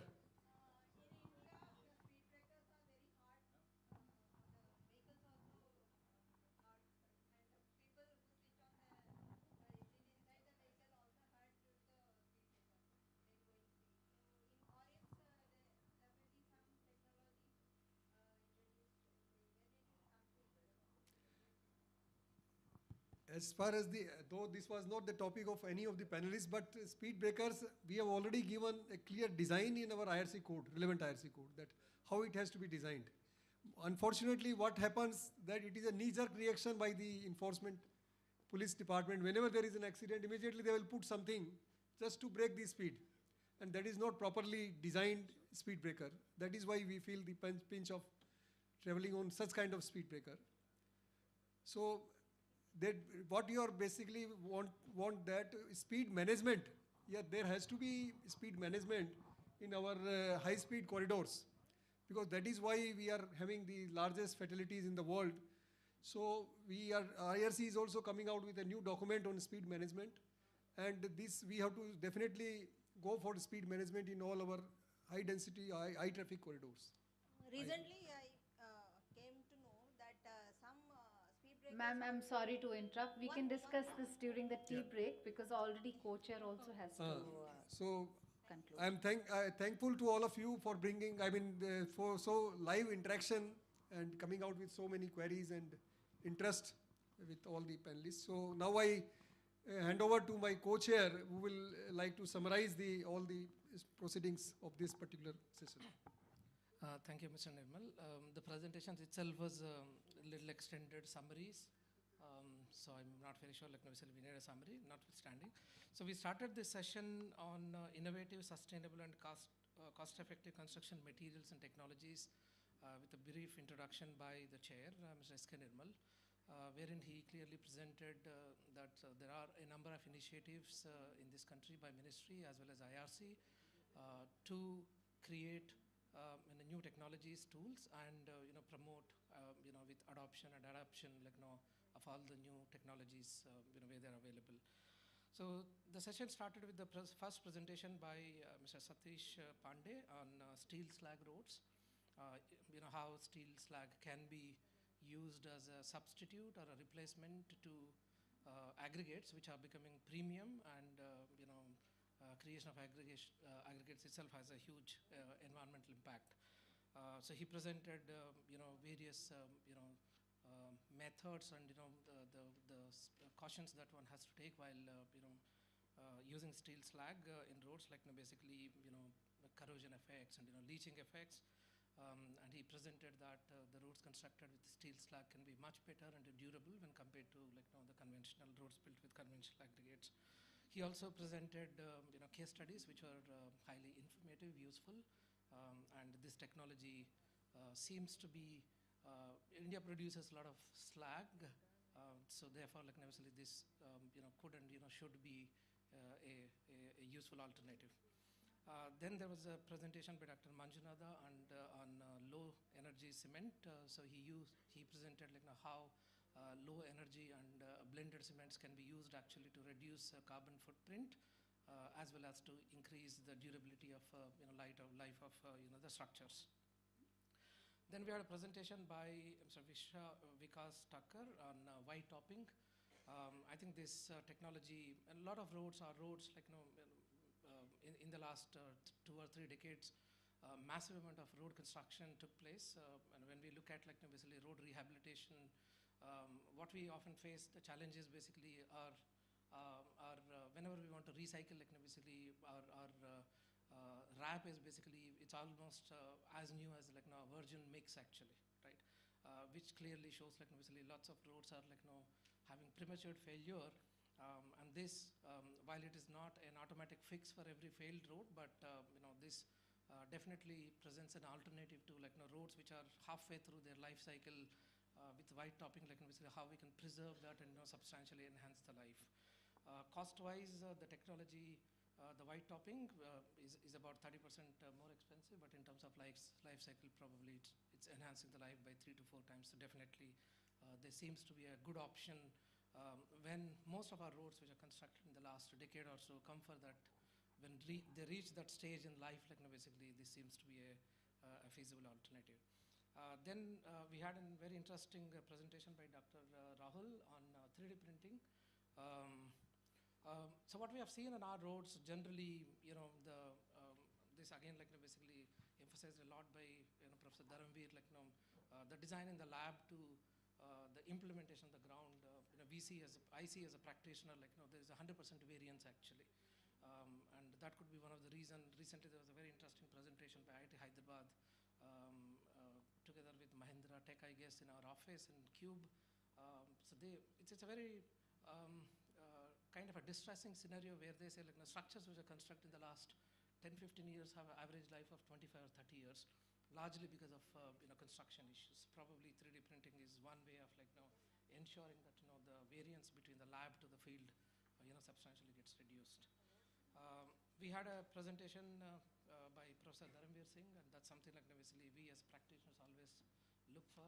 Basically in every transaction we get into a transaction by looking at the color of the pavement, color of the marking, and we are getting into a good road, and in no time we realize that basically the big challenge in front of us.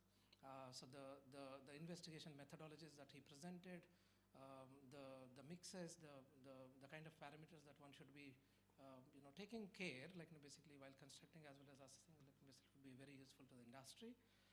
Finally, so we had a presentation by Mr. Himanshu Agarwal on Zydex. It's a well-known fact that basically water kills roads, particularly bituminous roads, and the technology that he presented, Silane, seems to be a very, very good alternative. Again, basically, probably some of these technologies will take care of the construction issues that we have, basically, right? There is a lot of difference between the lab, the design table, to basically the roads on the ground. I think that summarizes the session. Thanks to all the speakers. Thank you, Dr. Reddy, for bringing out the summary and findings from various speakers. I thank my co-chair and all the expert panelists for their excellent presentations and summary. and also the audience for so lively interaction during the question answer session. Thank you. Thank you, session chair and co-chair, and to all our eminent speakers for sharing their expertise with us on the relevant theme and topic. May I please now invite our session chair, requesting him to kindly give the mementos to our speakers, Shri S.K. Nirmal. Sir, may I please request you to present the mementos to our speakers. Firstly, to Dr. Satish Pandey.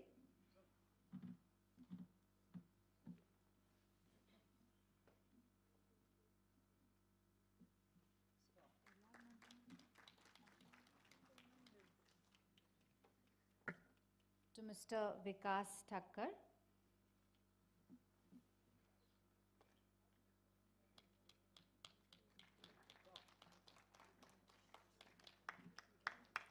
To Dr. A.V. Rahul.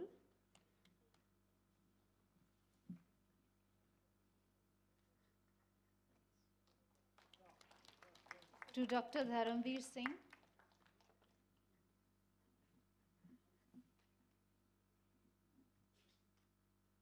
And Mr. Himanshu Agarwal. May I now invite Mr. Manoj Gupta, CEO of IRF India chapter, to please come on stage. And I request Mr. Manoj Gupta to kindly do the honors in presenting, in felicitating our session chair, Mr. S.K. Nirmal,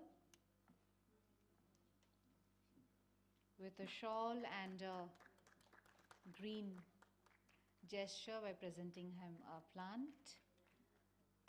And may I now invite our session co-chair, Dr. Hari Kishan Reddy, to please also join us, requesting Mr. Gupta to also felicitate him.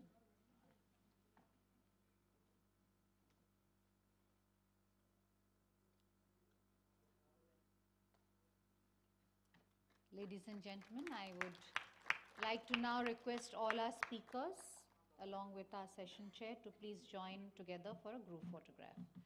And meanwhile, we'll have a very quick tea and coffee break. May I please request you all to quickly go and have a cup of tea and coffee and come back. We're already running late. We have the next session, which is our session on our sponsors, who will be giving presentations on behalf of their respective companies. So a quick short tea and coffee break, ladies and gentlemen. May I request you to please come back in the next 10 minutes.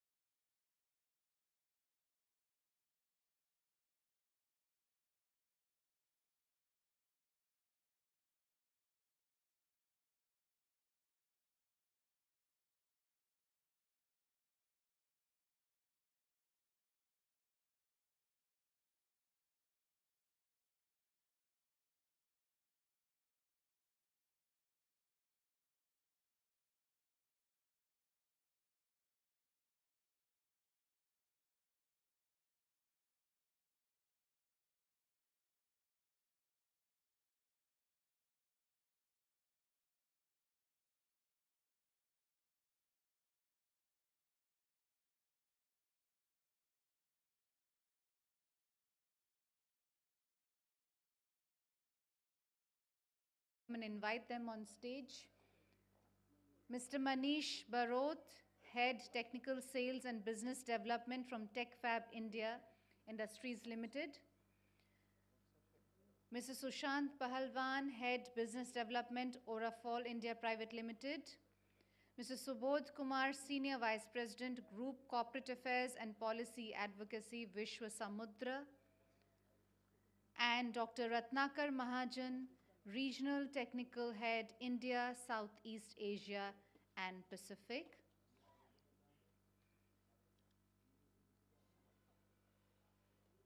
From Macquarie, India.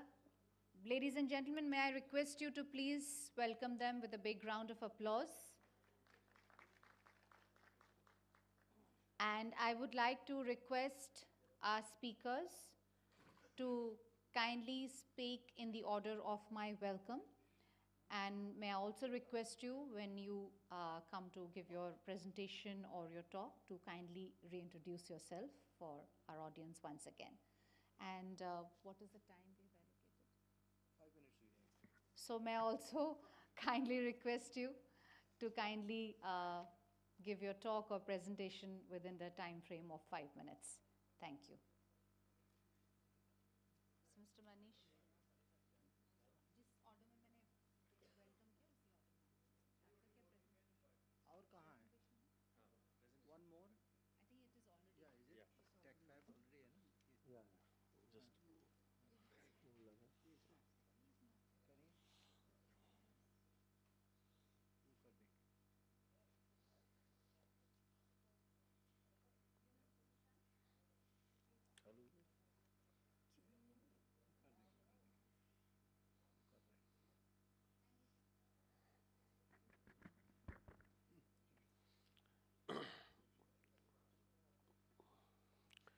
Good evening, everyone.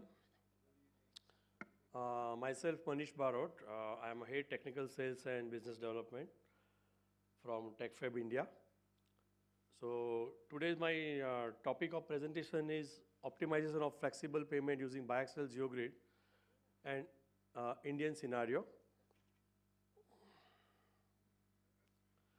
So before we start on the flexible payment, I just give a quick history regarding our company, TechFab India. We started our journey from 2003 with the manufacturing of woven geotextile. And now, there is a time limit, I am skipping this slide in detail.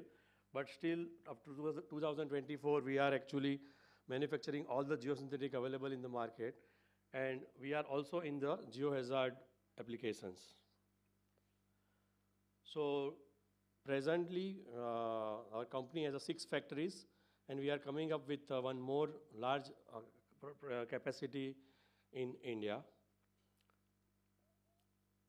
So basically, all our manufacturing, all our geosynthetic products are NABL accredited lab, and all our products are as per the BIS approved. So why the need for geogrid in pavement construction? So from couple of years, the MORTH has give a wide range of circulars to use the geosynthetics in the pavement and optimize the cost of the project as infrastructures are booming in the India. So also EPC and HAM projects of NHAI and MORTH allow the value engineering of the projects. MORTH IRC made available all the standards for the designs, material specification and installation aspects.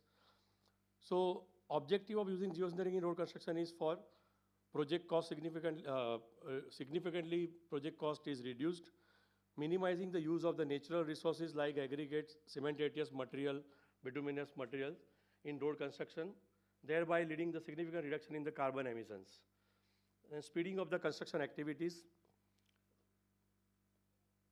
So biaxial geogrid, I'm just focusing, there are multiple products you can use for the pavement applications. Just today I am focusing only on the biaxial geogrid. So biaxial geogrid work like, you can see this tendency for aggregate to displace laterally when the load comes over the layers. Okay, so geosynthetically, ideally induce the lateral restraint and confinement effect, we can increase the resilient modulus of the layers. So you can see flexible payment, crust optimization is possible, improve the durability, environment benefit, cost effective. So there are so much benefits and performance benefits of the using GeoGrid. So what are the codal guidelines available for the use of geosynthetic? So you can see IRC SP59, IRC 37, MORTH guidelines, and BIS is available to use the geosynthetic in India. So how it works? Biaxial geogrid flexible payment using biaxial geogrid at the WMM and GSB level, you can increase the resilient modulus by inputting the MIF value. You can see the modulus improvement factor of GeoGrid is 1.45. So you can increase the resilient modulus by 1.45 times. So you can see using biaxial GeoGrid, you can saving around 21% of cost saving. You can drastically reduce the bituminous layer by using the biaxial GeoGrid.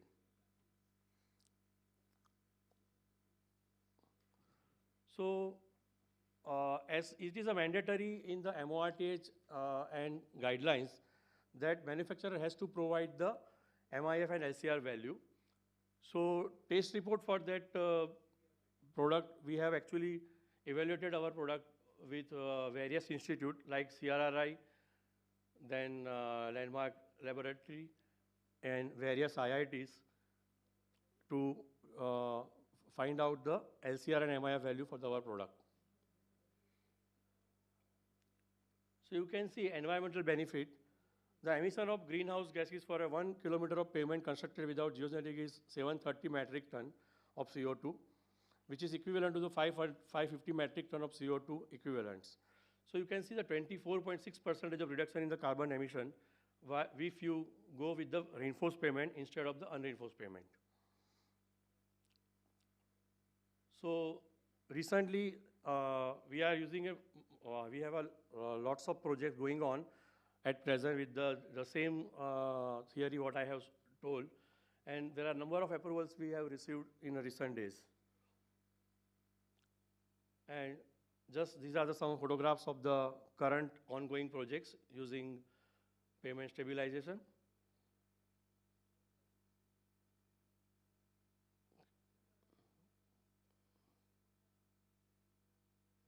So payment stabilizing biaxial geogrid Dholera Expressway. It's the Lucknow-Kanpur Expressway. Behrampur Bypass, Odisha. Then Barmer Bypass, Rajasthan. At Amravati. Yeah. So as there is a very much time constraint here, I conclude my presentation with showing that biaxial geogrid in road pavement construction is technically superior and economical. It is the initiative of MORTH and NHI.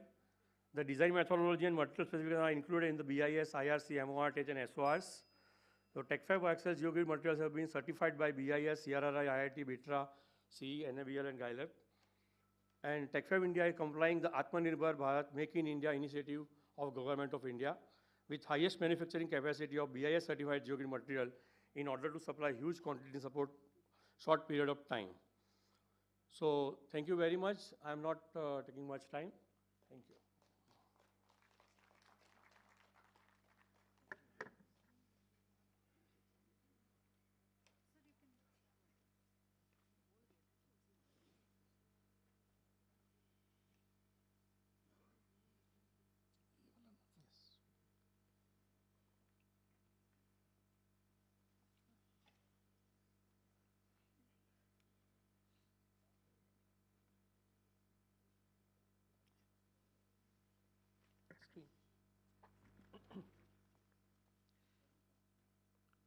Very good afternoon, everyone. I would like to first of all thank IRF for giving us this opportunity to present here.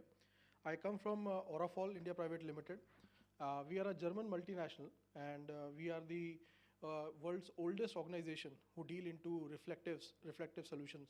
So with that, I'll just start with a small introduction about my company, and then we'll take you through the Indian scenario, the current accident scenario in India, and then how we are actually adding up value in terms of increasing visibility on the Indian roads. With that, I'll just give you a small brief that we are a 1.2 billion global sales group, and we are present over 100 countries, and with 7 business groups and 14 registered brands. So we started our journey in 1808 in Europe, and since then we have been expanding across the world. And in India, we started our operations in 2019, which is just 4 years back. And in just a small span of 4 years, this is the achievement that we have done so far. These are the works, some of the privileged works that we have done, just to showcase a timeline here that when we started. So we have been continuously enforcing road safety seminars and engaging consultants, doing a lot of activities related to business development and other forums where we can promote road safety and add on to some kind of guidelines, and as well as add on to some manuals in technical sessions in road safety.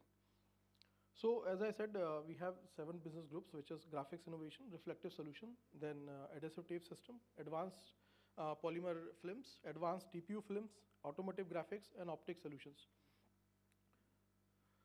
So with that, I'll just, introduction about my company, I'll just start with the accident scenarios in India. So if you see the total ratio of accidents in India is increasing high. With the MORTH report, with the latest MORTH report, again, it is showing that the number of accidents have drastically increased. And these are the alarming situations for us. So every day in, day out, we see these kind of news in the newspapers as well as in the media, that a lot of accident crashes, and all the people who are being impacted are mostly the young population, which are actually giving a big impact on GDP as well. With that, some of the major causes that are being listed in MORTH report, which is the overspeeding, as you can see, one of the major causes, then drink and drive and poor visibility on the roads, and then traffic violation and other significant aspects. So I come from the field which is more related to the visibility on road, creating visibility on the roads during night times and during critical hours.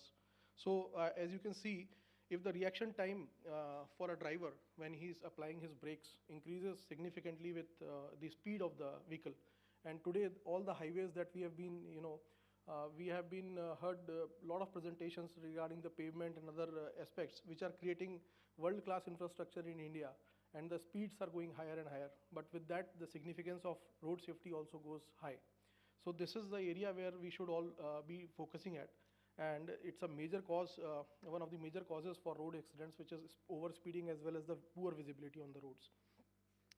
So if we talk about some driving scenario, just to give us insight that once a person is driving on with a high speed, he will be first observing any kind of hazard or board or any kind of information that is given on the road. Then the driver seizes, and then he takes time to identify and respond to that situation. So that is why the viewer's response time is basically dependent upon the visibility. The higher the visibility, the higher the visibility of the reflective sheeting, or the more the visible the hazard is from a longer distance, it gives the driver a better chance to respond to. So with that, I think our IRC also suggests that the visibility index, legibility index is 45, which is considered in IRC 22. And with that, I come to the reflective sheetings and traffic signs. So as I said, we are the oldest company in terms of developing reflective solutions. So our Reflexite is the known organization in USA, which has been acquired by Orafol. And Mr. Luce Reflexite got a patent for first reflective sheeting, microprismatic sheeting in 1970. And with that, he has started this phenomenal change. Before that, the glass beaded systems were there, which were not that visible and that were not sufficient enough to sustain to modern needs. So with that, the things started. And as you know, the things are advancing to different grades like type 1, type 4, type 11 now. So in India, what are we offering? We have a different entire set of products, which are reflective sheetings, which are pavement markers, all the road furnitures, and as well as vehicle conspicuity tapes and C3, C4 tapes, which are there in the market. Then we are also emphasizing on, since because of the short time duration, I am just giving a gist of all the activities that we are doing. So we are also emphasizing on school zone safety. With the new IRC SP32, we are also conducting some surveys in schools and getting the school zone safety implemented on these schools. In that same regards, we have also done one lecture series last year with IRF, and it was a very successful lecture series that we sponsored with IRF, and to create awareness about the school zone safety in India. Similarly, the second topic that we are targeting is the black spot rectification. So our teams are dedicatedly working and giving lectures and presentations across the different parts of the country, and they are actually educating the end customers like our authorities about the black spots and how we can mitigate through those black spots with short-term rectification plan. So these are the activities that we have been doing. And we are creating visibility across various segments. If we talk about whether it's police department, whether it's patrolling cars, whether it's highways, tourism, whether it is national highways, expressways, or airports, everywhere we have been doing a lot of work across India. And these are some of the activities that have been done by us so far to enhance the visibility and to enhance the road safety aspect in India. So we are doing it everywhere, like the Print Innovation Summit, and then UPPWD event, and then RSRDC, then similarly other events like JDA, ISOL, SOCHM, then IRF, and then again CRI and other these things. So these are the events that we have been doing around the year, and with that I would summarize, I think, within time limits. Thank you. Thank you so much.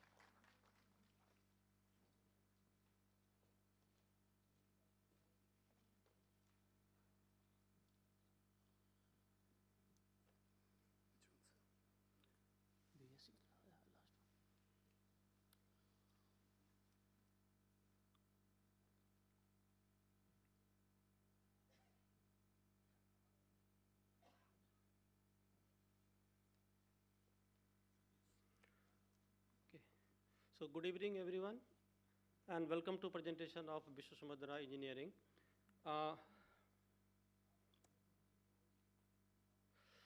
Vishwasamudra Engineering is a part of Vishwasamudra Group with a core competency in the highway sector, ports and harbors, dams and bridges, tunnels, buildings, industrial, metros, and ropeways. So at present we are executing 6 highway projects, 1 metro, 1 greenfield port, and 5 fishing harbors, and 1 ropeway project in Varanasi. That's India's first urban transit ropeway, the gondola for which has been last week unveiled by Honorable Prime Minister at Varanasi.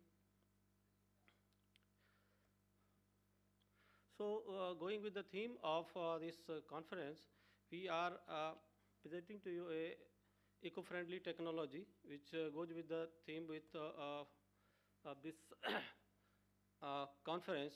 There has been consistent encouragement from Indian government, Ministry of Road Transport and Highways. The Honorable Minister has also at occasions has consistently promoted this technology, and MORTH has taken several initiatives to promote this state-of-art and green technology in construction on national highways. These include use of waste materials, byproducts, organic materials, and process like recycling, cement-treated subbase, base, and soil stabilization. So let's once again hear, listen to the Honorable Minister, what he says. Can we have the audio, please? Just. New technology and best construction practices. My suggestion is we need technology. Even in Uttarakhand, we are also doing. So I will appeal to the contractors that with the innovative technology available in the world, give us the proposal. We will work on it. With the cooperation of different IITs in the country, we will reduce the cost, and we need to find out what are the problems we are facing. We need to find out the solutions for that. And by taking different initiatives without compromising the quality, you reduce the cost. The soil stability technology, using of different materials, Now we are opening to contractors. They can make it by giving 5-year typical liability period. We will allow them to make all type of experiments. So more competition with the quality 100%. I feel that government will get good roads and contractor will get good business. At the same time, we are using soil stabilized technology by which we is reducing the percentage of aggregate in the road construction. So the stabilization technology we are talking about, the soil stabilization, this is a process of in which binders, additives are added to the existing soil to improve the engineering properties of the mix. And there is another technique, pavement rehabilitation technique, in which the full or part of VT layer and the predetermined portion of the underlying base material is blended with the, this is called full depth reclamation. So in both the cases, stable road additive is being used in combination with cement to improve and rehabilitate the new existing base layer. So a brief properties of a stable road is a powder additive manufactured by BK Industries, Germany, and marketed by Eco Additive India Private Limited, is a part of Vishwasamudra Group. Stable road is a product from various harmless natural minerals which is added to cement for soil stabilization or full depth reclamation. It enhances the binding property of cement by changing the molecular structure of the hydrated cement. During this process, the cement is stable road pulverized and compacted to produce a strong, durable, impermeable, and yet flexible base or sub-base layer. So this product is already used for more than a decade around the world. You can see the name of the countries in almost all climatic zones. So it is, for the testimony, it is used in India for the last 7 years, has a proven track record of around 1,000 lane kilometers in government and private sector projects. So why we should go for a stable road? There is ease of application of homogeneous mixing. It's a fully mechanized process. So we can ensure the quality controls. A 5 set of mechanized equipment is available with us. Speedy construction and proven performances under adverse weather conditions, approximately 3,500 square meters per day, can be executed in normal conditions. Offer higher unconfined compressive strength and durability and reduced permeability compared to other products. So you can achieve a greater modulus as per codal requirements, and the observed enhanced residual strength. So enhancement of pavement life with minimal maintenance cost, reduces the life cycle cost. So nearly nil to maintenance of executed projects so far, which has benefited life cycle costs. It is eco-friendly and can be used with all type of local soils with minimum aggregate.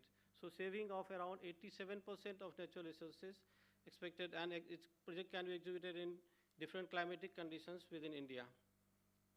So approvals and validations as far as concerned, IRC accreditation, new materials and technically stable road by the later in 2018. CRRI New Delhi has certification and continuous monitoring of selected projects, and the research and monitoring going on various IITs like Chennai, Roorkee, Lucknow, IIT Hyderabad, IIT Mumbai. So the role of a stable road additive is reduces the formation of shrinkage cracks. It forms a calcium hydrate silicate which aids in densifying the structure, increasing unconfined compressive strength and durability. Additive attributes filler effect, the silica waste stabilizer, filling based on the micro and macro pores of the impervious material and reduces the absorption effect. So also making the matrix impermeable. Performance study carried out by IIT Roorkee shows that the performance increase, percentage increase in strength is around 37 to 55% for 7 days and 28 days respectively. As far as durability is concerned, enhancements of residual strength is due to this additive is around 60%. This is the laboratory study by IIT Hyderabad. So why Vishwasamudra is a complete solution provider. Starting from construction, additive supply to construction to quality development and maintenance. So you can see the sequence of equipments, and there's a course taken out of it. So there is a small video that will play.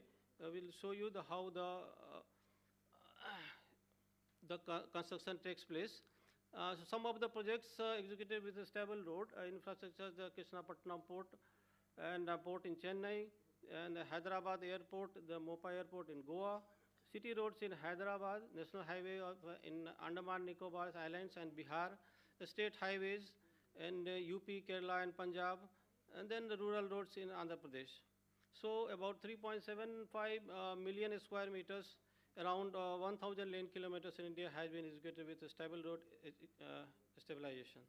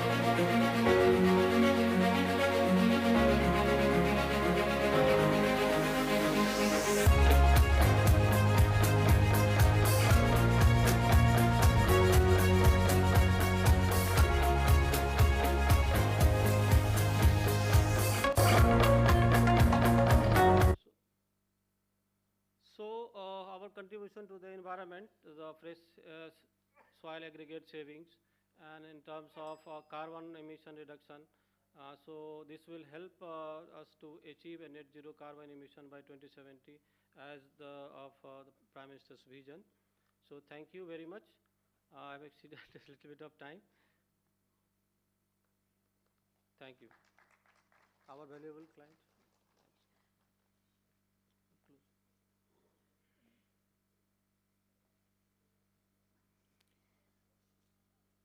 Ladies and gentlemen, I'd briefly like to introduce our next speaker, Mr. Ratnakar Mahajan. Dr. Ratnakar Mahajan is the Regional Technical Manager at McAfee, responsible for the India, Southeast Asia, and also the Pacific market.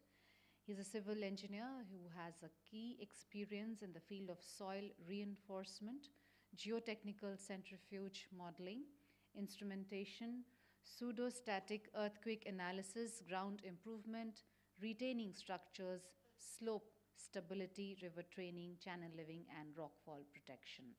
He was instrumental in the development of new connector for reinforced soil wall and takes care of the R&D activities. He's associated with a number of prestigious projects infrastructure in India as well as abroad. And he has also contributed to the various codal guidelines for the Bureau of Indian Standards as well as Indian Road Congress. He has published several research papers in international journals and conferences and is associated with the prestigious engineering institutes as his adjunct faculty. And may I now request you to kindly make your presentation.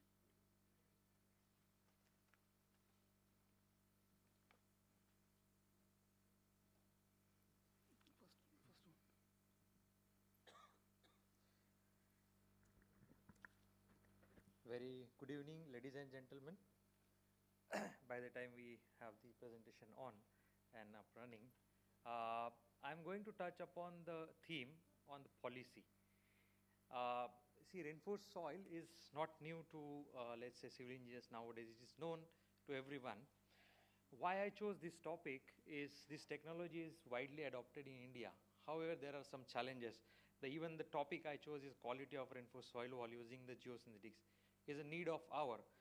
Even the previous panel discussion, what has been mentioned by co-chair was when the IIT Hyderabad made a presentation with the Mahindra Tech to the group that the structures built in last 10-15 years doesn't have much of the strength and the durability probably. So there is a serious need to look into why these things are happening. Reinforced soil is one of the component in the road infrastructure. Of course, it has soil as I would say majority of the component, 90-95%. Fascia is, let's say, a very small component. Reinforcement is again the minimal, but it is one of the major component which providing the strength, and basically the technology is working. Usually you will have the zigzag strips. What you see is the soil reinforcement. The fascia could be concrete, could be green, could be stone fascia, and then various accessories. But I am showing some pictures which is a current scenario. This is a structure which is built in one of the projects, and you see the kind of situation here. Now here inadequate backfilling, I talked about 90 to 95% is soil. So if you are not taking off soil, this will be the result. These are not repairable damages. What it means is you need to rebuild the structure. There is no other option. When you have the possibilities of, let's say, right of way, little more than what could be possible, then option of building a retaining wall and then a slope. And there are a number of cases that's being reported that when you have such kind of scenarios, the possibilities of erosion in the slopes and possibly leading the water going in the embankments, and there are many issues arising to this. This is another important aspect need to be seen.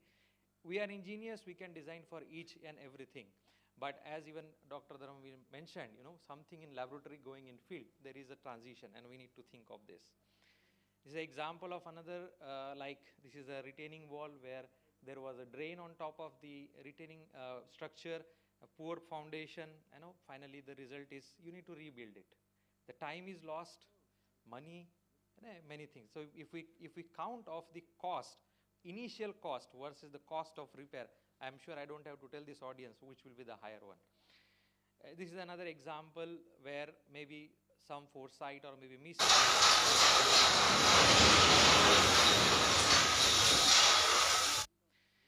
So what are these causes of these failures? So there could be possibilities of design where you don't have sufficient investigation, sorry to say, my words may hurt some people, but structural engineers, when we talk of the designing or building of embankment, they say you have bore log of a bridge, take that. Why you need an approach which is few meters away?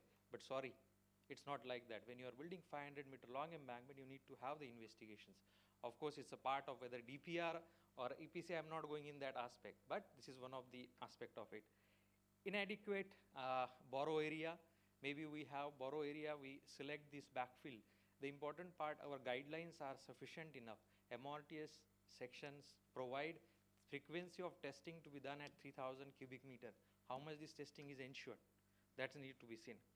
Inadequate drainage. There are many things, detailings, many things are to be blamed upon. During construction, whether the skilled manpower is available at site, whether you have sufficient compaction of the soil, whether there is a proper drainage details being provided, whether there is a proper connection. So during my introduction, it's being mentioned, the connection of the fascia and the reinforcement.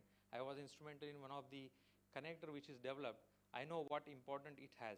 If it's not being paid attention to, for example, if I analyze from last 17 years the failures of this technology, majority, 90% are because of the poor connection of the reinforcement with fascia.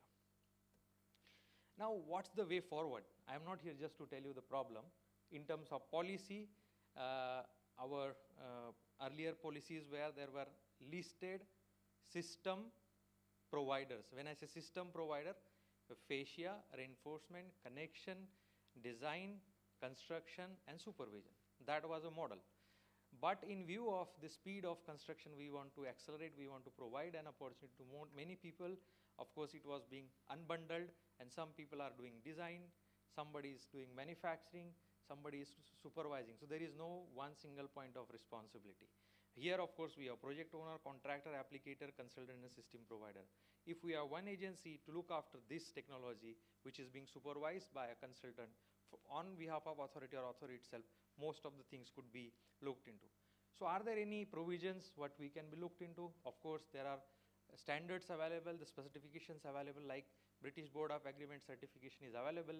Of course, in India, we don't have a third-party certification. Then we have to borrow, which is internationally available. BBA is very well accepted all over the world. This could be one of it. IRCSP 102 talks of reduction factors. based on different temperature. This is very sensitive area. Of course, I cannot go in detail, but people design for 20 degrees, use in 40 degrees or 30 degrees area. Of course, there is not much information. Connections, that's very important. Then the guidelines are not being followed for investigation. So there is an importance to look into the qualification of the system providers. I'm not denying that you stop the entry of the new people. The importance is fix one point responsibility, have the experience, have the certified materials, have the people on site. Obviously, then we are not going to look into the possible problems what we are looking at presently. So this is a specialized agency that needs to be looked upon. And for example, I'm talking of a reinforcement, we are talking of various reduction factors. So this is a complex science of polymeric engineering with textile and civil engineering. So that's why civil engineers need an independent certification. That's my humble submission. And way forward, of course, we need to look into the source approval, system approvals, the creep data, design temperature, connections, and all that. With this, I would like to thank you very much for patiently listening. Thank you.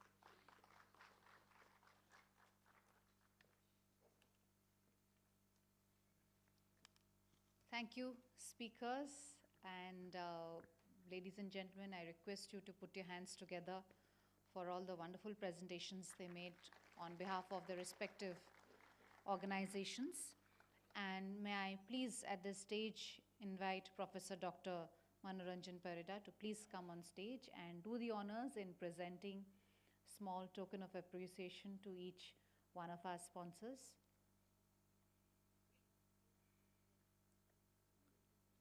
So may I request you to kindly present the first memento to Mr. Manish Baroth.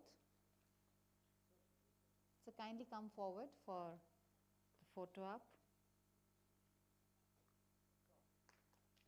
And I must say that each one of them were very particular and maintained the time that we had given. May I call upon our next speaker, Mr. Sushant Pahalwan.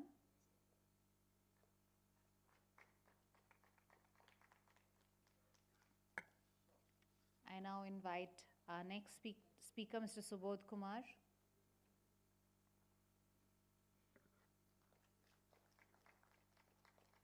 And may I now invite Dr. Ratnakar Mahajan.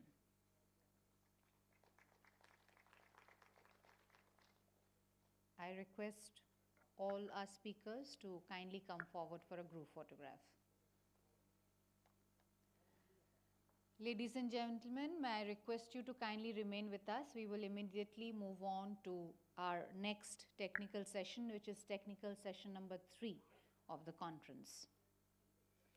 And request you to kindly remain with us. We'll just take a few minutes to make the necessary table arrangements.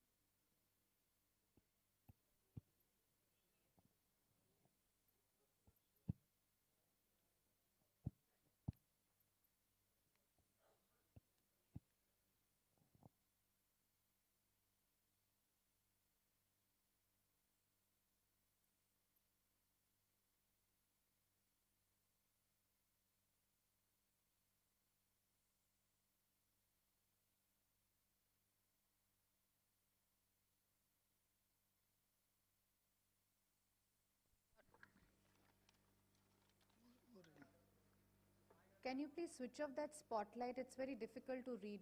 Please switch off that spotlight. Thank you.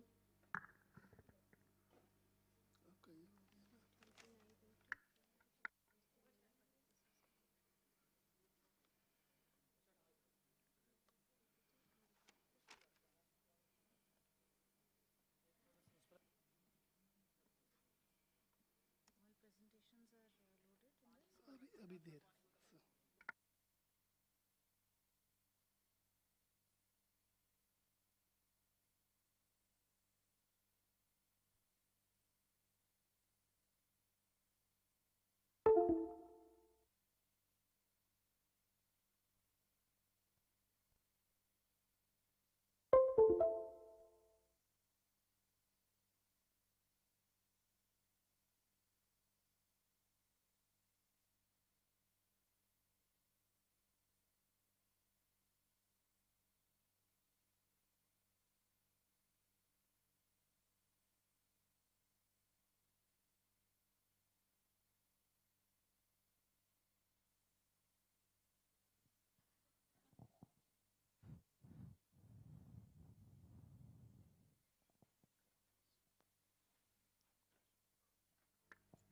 We can have the warm light on stage. You can have the warm light on stage. Thanks.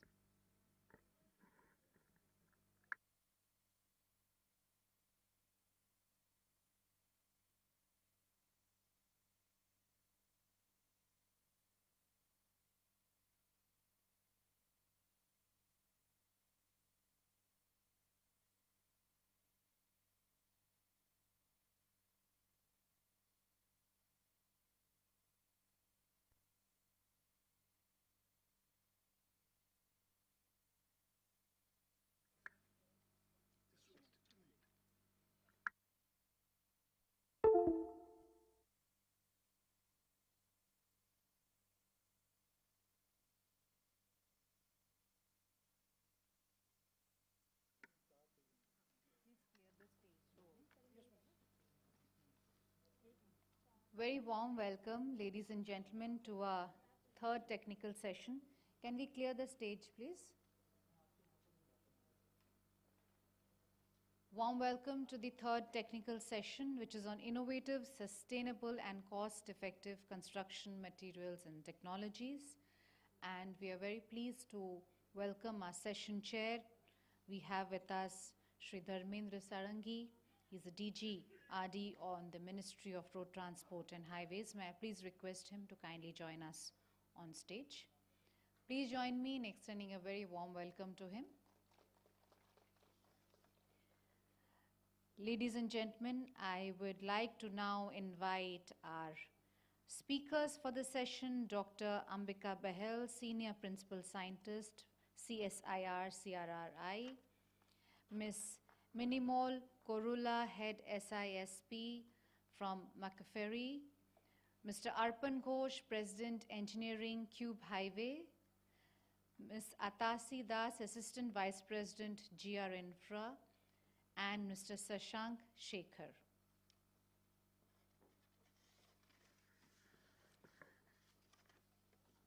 Please join. Ladies and gentlemen, may I request you to please give a very warm welcome to our panel. Finally, I am seeing members of the opposite sex. We have not been able to see any representation from women, but it is so nice that finally we have a panel where we have 3 representatives. And with that, I will now hand it over to our session chair. Over to you, sir, to make your opening remarks and moderate this session.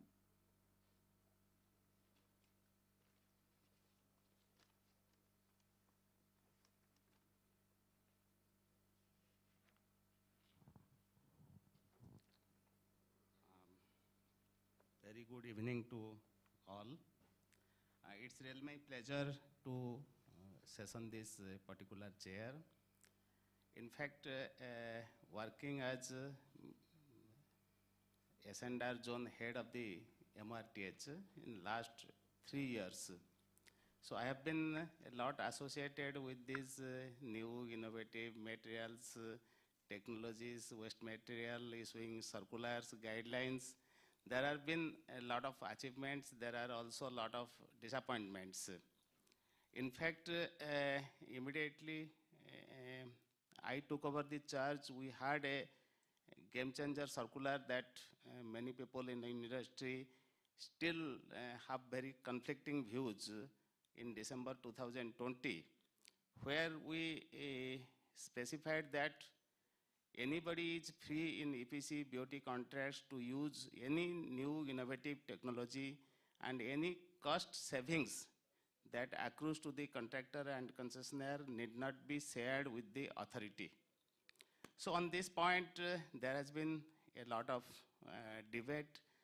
Subsequently also, we had two guidelines on value engineering practices during project preparation and construction. And we are also now in the process of issuing another guidelines.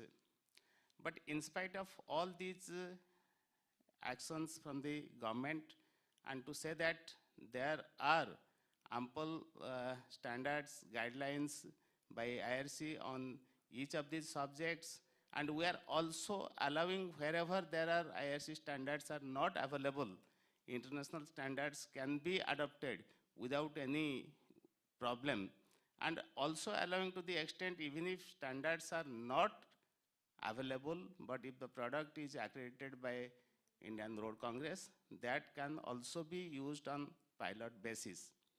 In spite of all these steps, there has been not, so to say, very satisfactory response, except for the pavement part. Whereas we have a lot of disputes and conflicts on the pavement part, in other aspects of innovation, new material, sustainable material, we don't see much of response, either from contractor side or from consultant side. And to add to this, we have certain problems. I don't have any hesitation sharing before you. There are a lot of mistrust between the contractor, authority engineer or independent engineer and the authority. And in the process, this does not kickstart.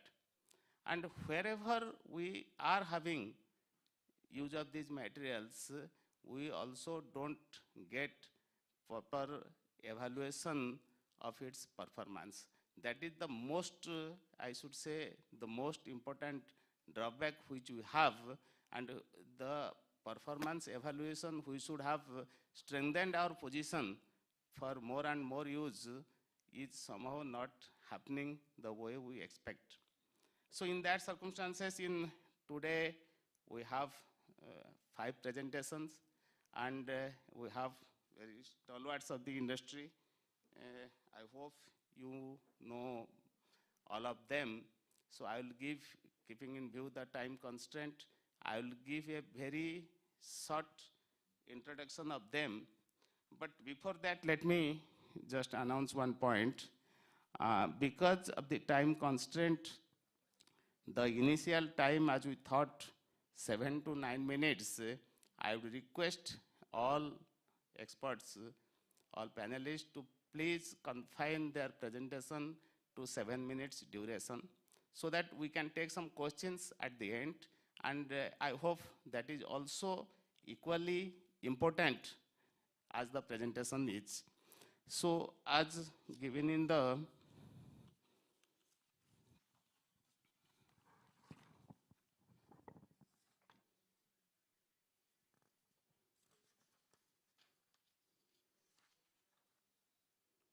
sequence, we'll have first presentation by Dr. Ambika Bell, Senior Principal Scientist, CRI.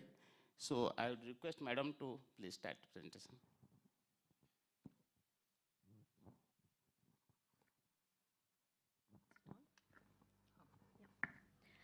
Thank you, sir. A good evening to everyone, and I must thank all of you to keep the patience that it's 5:45 and you all still sitting here and ready to listen to us. And I thank IRF to give me this platform to show what we have done at CRRI in terms of alternate materials. Before that, as the MC of this ceremony said, I would also like to mention, because I was thinking when I was sitting in the audience that I will say that to congratulate IRF that this is the first and probably the only session of the whole conference which is actually sustainable. We are meeting the 5th SDG goal, and we have equal participation, gender equality, 3:3. So must congratulate, and I'm happy to say that.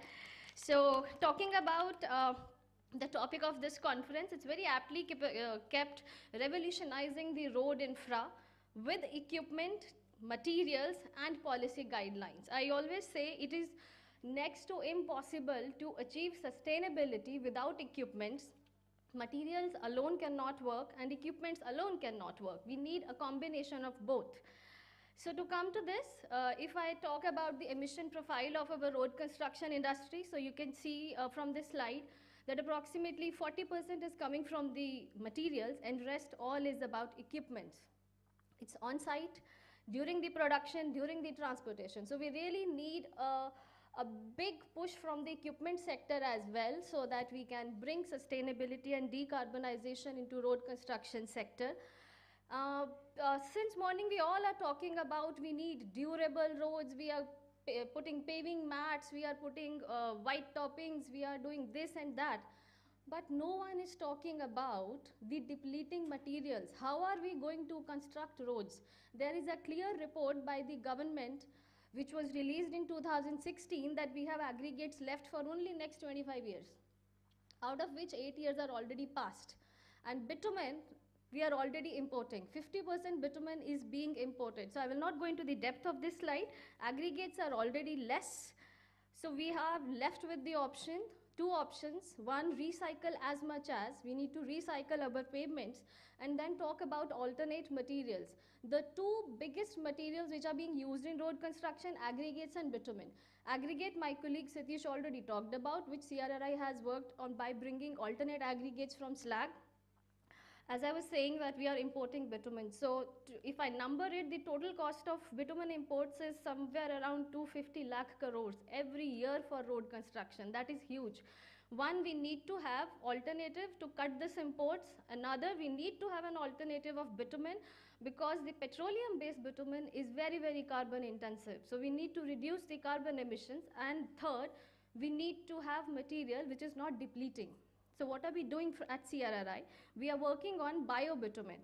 What are we doing in this project? So if I name this parali, everybody is aware of the kind of pollution this parali does when every year the farmers are burning. So as an alternate solution to this problem, and also to the problem of depleting petroleum resources, and to give a bitumen, so we have started working on producing bitumen from pyrolysis of this parali, the rice straw. So what are we doing here? It's not like, we are just doing a chemical process, taking out an additive and mixing it into the bitumen. No, we are actually producing aromatics, aliphatics, asphaltenes and resins. We are bringing out of this parali and then making the bio-bitumen, a complete bio-based bitumen, not a petroleum-based bitumen. So the pyrolysis, the process is pyrolysis of this rice straw. So CSIR laboratory is jointly working, CRRI and IIP, Indian Institute of Petroleum. So we do the pyrolysis of this parali, rice straw, out of which the total production is 35% biochar. So we are giving a complete solution to the industry and to the farmers. This 35% biochar which will be produced can be used by farmers as a fertilizers, and biogas can be used as a fuel, and bio-oil is used to produce bio-bitumen. So this is how it's a complete set of solution which we have worked in our laboratory and brought it out. To quickly tell about the properties of this bio-bitumen, so it matches. So we made number of combinations by doing the chemical processes of this bio-oil which we got after the pyrolysis of parali. So we can easily match the properties, softening point, complex modulus, penetration, viscosity values of all the crude petroleum-based bitumen. So these another set of results which shows that yes, we can have at least 20 to 30% replacement of a petroleum-based bitumen by adding this bio-bitumen. When we do the chemical analysis, so this slide is completely showing, I compared with the VG40 grade bitumen, which is extensively being used in India for road construction. So the bio-based bitumen has similar kind of composition, which we have produced at CSIR. So then we did a few initial aggregate tests like the coating, some of modulus testers, and then the fatigue test analysis. So we made enough number of samples tested in our laboratory. So the results are comparable to the crude petroleum-based bitumen. And we are having a 30% replacement, not like 5–10%. And the tests for the resilient modulus, so again, with different combinations, we could achieve the results equivalent to the existing crude-based bitumen. And we also did the extensive stripping test like 10-minute, 30-minute, 60-minute boil test to check that whether my bio-based bitumen is losing adhesion or losing coating. So it's not losing, it is equivalent to the conventional based of bitumen. So this is how it looks, the VG40 bitumen after the 60-minute boil test. And after doing the image analysis, we found out 99.7% coating in control bitumen and 99% coating in bio bitumen, so which is a very good result. So we also did few rutting tests on that. So I found that my bio bitumen, because it has the good part about this product is that by doing the chemical processing, I can control these aromatics and aliphatics, which is giving, you know, flexibility or stiffness to my asphalt, so I can make it as stiff as I want, so I can have less of rutting. And just a gist of all the limited performance tests we did, so we got very encouraging results. So after we did this small project with our CSIR funds, we have now approached ministry to give us a project so that we can have a 2 kilometer of section. And because whatever we did was just in a small plant in our laboratory, so we now want to do a big batching. We want to make an equipment, a tractor mounted equipment, which probably any farmer can put it on its site and produce the pellets and start making biobitumen. So this is the whole process. The summary is, yes, as I said, it performs good in terms of resilient modulus, it performs good in terms of rutting and the moisture test. So, and the biggest point, each ton of bitumen we are producing, 30 megatons of carbon dioxide emission is being generated. So, but if we are going to make it bio-bitumen, so rather than a carbon source, it will become a carbon sink. So it gives us much an advantage in that terms also. So we have had number of discussions with the ministry officials on this project, and we always got a good support and encouragement to go ahead with this project. With this, I would like to end my presentation, and I would proudly like to share that CRRI has worked across the nation. So all the states, all the cities, we have already done the project. So that is the bandwidth of being in CRRI. Thank you very much. Thank you very much, madam. And this was really a very good presentation in the sense if we succeed in replacing the bitumen that we are importing, it will be a very, very great achievement for the country. And we are definitely going to consider that research project as you mentioned. Similarly, we have given another research project on the same topic, but we're using different materials, sugar molasses and pine needle to IIT Roorkee. I hope both these projects will have great success. Now I would invite Madam Minimal Korula, Head McAfee. So she will be giving her presentation on the use of geosynthetics in flexible pavement. I think Madam is a very well-known figure in so far as geosynthetics are concerned, and I need not give any introduction. Madam, please stand. Good evening. Very happy and excited to be here, even if it is in the evening hours, and especially under the chairmanship of Sarangi sir, whom I know very well as the big ambassador of new materials, innovative materials, alternate materials, as well as the recycling of waste materials. So it's having so much relevance. The fact is that we think as civil engineers, the concrete and steel construction in the world is more than 80%, but the fact is that it's less than 45%, and the other materials are really playing a big part in the construction industry. And things are getting changed, and we need to keep on educating. We all have to keep on educating what are the possibilities. So my chance is to talk about the polymeric or geosynthetic products.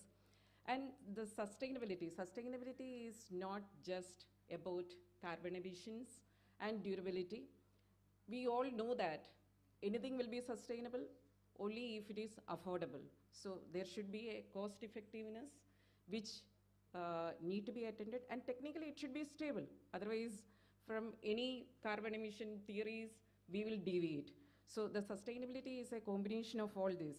So the first and foremost, I would like to say that one of the biggest the advantage of the polymeric materials which I'm talking about here, they are really adding big way to the sustainability. With the 7 minutes, I may not be able to explain. I can touch here and there only. And the diversity, it's huge. I'm just showing few members of the geosynthetic families, but it's a huge family. These are representatives only. So there are a lot of family members are there. And these representative geotextile, geogrid, geomembrane, drainage composite, geomat, geonet, each one is having subfamilies. And here, as I want to push more about the payment applications, talking the selective among these, the geotextile, the geogrid, especially the biaxial extruded geogrid, my colleague Manish already talked about. And Dr. Mahajan has talked very detailed way about the reinforced soil, its pros and cons when we are not looking on the quality. But fundamentally what these products are doing, it's improving the structure, whether it is pavement or whether it is reinforced soil, the quality as well as the performance. It improves the mechanical behavior as well as the hydraulic behavior also. They reduce the quantity requirements, the material requirements can be reduced, and the overall, the life cycle cost, there can be a reduction. There is a mechanism, the engineering mechanism involved in each type of geosynthetics when it is being placed within the soil. And there are so many debates are there, where it is to be placed. Within a pavement section, if it is a flexible pavement section, where it is to be, whether between the different pavement layers or within the pavement layers. So the answer is that wherever you are placing, there will be a significance of that location. There are aspects are there, the design related as well as the practical aspects, and there definitely the experience will generate the expertise. So the IRC SP-59, which is the first modification that is released in 2019 August, which is the COVID time. So if you're seeing the initial chapters, you will get an idea about what are the different locations which are more popular or which are more adoptable. The functions are the separation, simple separation or filtration. The geotextile can be used. Drainage composite is there, which has come as a revolutionary material which is replacing the gravel drainage. Reinforcement, we heard already, biaxial grid and the soil reinforcement. The moisture barrier, that is again having a lot of significance, especially in asphaltic layers or capillary cutoff. So these applications will decide how the analytical steps and the design and the selection criteria. And when we talk about the extruded geogrid, you already heard about it. The mechanism is basically the friction, the interlocking, the tension membrane effect, and the better distribution of the load. So all these are important contributions, and together it will be mobilizing a good strength against the different types of the surcharge loads and the traffic loads. But the most important, when we are using a biaxial extruded geogrid, it will be having junction efficiency, which is one of the most important attribute. And the present MORTS session as well as the ARC SP-59 is giving importance to it. Now, the drainage composite, this is really means, I'm remembering maybe my colleagues here, they are also maybe remembering, especially Ratnakar. So in 2014-15 and all, when we were going to the different consultants to approve for the drainage composite, especially in the national highway projects and all, the apprehensions, basically, there is no precedence. There is nothing in the code or guideline. But with repeated efforts, and by the time the ARC 34 has been published, and the specification has come, the MORTH also has given the specification in 700, the first approval has come, and the last so many years, the phenomenal application has happened. I think the best parameter which has helped is the cost effectiveness, because 600 mm, the gravel filter is getting replaced by few microns or few mm, the drainage geocomposite. So a lot of material saving is there. The efficiency and the speed of construction has improved. But at the same time, like the reinforced soil, as Dr. Mahajan mentioned, here also the quality issues. Somebody is not attending the material selection as well as the placement. That is really creating an issue. So then the asphaltic reinforcement, again, this is quite popular, especially during the monsoon seasons. We used to get repeated queries during the monsoon seasons. How can we rehabilitate? Here some potholes have appeared. Here some cracks are coming. Can we do this? But our submission is like that. Instead of making this repair, if we can incorporate in the right time, starting from the DPR, this type of applications, then definitely we will be getting a better performance and less problems. There are 3 types of the asphaltic inclusions are recommended by the present MORTH. And the IRC SP-59, currently the H4 committee is improving it, and the asphaltic reinforcement, the detailed analysis and design is there.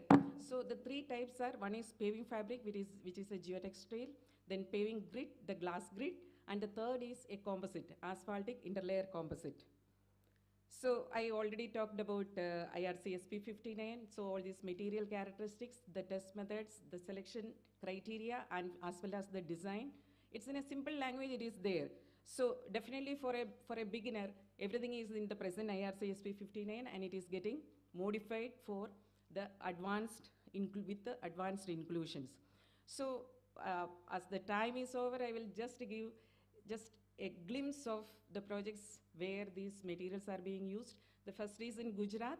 So this is in Bhavnagar, the asphaltic reinforcement for the asphaltic layer, then the base and sub-base stabilization with the biaxial geogrid, then a basal reinforcement for the ground improvement using a bonded geogrid, and at both sides, the drainage composite and the gabion. So together that a 30 to 35% cost advantage, it is achieved. But the most important part is this was on a soil which is less than 2% CBR, and where after this incorporation of this geosynthetics, the complaints were not there. So these are some of the photographs of all these products in different layers. The next is in Andamans. So this is again a subgrade improvement using the biaxial geogrid. So here also the CBR was very poor, and it has really, the geosynthetic has really improved the situation. And the final, so the field trials which we have done in age 48. So our specialist, one of our global specialists, Pietro Rimoldi, who can be told as maybe number 2 or number 1 or number 3 in the geosynthetic field, and Dr. Mahajan, I was the observer there. They have done this, the repeated test. The CBR value of the reinforced portion and the unreinforced portion were compared first, and it has seen that remarkable improvement. The CBR for the unreinforced subbase, it was 127.25, that has increased to 184.87.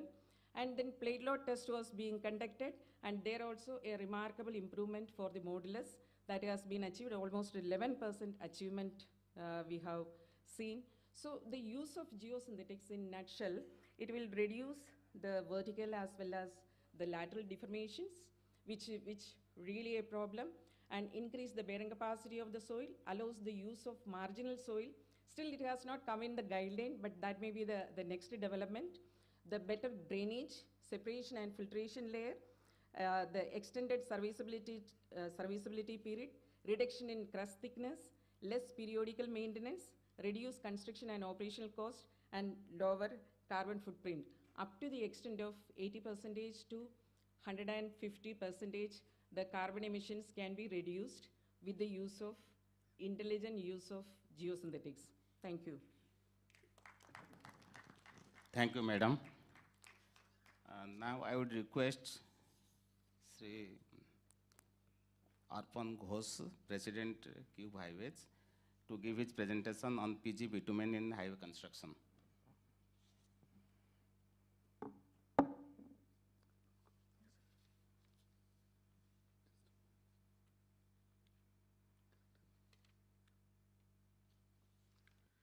Good evening, everyone.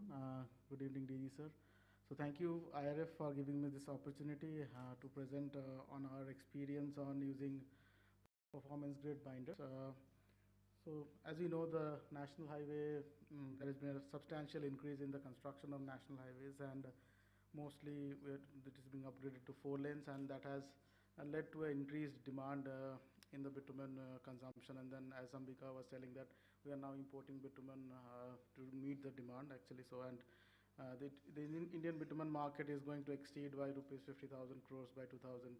So that is the kind of demand. So the challenges, and as it comes to the demand, the challenges what we have is overloading, as you all know. Typically, we can see there are live projects or case studies where I have projects where we get almost like 95% of the vehicles are having overloaded with an overloading range of like double the weight they are carrying.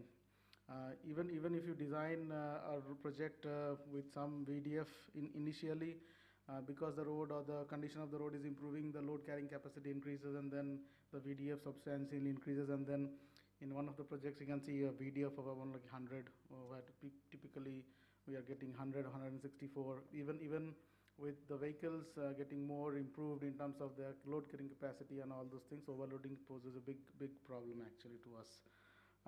Climate change, that is one thing which is also affecting us. So typically this is a report of Ministry of Earth Sciences, and then it says that the average annual frequency of warm days and warm nights has increased in India basically, and then that is also not equally distributed. The northern part is getting more hot as compared to the southern part, and that is there. So typically, if you see this table, the annual pre-monsoon temperature is increasing by 0.26 or 0.29 per decade basically. So every decade we may increase our air temperature, then that will lead to our increased pavement temperatures basically. And then how to factor in our design. Typically our concession periods are, we are designing a road for 20 years or 25 years, but in between, because of this climate change also, your parameters may affect actually. So that is another challenge which it poses in front of us as pavement engineers. And typically this is what we observe in many of the highways. We have rutting, we have premature cracking, and things like that. The other thing which is also there is as many of the panelists earlier said also, is like in terms of the training or in terms of the knowledge which we have at the ground staff where we are doing the actual construction, there are also some issues actually.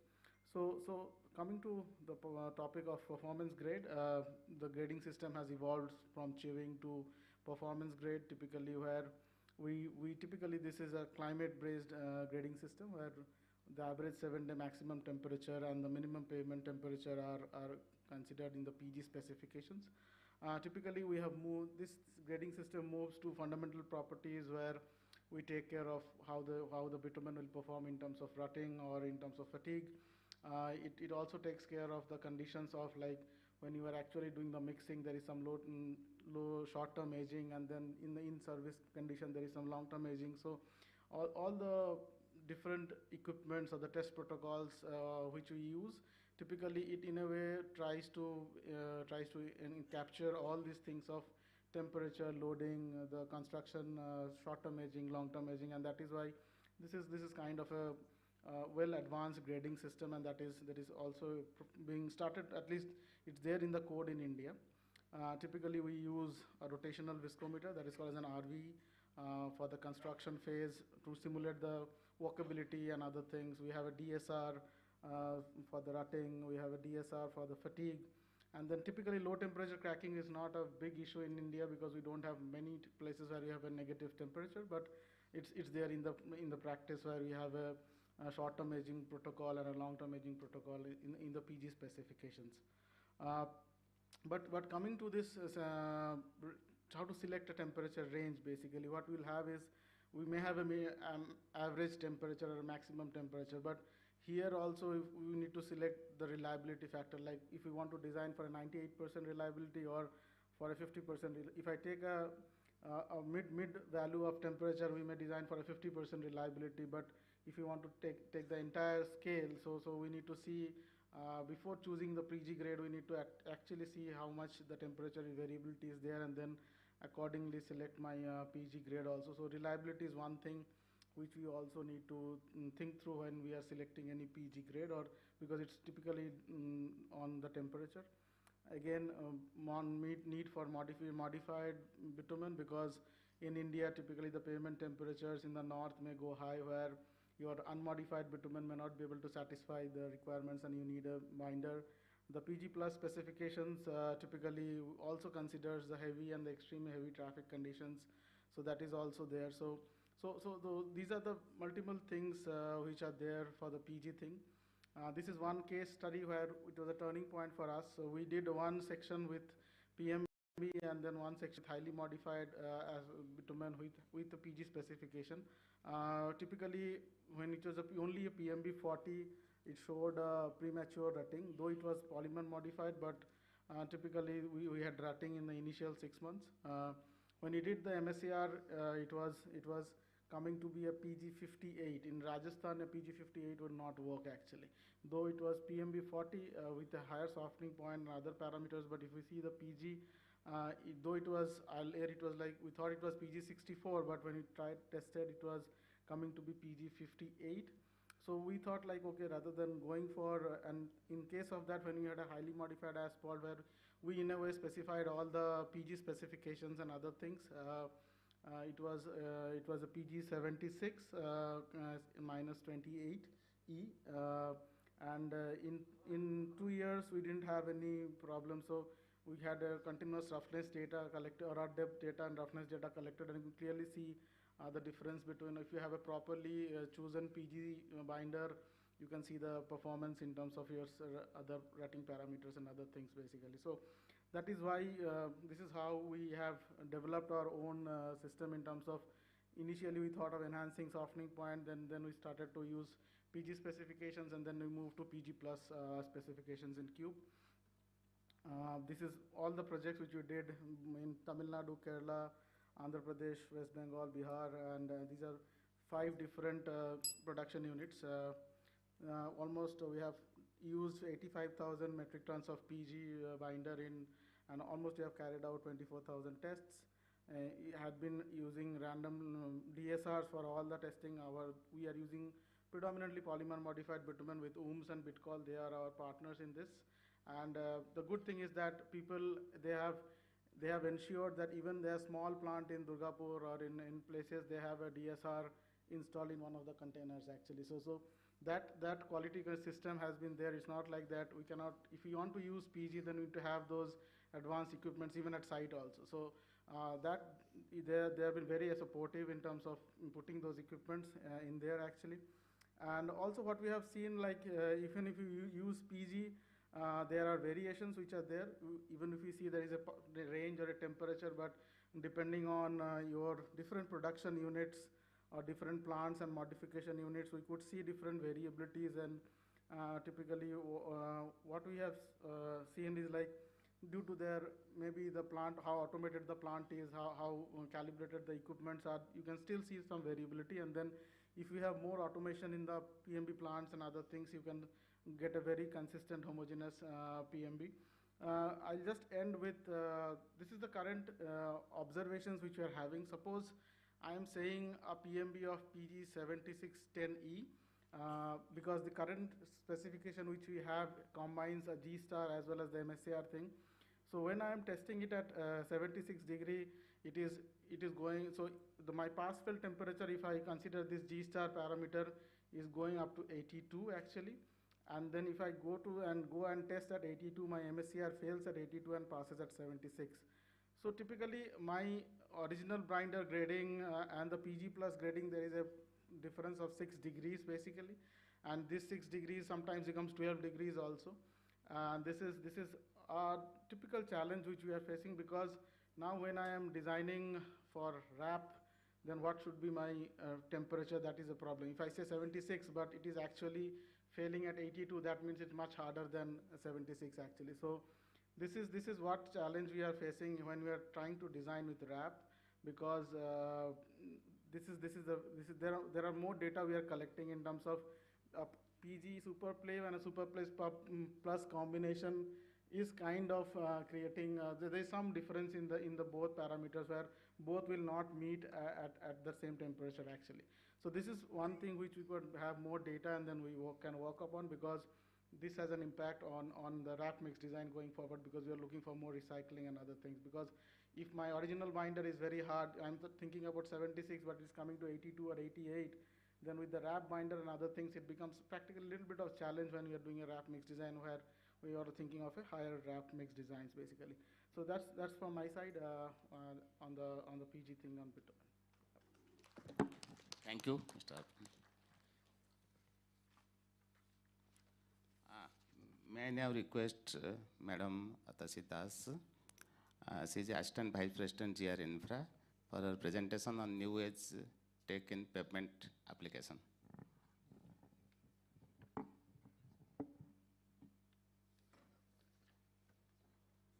Good evening, everyone. I mean, since last sessions, we have been listening to the possibilities with pavement. I mean, from the Professor Dharamveer, then from the Vikas Thakkar, and also Ambika ma'am, and then the Arpan also. So let's see, I mean, as contractors, how we are utilizing those in large scale, some of all these technologies and all, and what we are as contractors contributing to the industry, the pavement industry. And also, as Sarangi sir has mentioned, that a lot is happening in the pavement sector. So what is happening? So I can give a glimpse of those. So, I mean, for pavement design, it comes with life cycle cost analysis, innovations, design optimization is all coming through all the circulars that we are having time to time. Then bituminous mixtures, concrete mixtures, construction techniques, that equipment that Ambika ma'am already mentioned, and accelerated rehabilitation techniques. Of course, the stakeholders and users are demanding safer, long-lasting and sustainable infrastructure.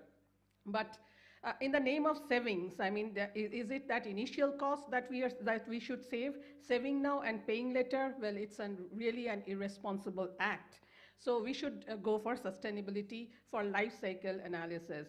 So a little bit journey into the pavement. I mean, since 2001, it has evolved. Pavement engineering has evolved a lot, from mechanistic empirical design to stabilized pavements. Stabilized pavements, we also had a presentation from Vishwa Samudra, what we can do, alternative materials, then use of falling wedge deflectometer, use of foam bitumen technology, use of wrap.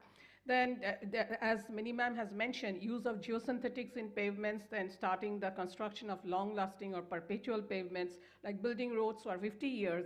Then high dosage wrap in flexible pavement, geosynthetic reinforced flexible pavement, and bonded rigid pavement that we have constructed, and also Messrs. Gawar Construction have also done in the state of Bihar. So in the 2022, these three projects, I would like to highlight what we have done as from the contractor side, like high wrap dosage, 60%. Like, we don't have the resources, as Ambika mentioned, that we don't have resources, the natural resources. So what do? We recycle. We are recycling to the tune of 60%. Then a bonded rigid pavement, that also a saving. Short panel concrete pavement, precast, pre-stressed concrete pavement, then rigid over flexible pavement, flexible over rigid pavement. These are all the whole kinds of possibilities. And in the name of rehabilitation, these are all the possible combinations that we can do on the existing concrete pavement and on the existing flexible pavement. These are whole range of possibilities, but they all work or not work. We are not sure, we are trying. So as per the IRC 37 guidelines, we designed the perpetual pavement, and these are the flexible pavement structure elements that we know, traffic and loading. A little has been highlighted already by Mr. Arpan, the vehicle damage factor, the classified volume count, speed, and design traffic. We have to take care of the bitumen type, hybrid bitumen, then PG bitumen, and all those environmental condition, ambient temperature, that plays really a big role. So what do we do? Usage of high wrap dosage in plant recycling. Does the normal plants work? No. We use parallel flow drum. There are all sorts of the plants available from Messrs. Amman. We use the parallel flow drum where we could do 60% of recycling and using 40% only of fresh aggregates and using the coarse, the finer fractions and coarser fractions in the 60% of the existing pavement. And milling plays a very important role in these, the role, two-step milling. First milling was done 50 mm, then the DBM, and then these were like screened and stockpiled separately, and with the use of this special plant, which we gained, a lot of carbon footprints were saved. And this is the flow chart. Due to shortage of time, I'm not going through the flow chart, but I'm directly going to how it looks and how the DBM is performing today, because we used in DBM, in 100 DBM, and this is a little bit on the cost comparison part. What the aggregate cost like, and what are the advantage and what are the limiting factors. Like the parallel flow dryer, you have to make an initial investment to the tune of like 5 to 6 crores, and then maybe you won't make up your cost. The ROI won't come from a single project, maybe 2 projects, but these are some of the numbers that we worked out for our project. Then coming to the perpetual design philosophy, it doesn't go by the traffic. It goes by the limiting strain endurance limit criteria. And as per the FHW guidelines, we should have a thicker bituminous surface, but we have Indianized the perpetual pavement. And these are the Indianized forms, where the thick bituminous pavement has coming to a thinner section, where we have put CTB and CTSB and made a very thin bituminous pavement and constructing in the name of perpetual pavement. This is not correct. This is not correct, simply not correct. Then some snapshots of the perpetual pavement constructed in the conventional way, for our Delhi-Vadodara Expressway, and 6 of our packages, which has been a really great success, which has been designed as per the FHW guidelines. Now coming to the geocentric reinforced pavement that Minimum has already mentioned, and we are constructing in a lot of our projects, and 5, 6 of our projects are having these geogrid reinforced pavements. I'm not going to this because, and there are some, we have to establish the LCR and the MIF values that are given by the manufacturers like McAfee, TechFab, Strata. So this is the plate load test methodology that we have to go through to establish the manufacturer's test parameters. So that's from the contractor side. Now coming to the bonded rigid pavement, and I would like to highlight that the conventional thickness goes as 300 PQC, DLC 150, then GSB 150. So what is the savings in the carbon footprint? The carbon footprint saving is that with bonding the rigid pavement, we are saving 60 mm. 240 mm is the PQC thickness, DLC is 150 mm, and 200 mm is the GSB. So it's a huge saving, and it is if you construct it in the proper way, the quality control is the key word for the success of any bonded rigid pavement. And the special thing for the DLC that you need to do, that the joints that you cut, the transverse and the longitudinal joints you have to cut, you have to map it in the DLC, and you have to align them exactly at the same line that you are going to cut on your PQC. And within 14 days of laying your DLC, you have to lay your PQC. You cannot leave it open. So that's where the success lies with bonded rigid pavement, and it will give you a saving. And see, from the code, the code that I'm holding in my hand, you won't be able to even guess that which one is M40 grade of concrete and which one is M10 of concrete. No, you cannot. If you construct it the proper way, the 390 mm thickness, you won't know which is the line of M10 and M40. Short panel concrete pavement, it has already been covered by Professor Dharamveer, and also, so I won't cover it. We are going to do a trial patch soon, and we will know the success of it, and before starting on a large scale, the code is not out yet, so we are not able to construct. Thin concrete overlays, these are also the talk of the town. Many of the RFPs are coming now with giving 200 mm thickness of white topping that you have to construct. So we are looking forward to it, and we hope that it becomes a success as well. And two-lift concrete pavement, this is another thing that we are looking forward to, where we could recycle. The bottom lift concrete pavement will be done with recycled asphalt or concrete pavement. And then comes the precast concrete pavement technology. We are also looking forward to it from the contractor side. It will give a huge lot of time saving with the precast technology, but there are a lot of strict quality control measures that we have to follow to maintain camber and everything. So those are there.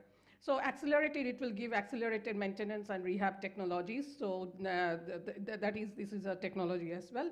So I hope I covered within the time. Thank you. Thank you, madam. Now, may I request Mr. Sasank Sekhar, co-founder and CEO of MyCup 3D.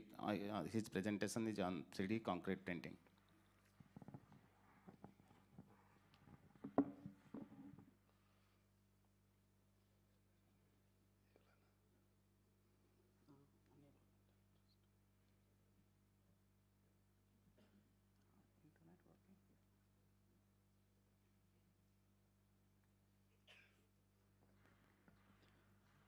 Good evening, everyone. I'm Shashank Shekhar. I thank IRF for organizing this comprehensive event. And I am actually thankful to Dr. Rahul, who has already covered a lot of the topics that I am going to talk about. And I'll be mostly talking from the perspective of the actual groundwork that we have done in 3D printing and how we have tried to build it for Indian defense. And now we are also, this actually is my first opportunity to actually present to our roads and infrastructure audience. And I hope we can actually take this forward in this segment as well. So as Dr. Rahul had already explained earlier, like this is a layer by layer process wherein we have to place a specialized concrete, wherein we do not require any formwork, so we can actually create very complex shapes very easily. And the most important aspect of not utilizing formworks is particularly that we can optimize the structure pretty effectively. For example, you will see in this video later that we were able to actually reduce the material consumption by almost 60%. For example, in the bunkers that we have developed for defense, earlier they were requiring almost 70 tons of material. Now those are done within 25 tons of material. So that is something wherein we have a lot of scope. For example, the structure that you are seeing is pretty much hollow, still it serves the purpose. So these are some of the things wherein we can utilize 3D printing as well. For example, if you look at the barricades along the road, so those can be made hollow as well using this technology. Without, I can say, we can keep the performance in mind and then create structures accordingly. So in India, definitely defense is the torchbearer for bringing this technology in the front area. For example, we have delivered more than 100 bunkers, and I would thank General Harpal, who is present here, who actually helped us to put this technology into the defense sector. Globally, people are actually taking this seriously, I would say. For example, Dubai has given its guideline. They have municipal guidelines as well for constructing 3D printed buildings. And the vision is quite big there as well. And in India also, we are hoping the same, because this is something which can actually attribute to the sustainable construction in the coming times. For example, in this video that we will see, it's very much similar to a precast construction, but in an optimized way. For example, we did this air traffic controller hut in Pune, wherein the deadline was to construct it in 30 days in a very restricted zone. So all the things were done in a precast manner or a prefabricated manner in a factory. In Ahmedabad, these were transported to Pune and erected in a very short time frame. And we could actually save a lot of material here as well. You can see the wall panels were mostly hollow from inside. And we could do very complex shapes as well. As you will see, we could actually 3D print a staircase as well. So otherwise, if you look at the construction of a staircase, it's quite typical. You have to create an inclined slab, and that's a very complicated process. So we can actually take these things pretty effectively in 3D printing process. And what we have been able to do is hybridize this with the conventional construction practices, so we can actually bring it to the market faster. For example, herein we use steel structure as the framed members, then we used precast foundation, and then we had a non-load bearing wall panel which was hollow from inside. So this way we can actually optimize and integrate the 3D printing technology that we have today with the conventional practices to actually create a better infrastructure for coming days. So till date, what we have done is we have built more than 130 bunkers. We have delivered more than 11 buildings also, and the total plinth area that we have delivered is more than 50,000 square feet. We also received grants from IDEX, and also we received a National Startup Award recently on this work. So for example, the bunkers that you are seeing, we have built structures in 20,000 feet plus altitudes. We have built structures also in Rajasthan dunes, so wherein the temperature variation that was from 50 degrees Celsius to minus 20 degrees Celsius as well. So yes, even we have actually tested our products against T90 tanks as well. So we have built products for the specific use cases, and we are now looking forward to actually implement some of the things in the road infrastructure as well. So now if you look at in this, in the structures that we have done so far, we printed 7,000 tons of material, but we saved almost 5,000 tons of material as well.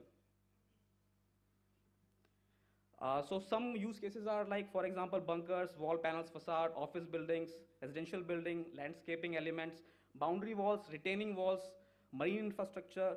Now data centers are also being 3D printed. Culverts, tunnels can be done, retaining walls can be done. Some of the works has been done by us and some are done globally. as Dr. Rahul also said, like Vincent has done a lot of work in China, then TUE has done a lot of work in Netherlands as well. Like you can see bridges being done wherein we can actually do post-tensioning as well. So we can provide conduits wherever we need. So we can actually use a very high strength concrete for printing, for example, M60, M70 grade as well. In some cases, maybe even more than that. And then do the post-tensioning as required as well. Some structures were even built in such a way that they use no reinforcement. For example, the bridge that you are seeing was actually having no reinforcement at all. So this complexity actually was possible by using these parametric design and special features of 3D printing that we can have. Like the one that you also saw in the afternoon, like bust and as Dr. Rahul was saying, like some are done in China, some in India as well. Foundations can also be optimized. We are also going to do some manholes shortly. Like trenches, drains can also be 3D printed easily without any requirement of formwork. Staircases can easily be done. Some people are also trying with infrastructure elements like wind turbine foundation as well. And this is basically to summarize, basically if you look at, in this photo that you are seeing is primarily hollow panels altogether, and we have specified location for columns and beams. So we can actually optimize the entire structure pretty effectively. It can be quite good in terms of HVAC loading. The building can be energy efficient as well, and the construction can be quite fast. Thank you so much for your opportunity. I conclude. Thank you very much. In fact, you have completed before allotted time. So now we have the question answer session. I expect 1 to 2 questions for each of the panelists.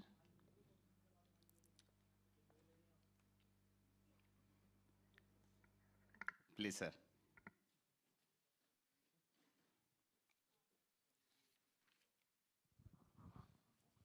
I have the question to Atashi Das. She rushed through this and I couldn't get something, and that's what I want to ask. The two-lift pavement, you said that wrap will be used in the lower layers, and then the two-lift concrete pavement.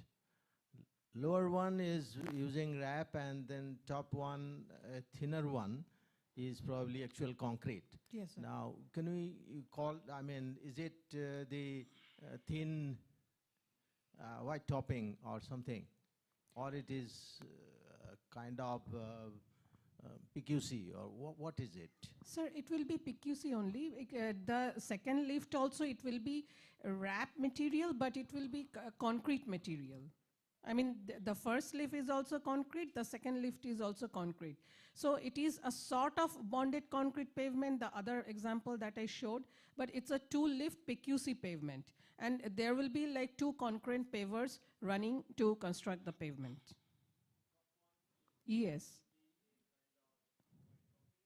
No, it will be normal PQC only, and there will be concurrent pavers laying the pavement, because I mean for white topping and all, it's not that concurrent paving, but it will be concurrent paving.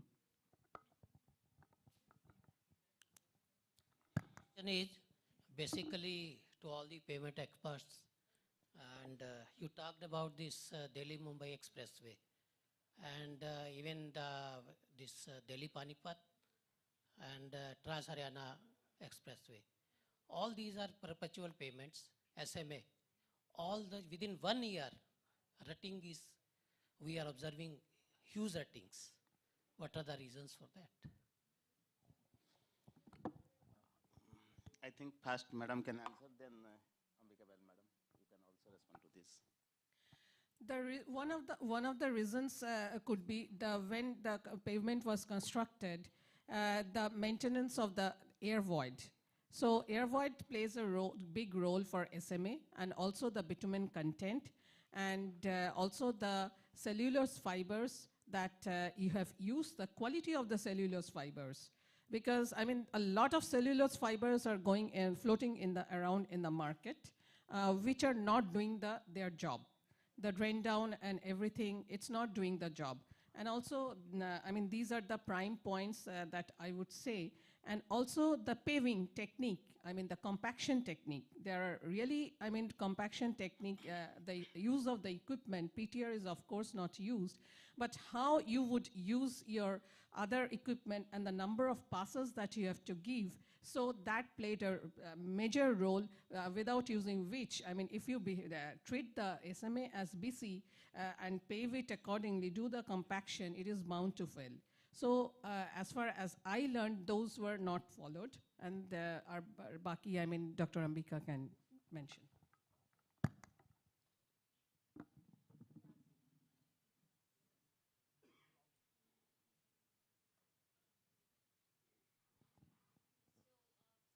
Still not working. Yeah. So as Atasi has already said, so there are whenever there is any pavement failure, there are many reasons. But specifically talking about the SMA, as you said, so fiber is a very important part. What kind of fiber we are using? What is the dosage of the fiber? Is it able to give you the exact retention of the binder which is required? And also which type of binder is being used for that SMA. So it all it needs a very specific design. So since I was not involved for that design, I cannot specifically tell you that this is the reason for which it failed. But for any SMA design, it's about, because when it's only on the top layer, so it is about the fibers and how you are designing it and which is the base binder being used. Yeah, so one thing on this is greenfield expressways being constructed, we need to be very careful about the embankment. So typically the volume of the embankment we are constructing and the amount of compactive effort that needs to be done, there is a lack in that. That is my practical experience on, that is the most challenging thing which we need to push to the contractor, that you need to do a layer-wise compaction. So that is one thing which we are not doing it exactly, not correctly. Railways does it very correctly. Railways take a very long period to compact their embankments and all those things which we are lacking in our greenfield expressways. Because the problem is not with SMA. We have done SMA in 2018 in same Jaipur MOA. 5 years, 6 years, it doesn't rot actually. So the SMA is not the problem. Underlying, as ma'am said, the embankment compaction with such 6 meters, more than 3 meters high embankment, if you're not compacting it, it will bound to settle in, because you are constructing road in farmlands actually. So it will have high water content also, and then consolidation will happen. Fibers is one thing, and SMA is the most toughest bituminous layer to construct in the paving thing actually. So we are okay with constructing with BC, but SMA needs much more care and attention, which that level of training is still to be done actually. How to rectify now? Cannot be rectified. You mill it out, and then even milling out is a big issue actually. That's a very difficult question. I did not mention about the embankment and all, because when I did not visit the section, but when I saw the pictures, I could see it's an issue with the mix, because it doesn't look like a traditional SMA mix, which it should be. So I think, Arpan, if you go to that section, you will find it doesn't look like an SMA mix. Yeah, it's an issue. So, sir, the only rectification is mill it, recycle, and repave it, stabilize it. Yeah, it's not the mixed design, as I said. I mean, the cellulose fibers need to open up. I mean, when it is put in the pug mill, I mean, in the pug mill, if the fibers don't open up, then, I mean, your pavement will bleed, of course. I mean, the fibers are the key towards it. They do not open up. In major of the cases, we have tried at least 5 types of fibers. Sir, can I? Please, please. Yeah, so I have 2 questions. So first of all, please ignore my question if I'm asking something very fundamental. But my experience, what Atasim has mentioned, I experienced this because I'm a geotechnical engineer. When I started learning this pavement, I found the designs by using our IRC, when we compare with ASHTO, usually our designs are very thin. And it's my personal understanding, probably we are looking at mechanistic empirical approach by looking at strains, but probably whether when IRC 37 is modified from this approach of CBR to this, how much experience do we have in terms of calibration of the current IRC 37? That's first question. Second question is on the 3D printing. For small volume roads, maybe quantity is very less. Is there any pavement being made with the 3D printing? Thank you. I think on the first question, I may reply something. Notwithstanding the provision in IRC 37, other modes of failure like top-down cracking and anything else. So for that, we have very recently given a research project to 4 leading institutes of the country. So together IIT, under IIT Kharagpur. So we hope the outcome of that research project will further strengthen our IRC 37, because now we have made it a point that whatever research project we give, outcomes should have to be accepted by the industry, and it must translate to the amendments or framing of new guidelines. So I hope after that we may be able to more accurately predict the pavement failure and accordingly design for it. I think if you can add something. So as sir said, so under sir's guidance, I think so IIT Kharagpur, Kanpur, Roorkee, and IIT, I don't know, these 3 institutes, BITS Pilani, they are doing this whole thing where each of them are taking up each and every points regarding top-down cracking or the cemented base layers and other things. And hopefully then what we'll do is, along with industry, this calibration thing, we'll have those data of other parameters, of functional parameters as well as structural parameters. We'll be evaluating and then doing a proper calibration in terms. So we'll consider all, as per the initial session which we attended, like we'll have a detail of the traffic, the VDFs, temperature, and then all the functional performance data. Then accordingly, it will be similar to the MEPDG which we use, AstroAir which we use actually. So once this project completes.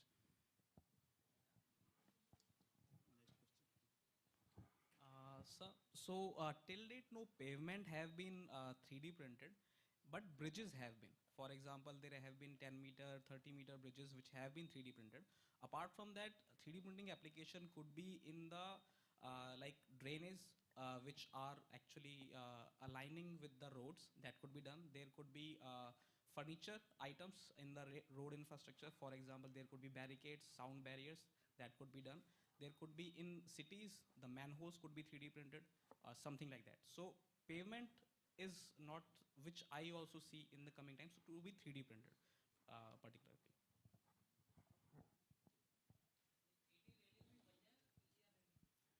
So doable, doable.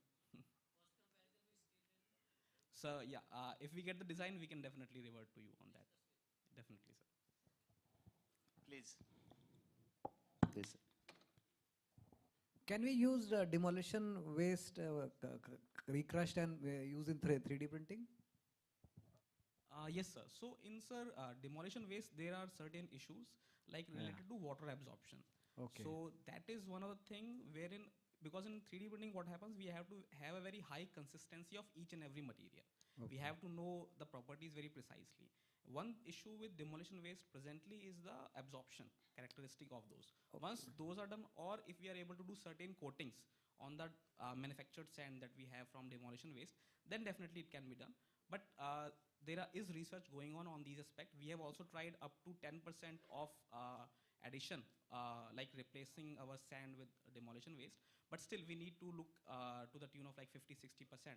So that is one of the issue, water absorption. That's not just the sand, but the aggregate also. Sir, in 3D printing, as on today, mostly the maximum particle size is below 8 mm. Okay.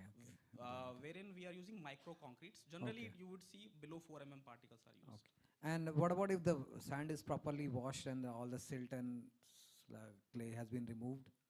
So generally, like the issue remains with the water absorption. Even if it is washed, if there is a porosity, if we do certain coating, yes, it can be. Or if it is surface dry saturated sand, then it can be thought of. Yes. Yeah, because there's washed sand will be surface dry saturated kind of thing. Okay, thank you. Hello, I'm Tony Matthew. I work with TRL. Two questions. One is general, probably ministry as well answer. There is quite a lot of advocacy for white topping from in this session earlier as well. How is safety sitting in white topping? How does that work? Visibility, lane markings, etc. If you do white topping, if you adopt white topping widely. Then Atasi mentioned about perpetual payments. In UK, DMRB, once they reach 80 MSA, the traffic loading, they reach around 30 centimeter, 300 millimeter of bituminous payments. Then they call it as perpetual pavement, and their view is that there is no point in adding any more bituminous layer if the bituminous thickness have achieved 30 centimeter. Then they do only inlays. That's UK DMRB. How does that sit with IRC or Indian conditions? What do we call perpetual pavement here? Answering the first one, actually to our knowledge, nothing adverse has come as regards pavement marking on the white topping. But as you mentioned, I can collect some information actually from the sites where it has happened and can pass on you. But so far, nothing adverse has come out.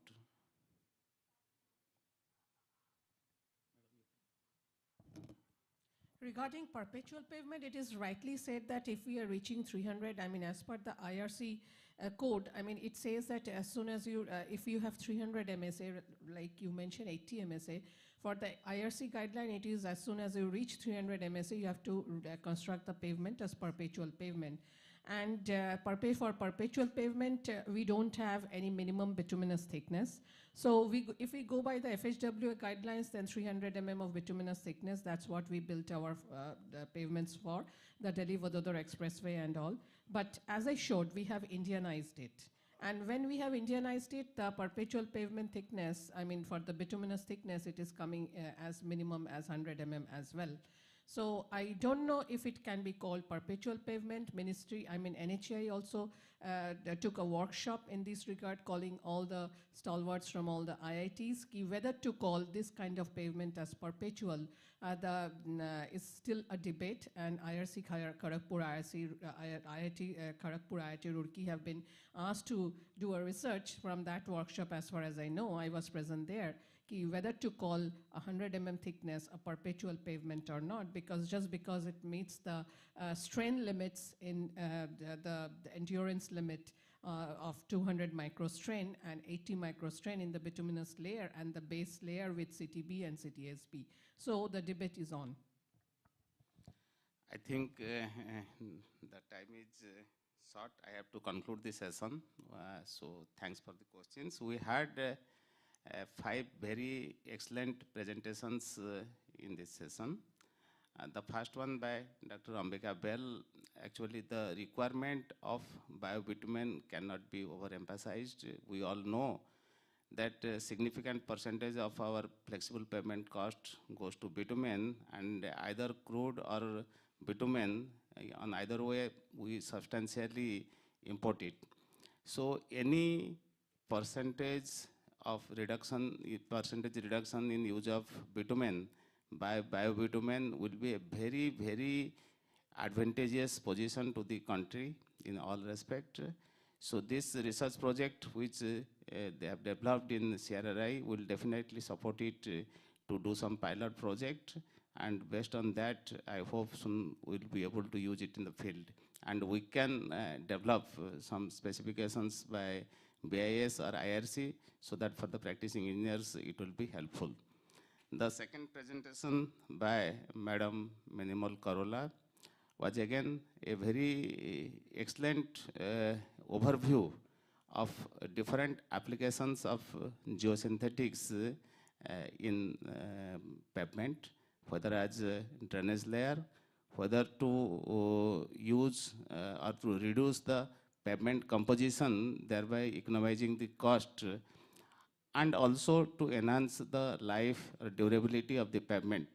So for all 3 objectives, various applications that they have been using in different sites, and their performance he has explained in very detail. And this is a kind of application we are going to see more and more in coming days.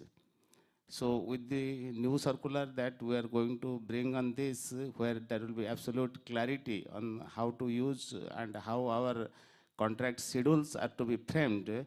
So in coming days, I expect we'll see more and more use of such kind of geosynthetics in pavement application. The third presentation by Sri Arpan Ghosh. Actually, I must appreciate they have done a lot of work in PG bitumen, whereas in the entire country we have been struggling on the kind of bitumen, and may I tell that very recently we have made two developments. One, there is a research project we have given to IIT Delhi and CRRI to develop PG bitumen for the country as a whole, taking data from each nook and corner of the country.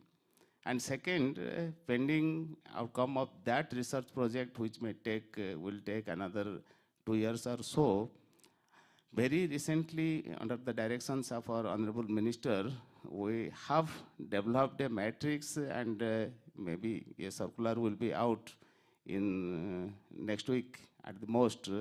So where we have tried for different pavement temperatures that we are very much likely to encounter in different parts of the country, from Himalayas to extreme south and desert in Rajasthan. So all possible combinations. So we are coming up with a matrix. So practicing engineers, it will be easy for them from the air temperature to determine the pavement temperature and refer to the that table to use the appropriate grade of whether it is VG grade bitumen, PMB or CRMB. But his presentation is basically, it was based on the applications which they have taken up in their project with the sole objective of enhancing the payment durability. That's their main concern. So that was a very excellent one. The next presentation by Madam Atashi Das. Again, GR Infra has been in the forefront of many new applications, being a contractor or concessionaire for different highway projects. So as explained, few of the cases using very high RAP percentage, much beyond the IRC specifications, and to utilize the specialized kind of machinery mixing plant for that, and bonded concrete pavement and other applications which they have been using in their projects very nicely, she has elaborated. And the last presentation, that's the 3D concrete printing. In fact, in ministry, we tried a lot a year or two back to promote precast technology. Although precast in highway project is nothing new, and almost all big contractors in some way or other, they are using it. But we thought of encouraging factory-made precast concrete elements. There have been already, some of the people are manufacturing precast concrete elements, whether for drain, boundary wall, retaining wall. Abroad, it is also used for the bridge girders. So in that perspective, this new technology will be quite beneficial to us. It will expedite or make fast our construction process. So I hope in coming years we may be use this at least to start with culverts, boundary walls like that. So that's a very good eye-opener for us. So I thank all the panelists for their excellent presentation. And although on the audience side it was a bit thin, being the evening time, but I'm sure there was, seeing the kind of questions, although the few questions we took, there was active participation, there was very excellent hearing and involvement in the session. So I thank both panelists and the audience. Thank you. Thank you, Mr. Sarangi. Thank you for leading this panel, and thank you to each and every speaker of us. May I request you, Mr. Sarangi, to kindly do the honors in presenting the mementos to all our speakers, starting with Dr. Ambika Bahl.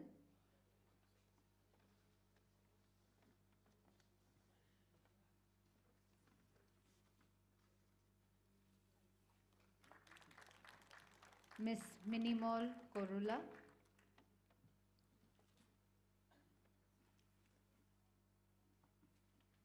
Mr. Arpan Ghosh.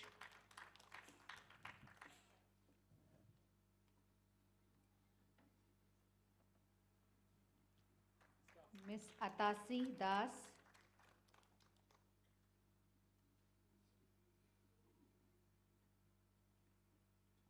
Mr. Sashank Shekhar.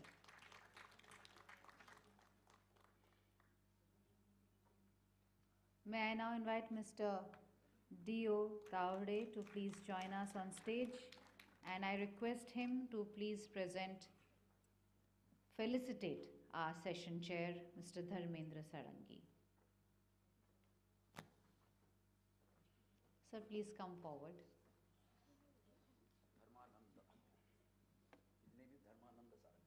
I stand corrected, Mr. Dharmanand Sarangi.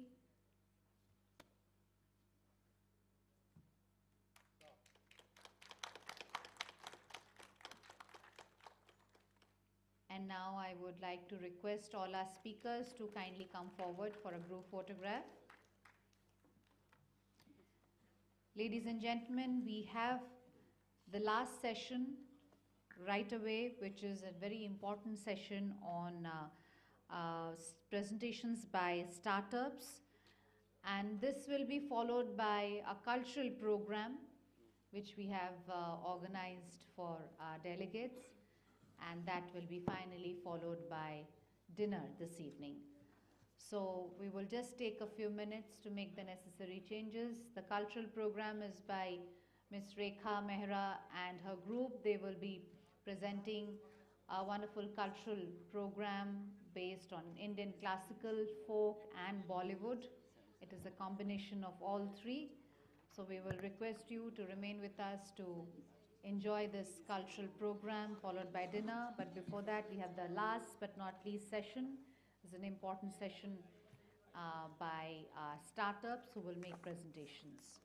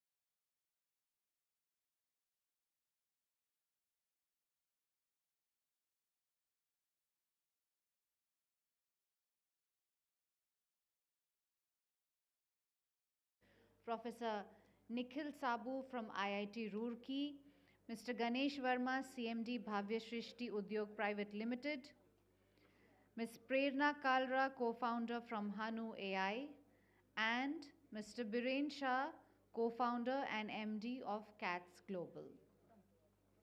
May I request all our speakers to please join us? And may I request everybody in the audience to kindly take your respective seats. We still have the last session.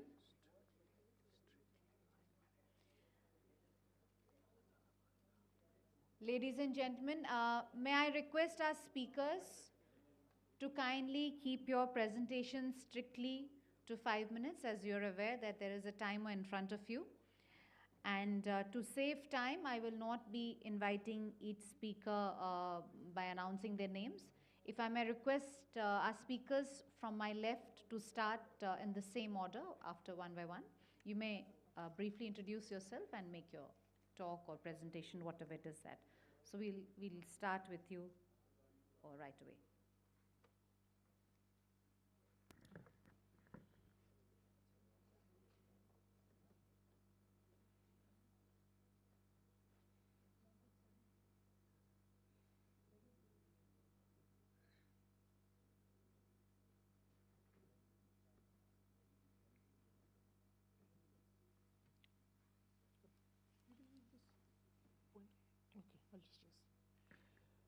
Good late evening, everybody. I guess this is the IRF version of the Shark Tank, right? We'll stick to 5 minutes or less in our presentations, right? I'll try to do it in less than 5 minutes.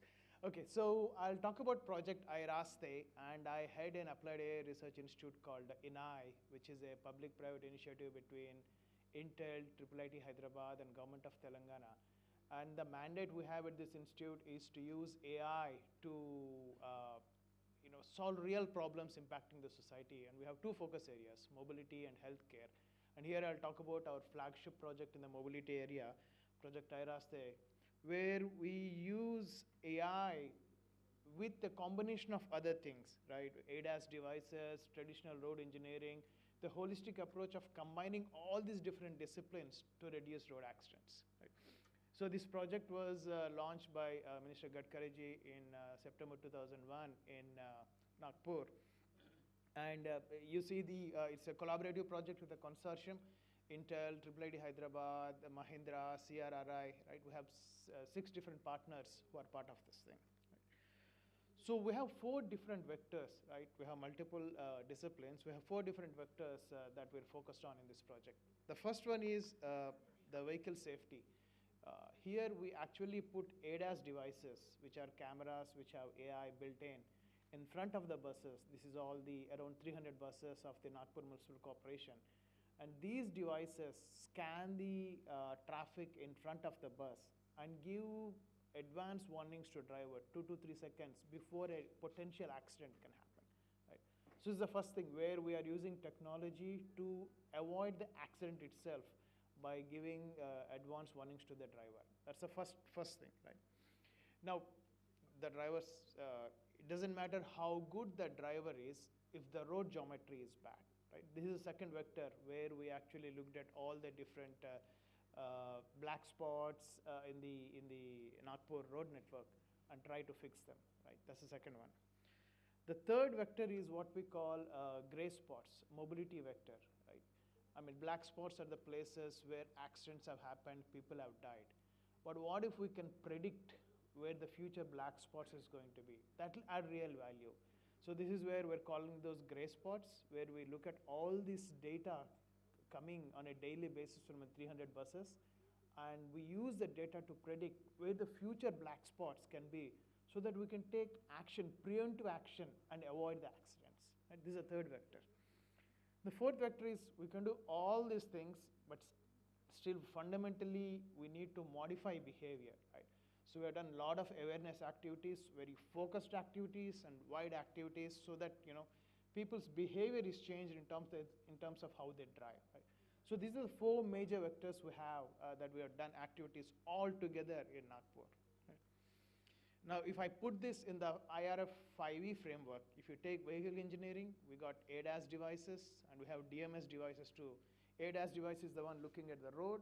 And DMS device is the device which is focused on the driver. Then engineering, we do DPRs for the black spots, done mostly by our partner CRRI.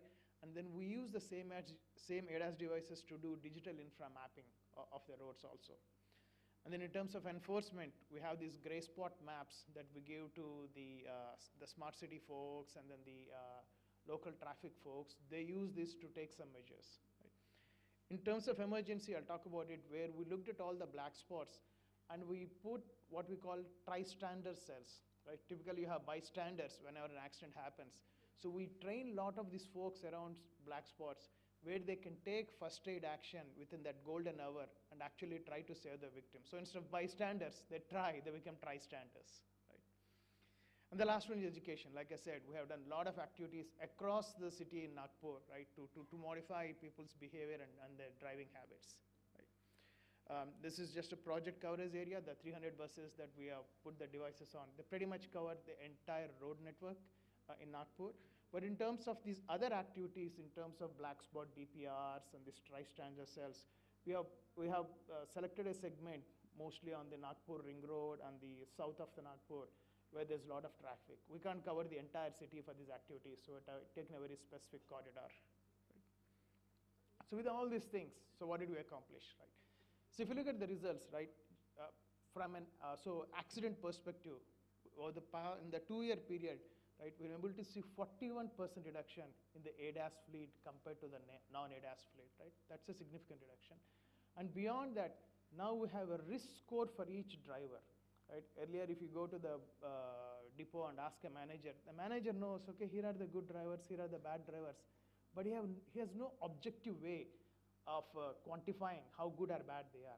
Now, based on these alerts, we have a score for each driver, so that over a period of time, we know whether a driver is getting better or getting worse, so that we give that feedback every month to the depot and they actually take measures, right, to improve the driver behavior. Right?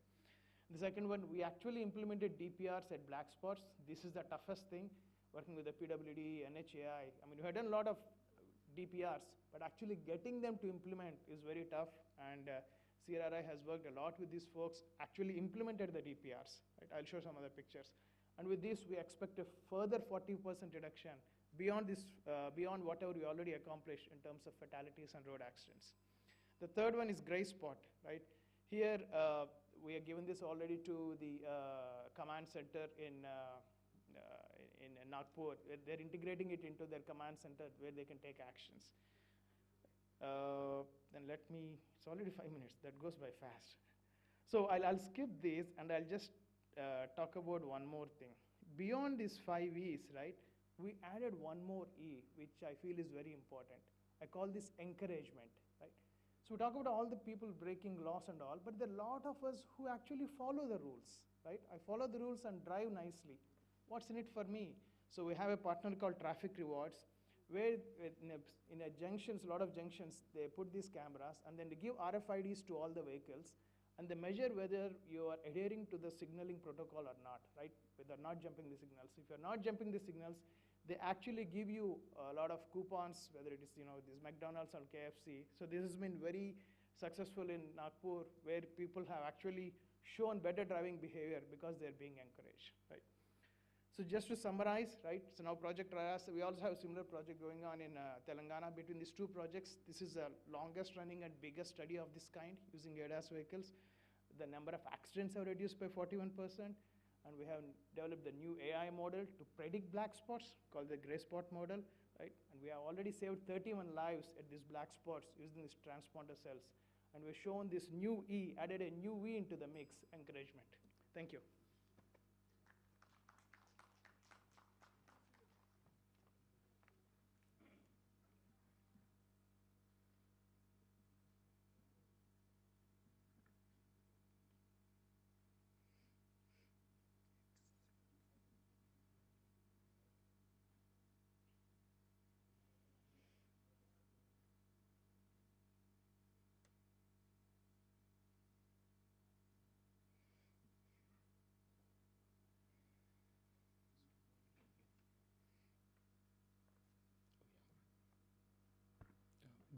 Good evening all. I am Dr. Venkat. I am coming from Tihan Technology Innovation Hub on Autonomous Navigation at IIT Hyderabad. So this is completely funded by the under National Mission of Interdisciplinary Cyber-Physical Systems under DST. So, so the first thing that once the DST has, we are part of this mission is we developed this test bed. So it's almost a 3 acres of campus.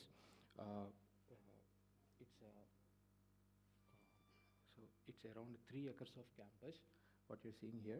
So it has multiple lane roads, sharp, soft turns, and it's a multi-radio test track. By multi-radio, I mean it's 5G enabled, it's connected vehicles technology enabled, and also kind of a geofence for drone testing enabled test track. So our main mandate is to come up with autonomous navigation technologies of various levels. So one of the one of the flagship technology that we developed is called driverless golf cart. So this is a suite of sensors are used here, 2 LiDARs, 1 camera, and a suite of ultrasonic sensors. So it performs automatic object detection, and it stops when by following the ISO standards. So it does the completely autonomously the navigation part. So we have deployed this technology in IIT Hyderabad campus for the past 6 to 7 months. We have traveled the campus student staff of around 1,000 members, and we covered almost like 4,000 kilometers so far.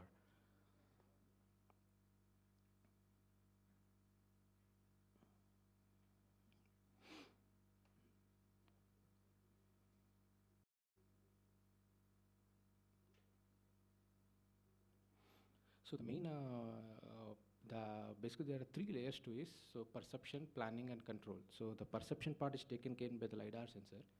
So the control part, that is the actuating the vehicle, so that requires the drive-by-wire. So we have developed the in-housely, we have developed the actuation mechanism for the vehicle.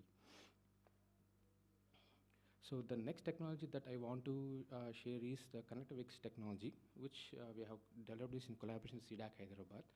So the roadside unit, onboard units, and the perception stack, the 3 layers to this technology. So for instance, like in order to say infrastructure to the vehicle communication, so as it says, there's an actual scenario and the live feed data analytics scenario and the car monitor display. So the data from the camera goes to an edge computing device. It does its job of analytics and says there is a prediction of person. So this is communicated to a roadside unit, which is on a which is on a pole. So that broadcasts this information to all the nearby cars which are carrying the onboard units, saying there is a pedestrian. So one use case that I can see right away is in that hilly terrain areas where there are a lot of blind spots. So with respect to another surveillance category, we also work with drone-based technologies. So one niche is aerostatic drones, where this completely works on the buoyancy principle-based static lift drone. So the main novelty here is it has a long endurance, and the control part of this aerostatic blimp is taken care by the propellers.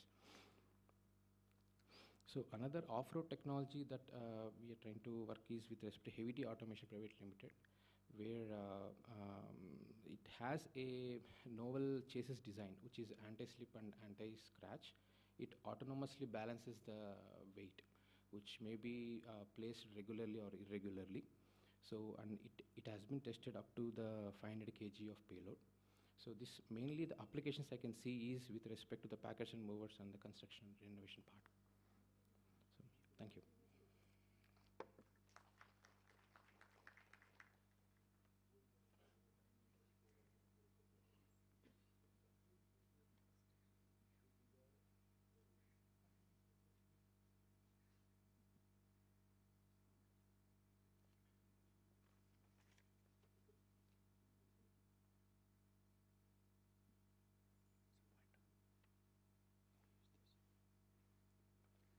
A very good evening.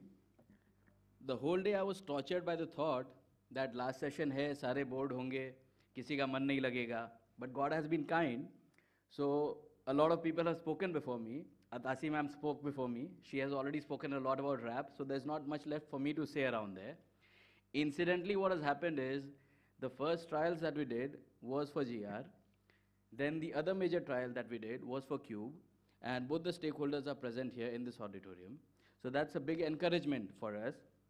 So I'll quickly go through why there is a need for EduPave. We've been talking about sustainability, sustainability, sustainability from all corners of the house. Now, when we talk about sustainability, what is happening is that material is being used, but the production of that material is not sustainable. So when we talk about RejuPave, we talk about a purely bio-oil-based rejuvenator, which is utilizing high RAP content, say up to 60% or 70%. So by doing that, one, we are not using any petroleum derivatives while creating it. Two, we are saving up on a lot of natural aggregate, which I think there is a consensus in the house that there is short supply and there is a future to preserve. We need to understand that there has to be something left behind so that the future generations can create something. Third, we are also saving up on the bitumen, which would be distilled from petroleum products again, saving up on the greenhouse gases, and saving up the environment that we would be doing in that way. So RejuPave is basically a patented technology for bituminous pavement recycling. So how is it different from the other rejuvenators available in the market? Primarily, all the rejuvenators being used in India are mostly being imported, or they are petroleum derivatives. RejuPave utilizes high RAP, which is unique. So we are talking about 60%, 70%, 80% RAP, while the other rejuvenators that have been used or are generally being used are limiting themselves up to 20, 25, maybe 30%. So that is where the big leap is, and the savings that we talk about. So primarily, whenever you talk about any new technology, rather than talking about the merits of the technology, the first question that the stakeholders, be it the concessionaires or the departments, ask is ki paisa kya bachega? What is the economic benefit? So when we talk about RejuPave with high RAP, at around 60%, we have seen substantial savings of around 40 to 45, maybe 50%, which there was a slide previously. So RejuPave technology, I've already talked about these things. So why recycle? To conserve the diminishing road construction material, I've already spoken, maintain road levels. So what happens is कि हमारे घर, मकान, दुकान, गोदाम सारे एक समय पे ऊंचे हुआ करते थे रोड से. रोड पे सक्सेसिव ओवरलेस देते देते ये स्थिति आ गई कि सारे हमारे नीचे हो गए, रोड ऊपर हो गए. बारिश हो, पानी हो, कुछ भी हो, there is a flood, there is an inundation, which leads to natural issue of day-to-day operation, day-to-day inhabiting. So that is one major issue that we are addressing here. Asphalt, so how do we reclaim? Basically, milling is done, milled material is screened for different sizes. उसके बाद उसको wrap bins में डालते हैं, and then depending upon the kind of design that has been created, the mix is carried out and the recycling process is done. So all this I'm not going through because this has already been covered previously and there's a shortage of time. So it has already been covered that it's environment friendly and everything. So I'd just like to show you this short video where we have utilized RejuPave as per the regular convention. Construction or substance validates its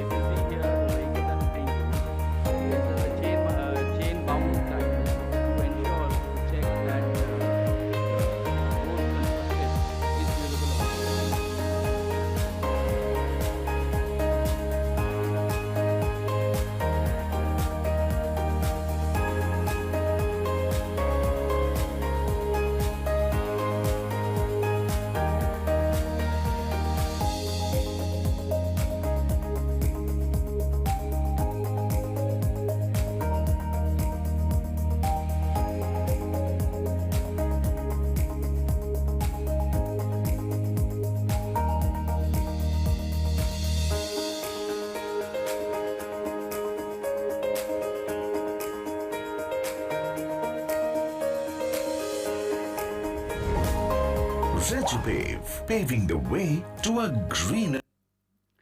So the only thing that I would like to say to conclude is that we need to talk about sustainability, not at a price, but at the point where it is important for the future generations, where it is important on our conscience, and where we need to take it forward as per our needs, not as per the needs of the economic benefits. Thank you.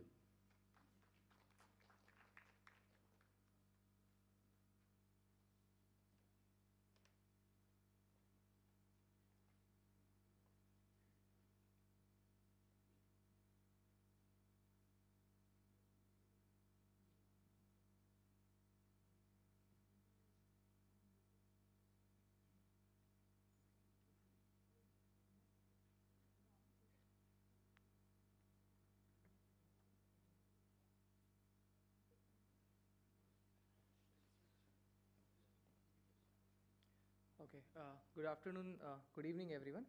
So first of all, I thank IRF for giving me an opportunity to present this work in this session. So my topic is on use of sugarcane molasses for production of biobitumen. And in the next 5 minutes approximately, I'll try to explain that why this work was initiated by our group. Then how we started, what is the basic innovation we are looking at, and then the laboratory and field results which we have obtained so far, and how we try to aim to scale up this technology in the near future. So people have already spoken about the depleting resources, especially bitumen, and it was mentioned in the last session that it's not 35% as you see in this slide, but probably more than 50% now which we are importing. Now this heavy demand and then there are fluctuating prices of the oil, so this promotes researchers like us to look for alternative technology to replace the renewable materials. Now one of the promising technology when we talk about replacement of bitumen is use of biobinders.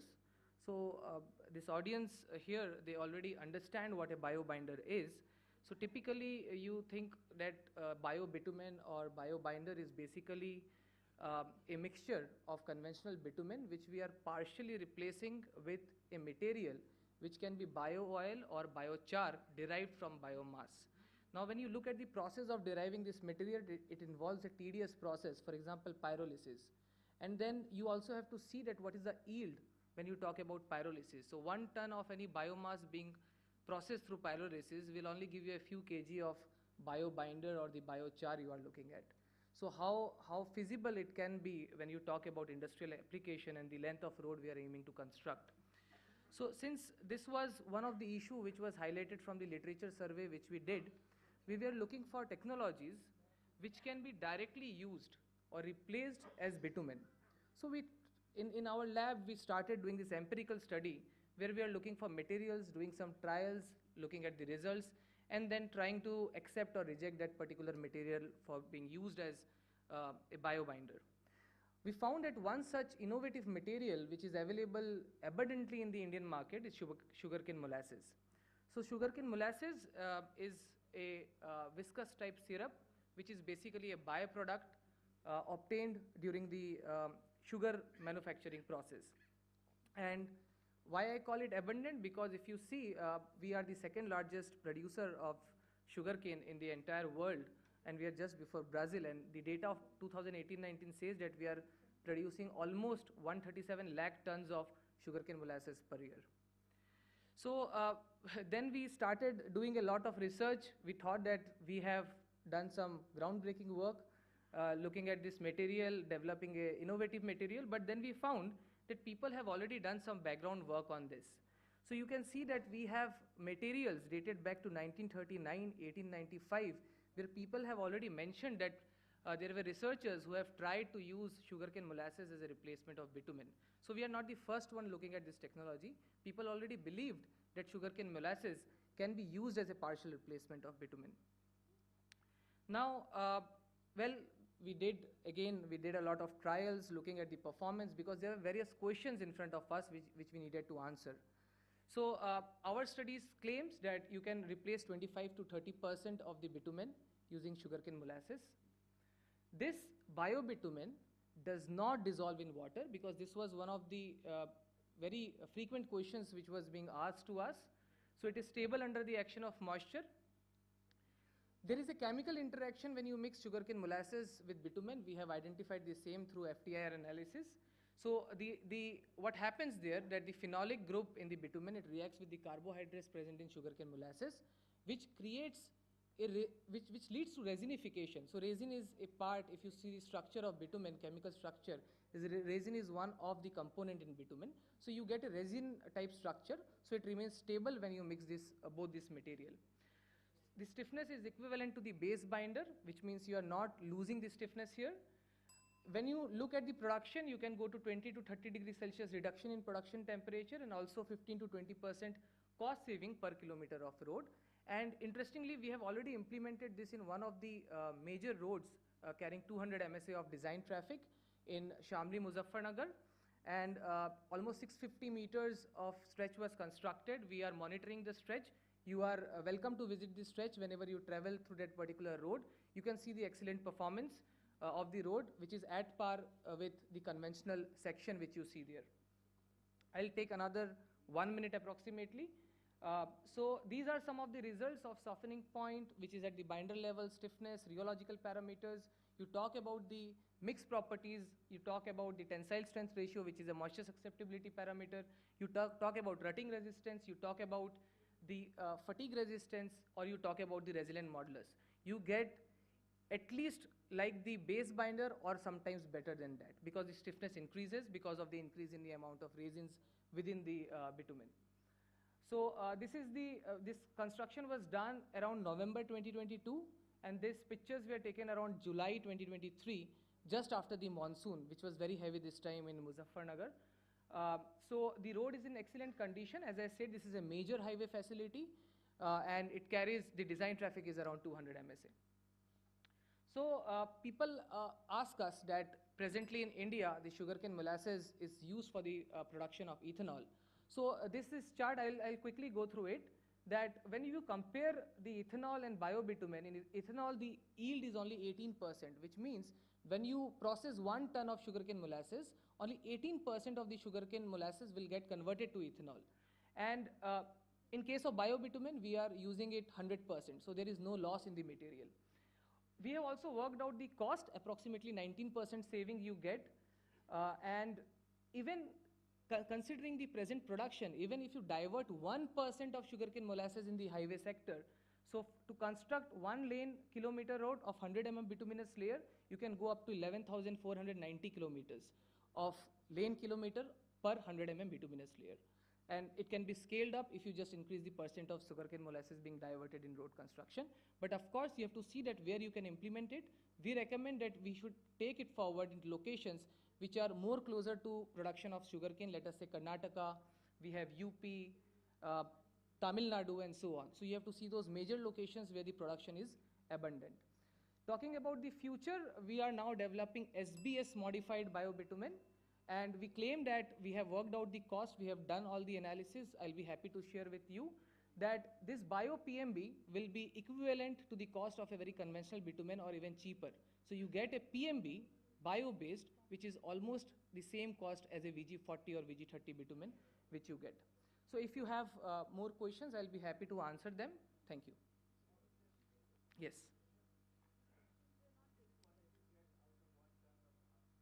Quantity of what?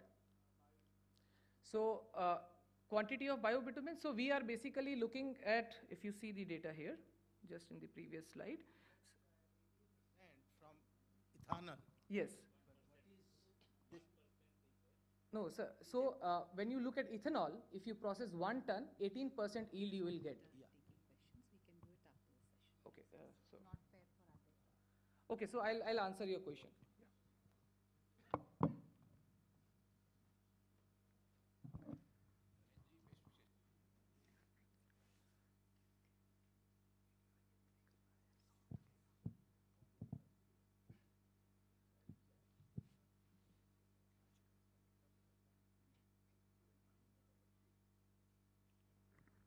So, Namaskar everyone. I'm here to tell about bamboo crash barrier. So I have a short video. Please, sir. कि आप इस पर research करो। अगर हो गया तो jute या कॉयर की रोप और हमारा ये बाम्बू और कंक्रीट में बिठाकर मैं पूरा इसका क्रैश बैरियर में कन्वर्शन करूंगा।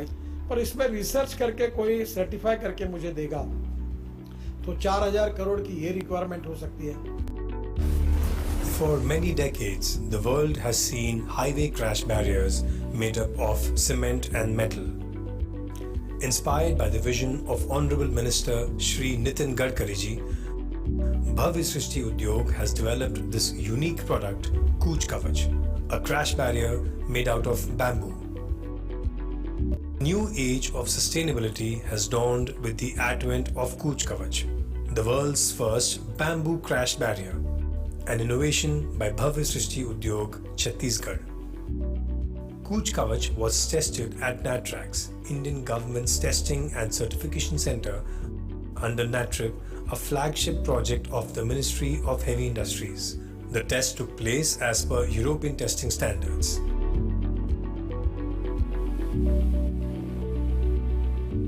Test 1. A 900 kg light vehicle with a speed of 100 km per hour was to hit the crash barrier at a 20-degree angle. Test 2. A 10,000 kg heavy vehicle with a speed of 70 km per hour, which is to hit the crash barrier at a 15-degree angle.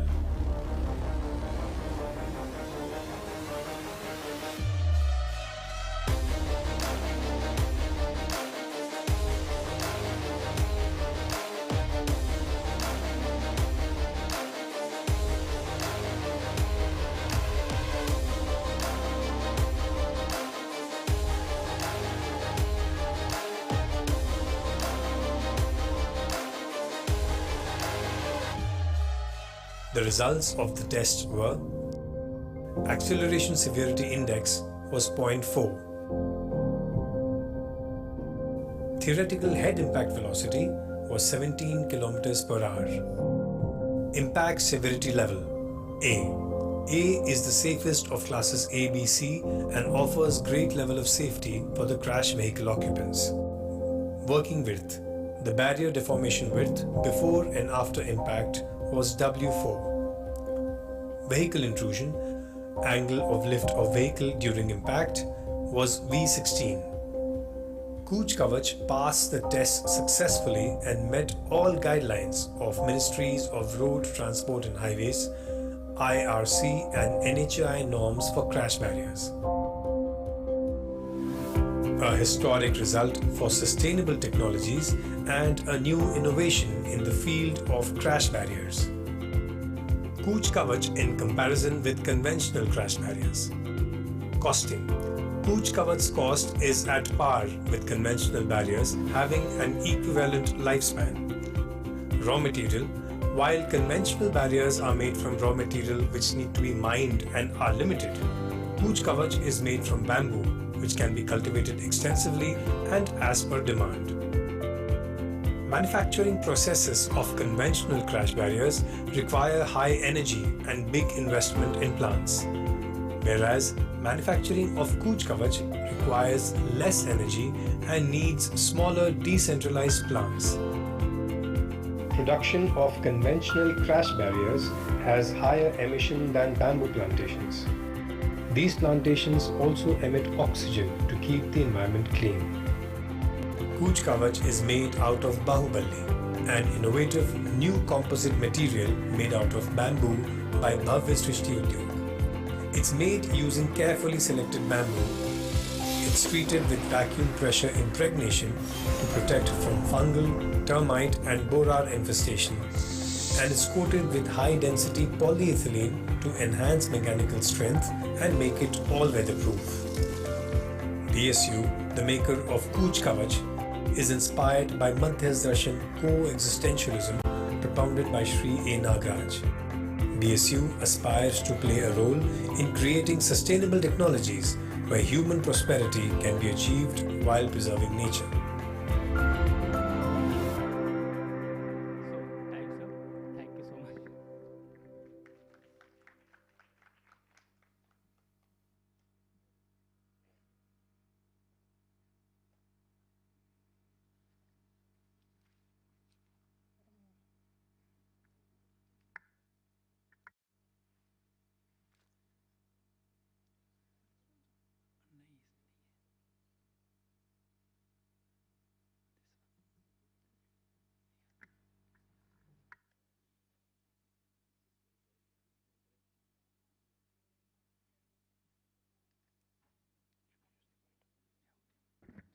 Jai Hind, everyone. I'm going to speak about a technology which was developed with the support of Department of Science and Technology. This is primarily the photonic system.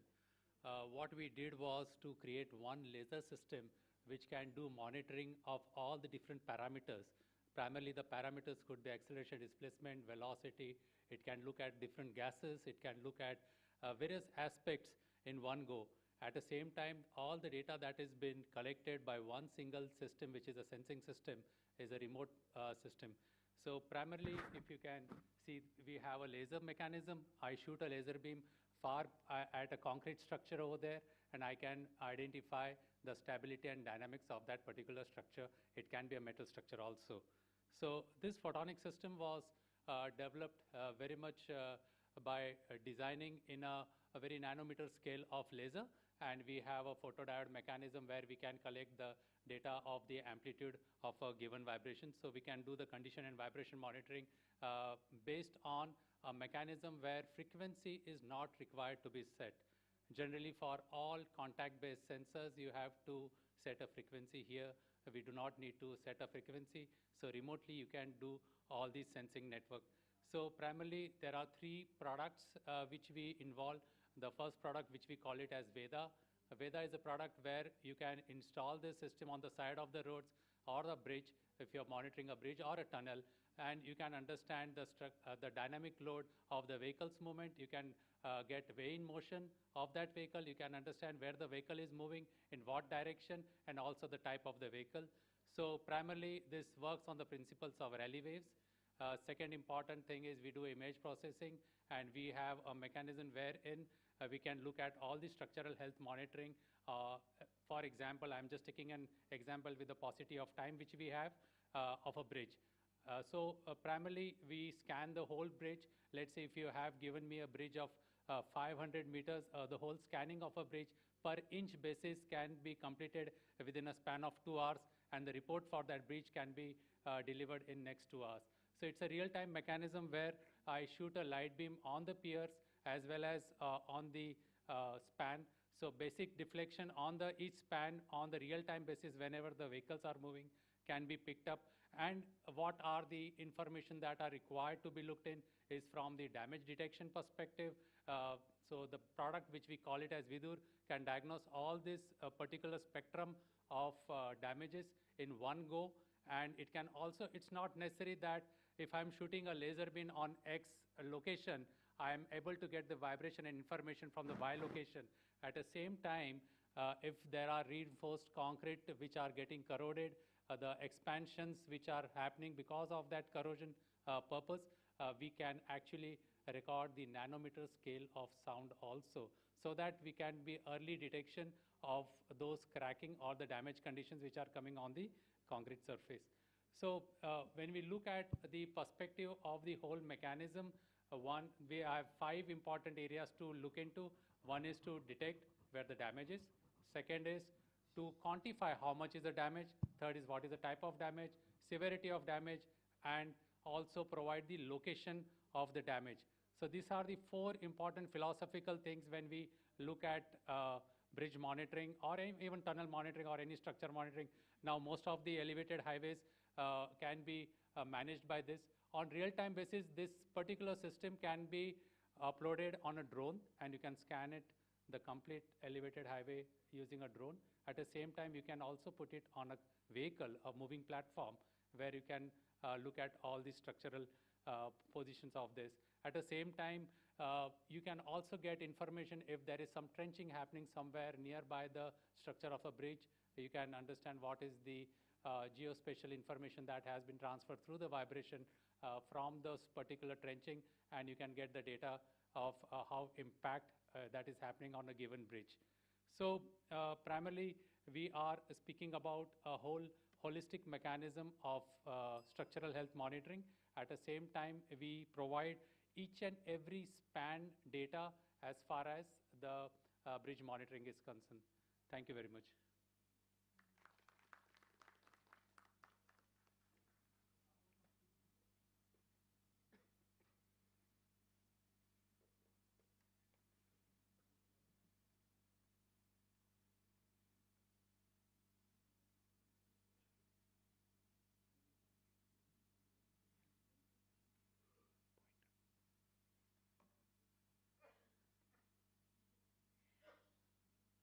Namaskar.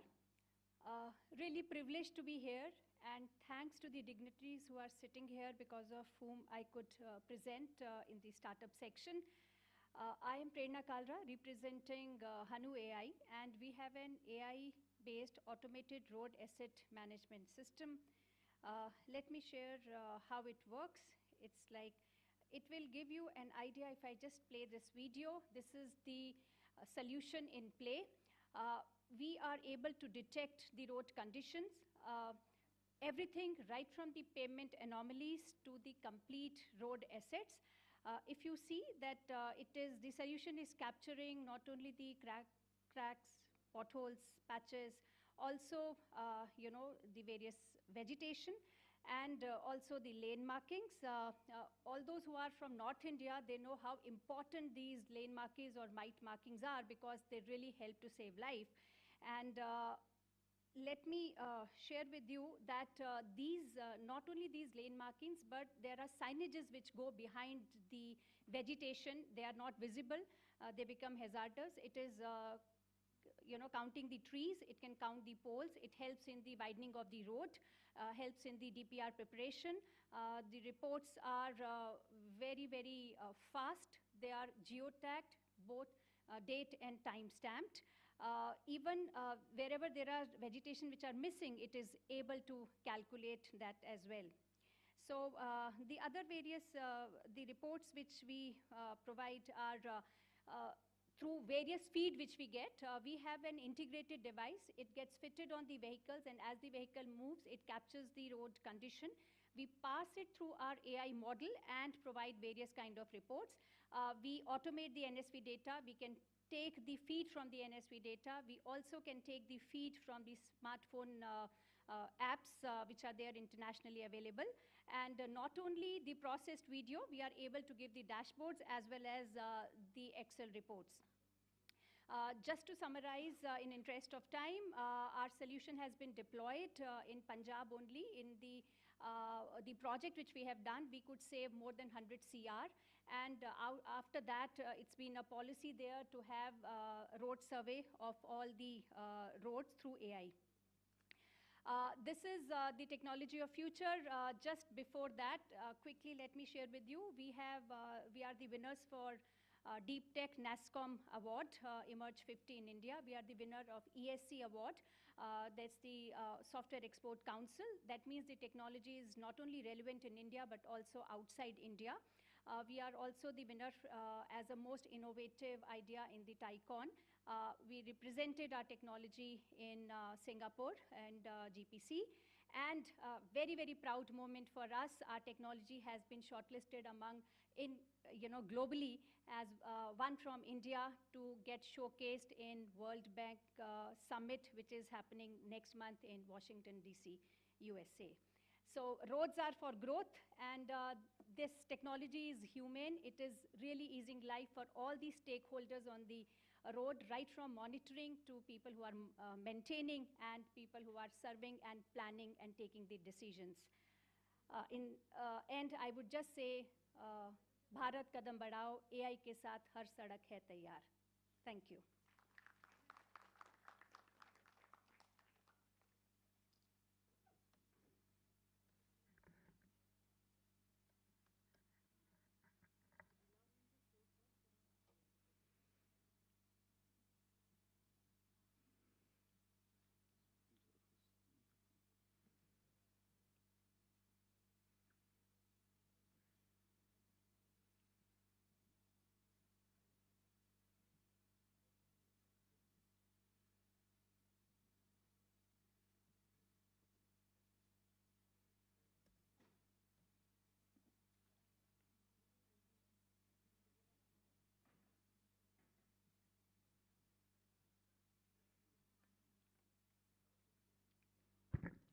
Good evening, everyone.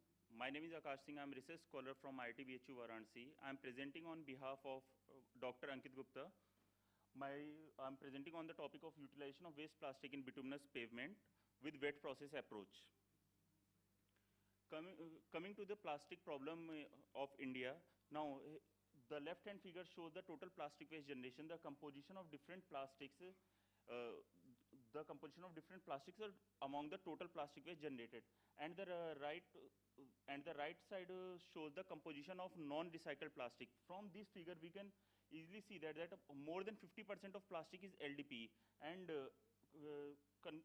LDPE and HDPE comprises of around 80% of the plastic. The primary reason for the non-recyclability of LDPE is because most of these are single-use plastics and they do not hold any significant value after recycling. So the only way to get rid of them is to dispose them. Now, disposing them with the conventional method like landfilling and incineration is not sufficient.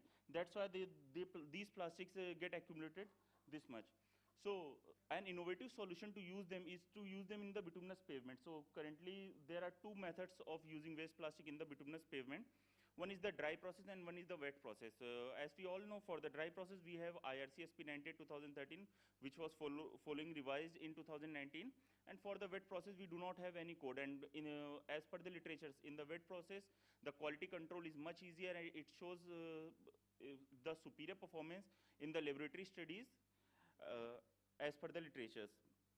So in our study, we are basically addressing the source susceptibility of the plastics in the wet process approach. For this, we are using the LDP from 4 different sources, HDP again from 4 different sources.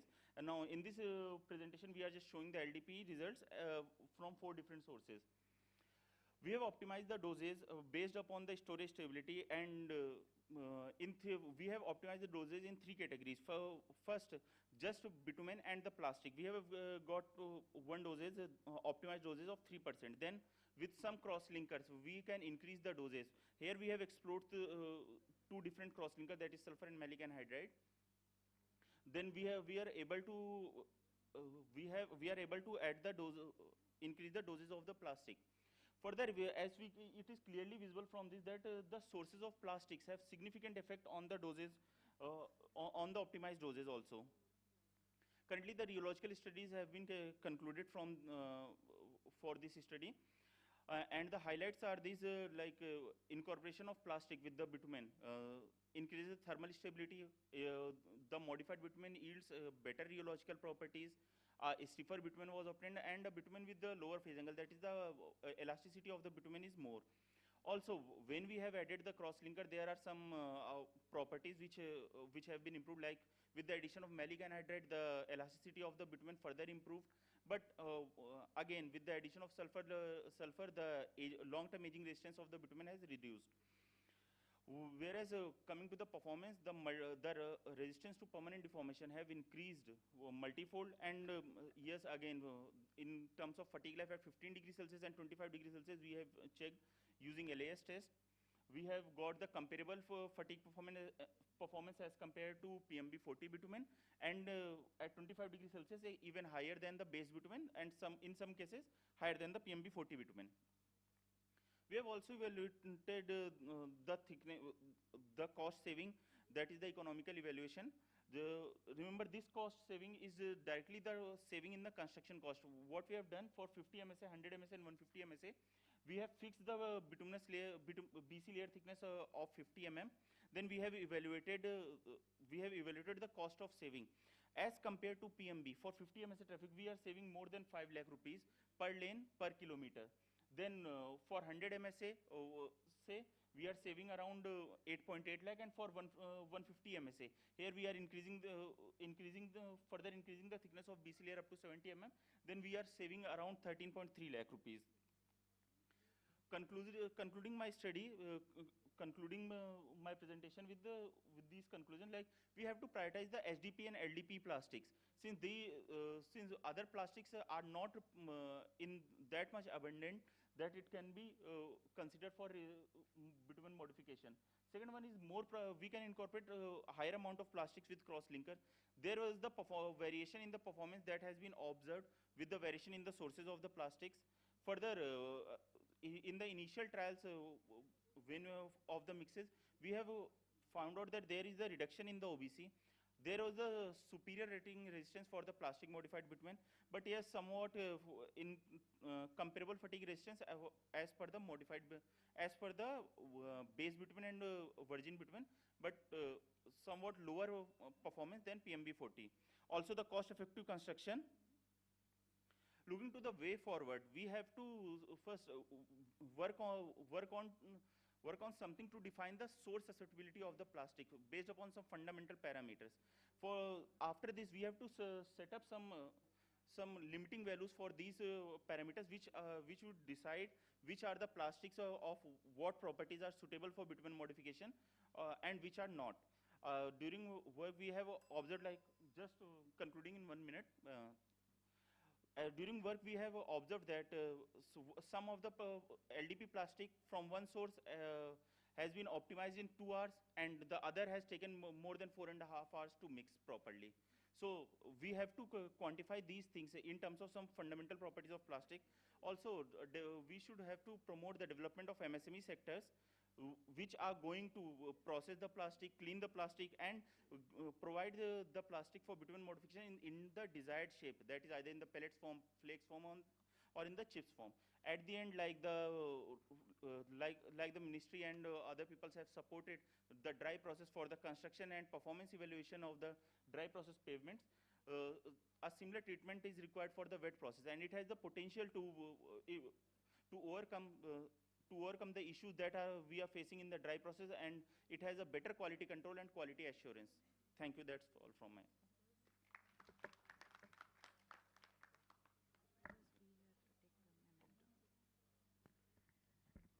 Ladies and gentlemen, with that, we conclude the last but not least session which we had with our startups. And let's have a big round of applause for them. May I now request Shri K.K. Kapilaji to please come and do the honors and present the mementos to all our speakers. May I request Mr. Konala Verma to please come forward.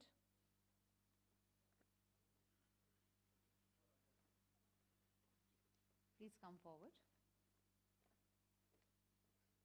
Kapilaji, it is an honor for our startups to receive the memento from you.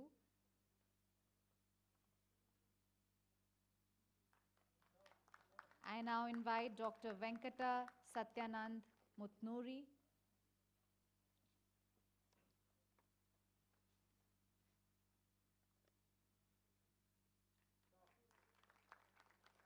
Mr. Chaman Tulsian,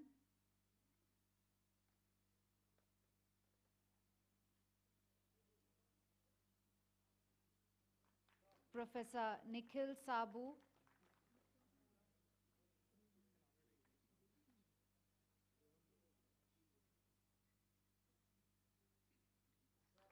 Mr. Ganesh Verma,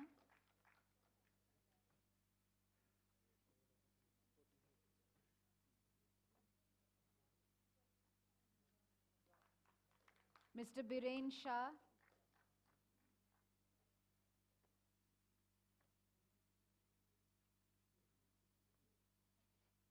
Ms. Prerna Kalra,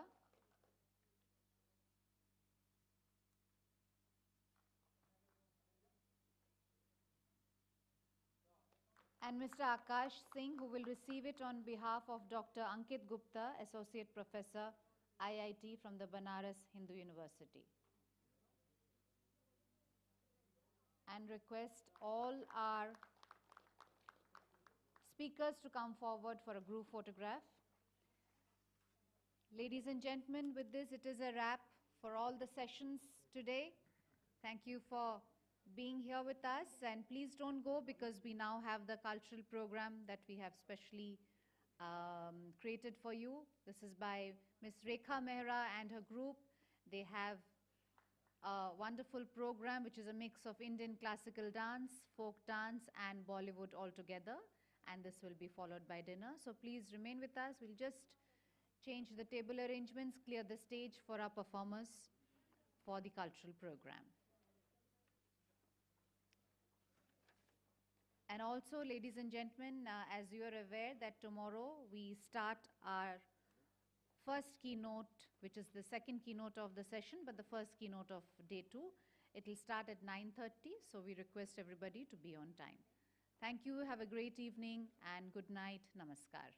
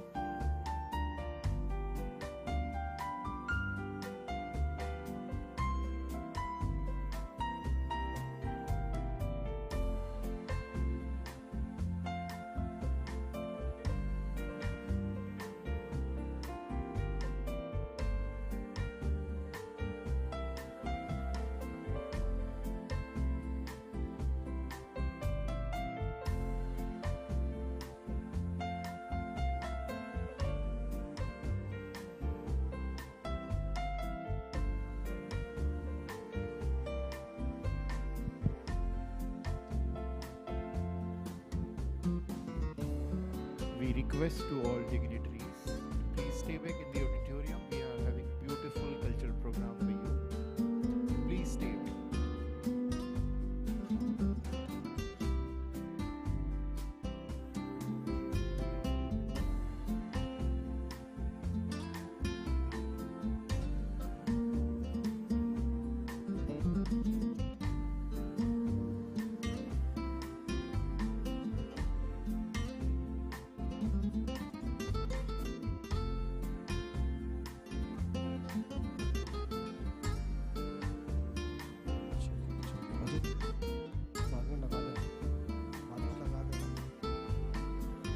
monitor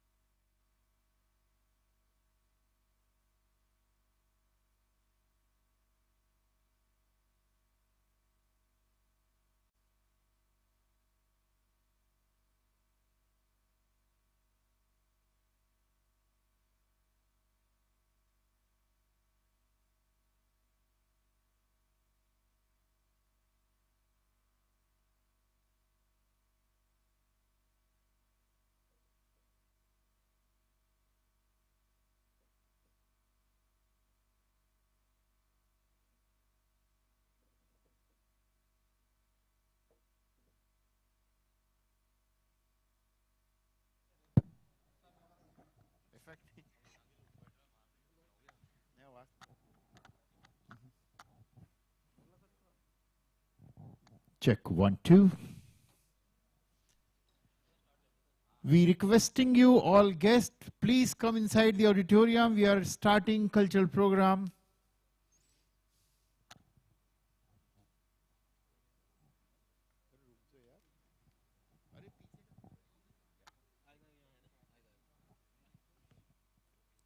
We request to all guests, please join us for the cultural program presentation.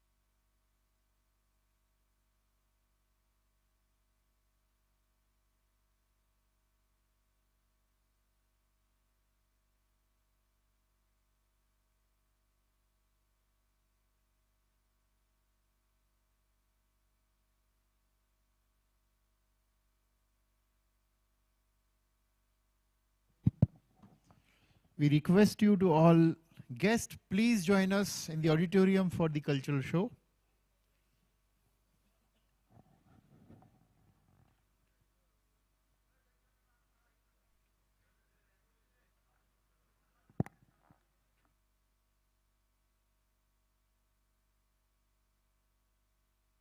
Karwaan mobile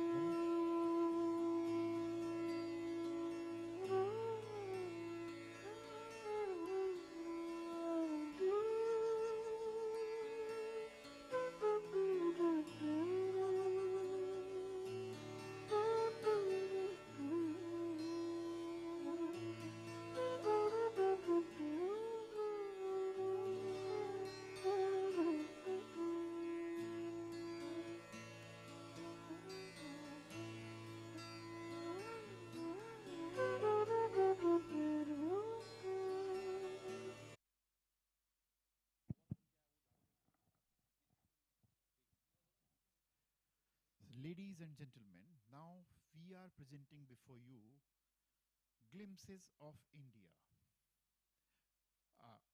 Glimpses of India, amalgamation of multicultural dances like Kathak, Odissi, Bharatanatyam, Chhau, and many other folk dances.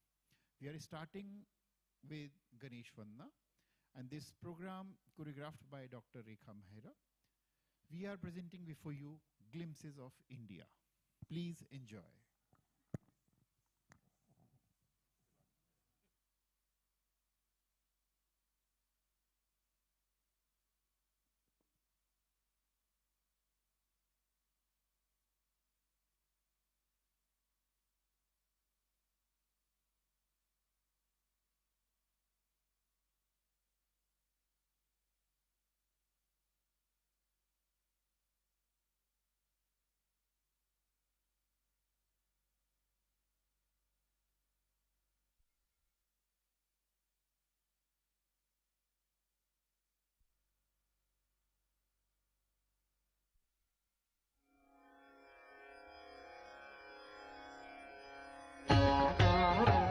श्रीगणेशाय नमः। नारद उवाच प्रणम्य शिरसा देवं गौरीपुत्रं विनायकं भक्तावासं स्मरे नित्यम् आयुः कामार्थसिद्धये। प्रणम्य शिरसा देवं गौरीपुत्रं विनायकं भक्तावासं स्मरे नित्यम् आयुः कामार्थसिद्धये।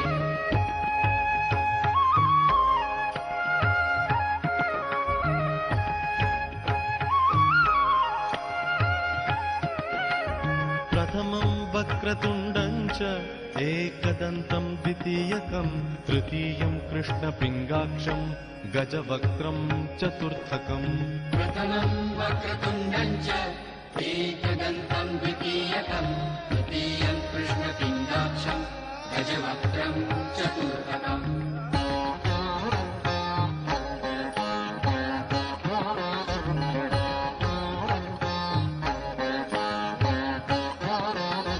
लम्बोदरं पञ्चमं च षष्ठं विकटमेव च सप्तमं विघ्नराजं च धूम्रवर्णं तथाष्टमम्। लम्बोदरं पञ्चमं च षष्ठं विकटमेव च सप्तमं विघ्नराजं च धूम्रवर्णं तथाष्टमम्।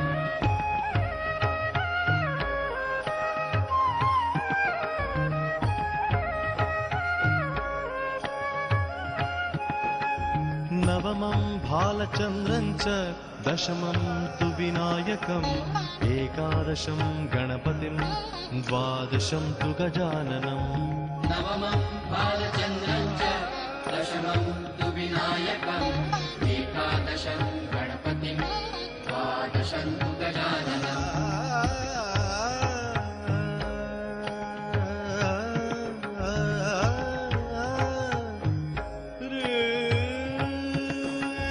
द्वादशैतानि नामानि त्रिसन्ध्यं यः पठेन्नरः न च विघ्नभयं तस्य सर्वसिद्धिकरं परम्। द्वादशैतानि नामानि त्रिसन्ध्यं यः पठेन्नरः न च विघ्नभयं तस्य सर्वसिद्धिकरं परम्।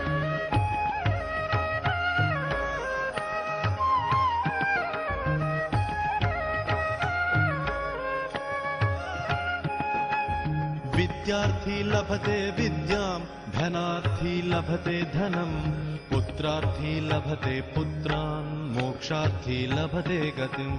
विद्यार्थी लभते विद्यां धनार्थी लभते धनं पुत्रार्थी लभते पुत्रान् मोक्षार्थी लभते गतिम्।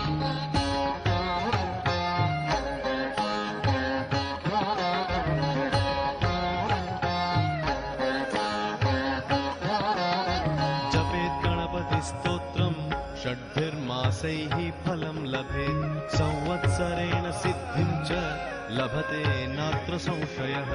जपेत् गणपति स्तोत्रं षड्भिर्मासैः फलं लभेत् संवत्सरेण सिद्धिं च लभते नात्र संशयः।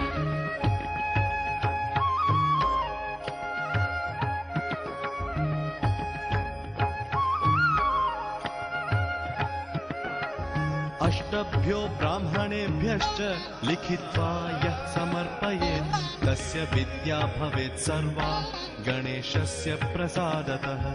अष्टभ्यो ब्राह्मणेभ्यश्च लिखित्वा यः समर्पयेत् तस्य विद्या भवेत् सर्वा गणेशस्य प्रसादतः।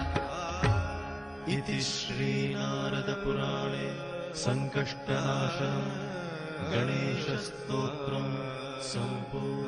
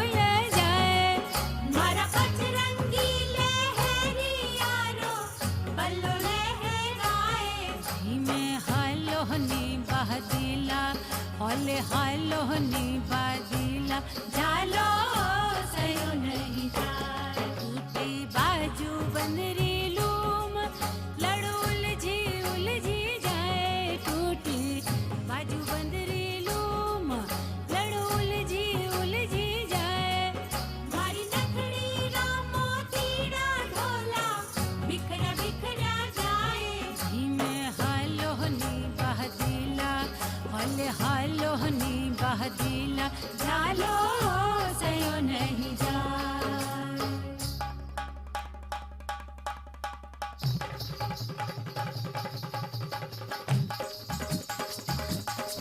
हिमे हालो नी बहदीला बोले हालो नी बहदीला झालो सयो नहीं जाए झालो सयो नहीं जाए झालो सयो नहीं जाए झालो सयो नहीं जाए झालो सयो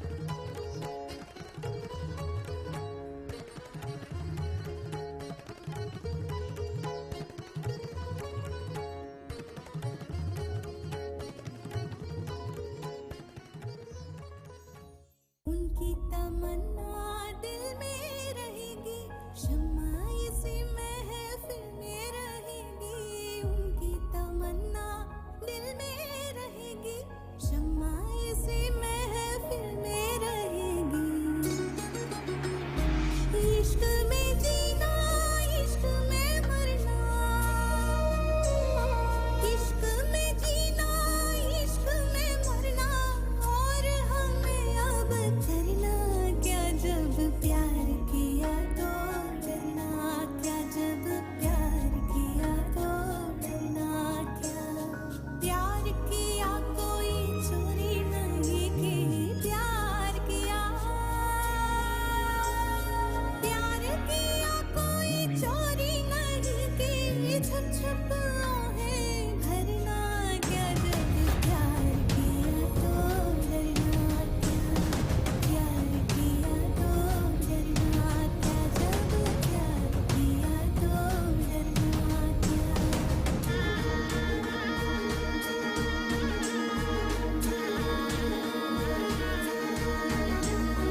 आज कहेंगे दिल का फसाना, जान भी ले ले चाहे जमाना।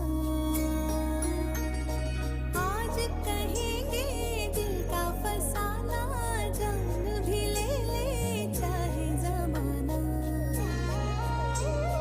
मौत वही जो दुनिया देखे,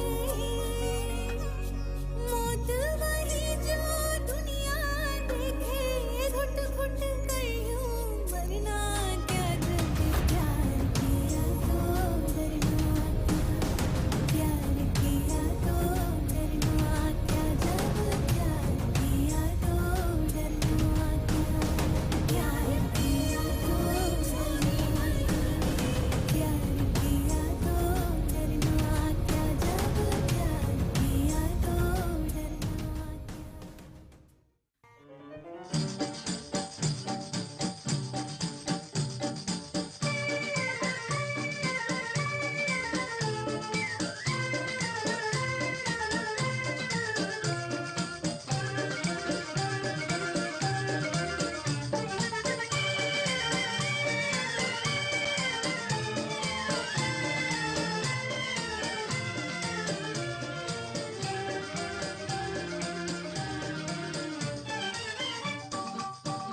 मेरा जूता है जापानी ये पतलून इंग्लिस्तानी, सर पे लाल टोपी रूसी फिर भी दिल है हिंदुस्तानी। मेरा जूता है जापानी ये पतलून इंग्लिस्तानी, सर पे लाल टोपी रूसी फिर भी दिल है हिंदुस्तानी। मेरा जूता है जापानी।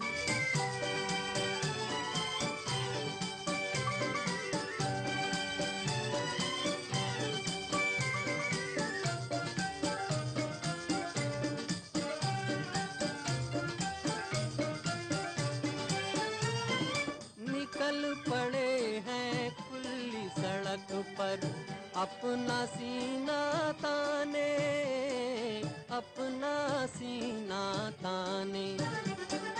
मंजिल कहाँ कहाँ रुकना है ऊपर वाला जाने।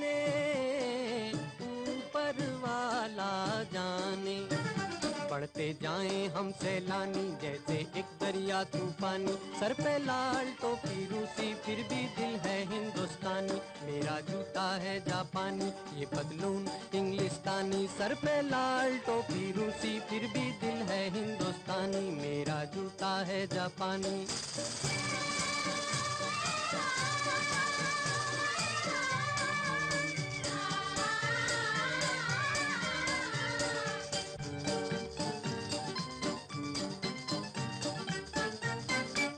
मुड़ मुड़ के ना देख मेरी जान, मुड़ मुड़ के ना देख।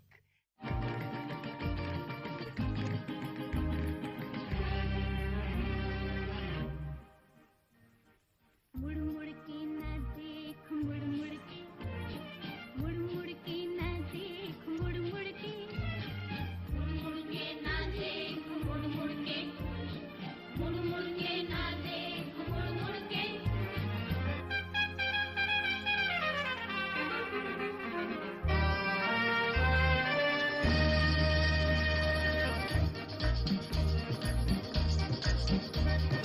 मुड़ मुड़ के ना देख, मुड़ मुड़ के, मुड़ मुड़ के ना देख, मुड़ मुड़ के, मुड़ मुड़ के ना देख, मुड़ मुड़ के, मुड़ मुड़ के ना देख, मुड़ मुड़ के। जिंदगानी के सफर में तू अकेला ही नहीं है, हम भी तेरे हम सफर है।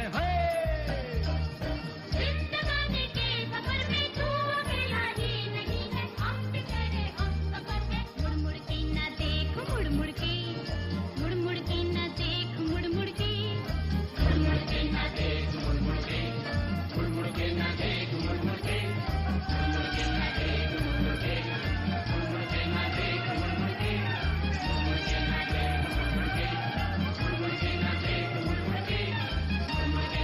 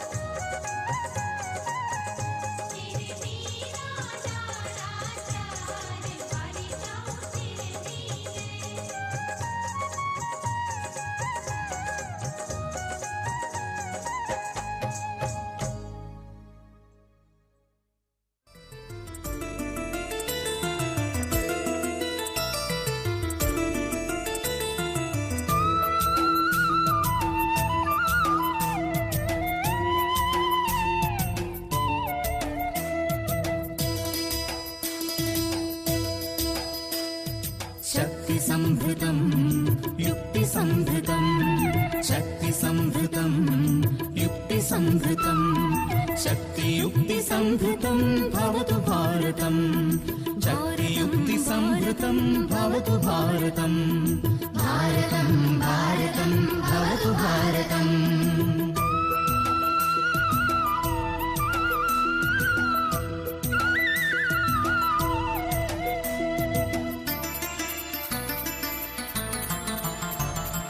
शस्त्रधारकं शास्त्रधारकं शस्त्रधारकं शास्त्रधारकं शस्त्रशास्त्रधारकं भवतु भारतम् शस्त्रशास्त्रधारकं भवतु भारतम् भारतं भारतं भवतु भारतम्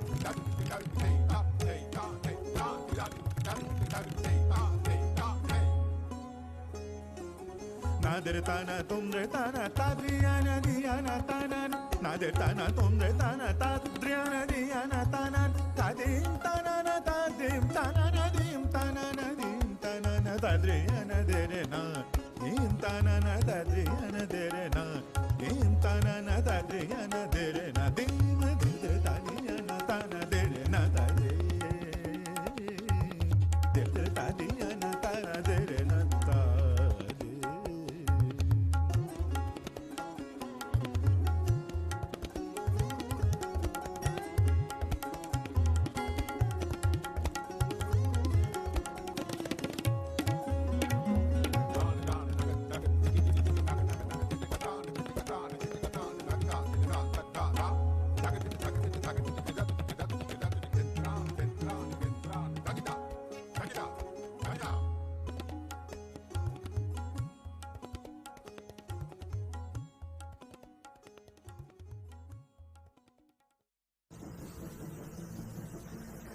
जिनके सर हो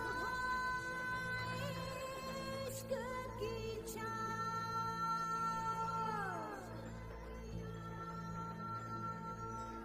पाँव के नीचे जन्नत होगी जिनके सर हो इश्क की छाँव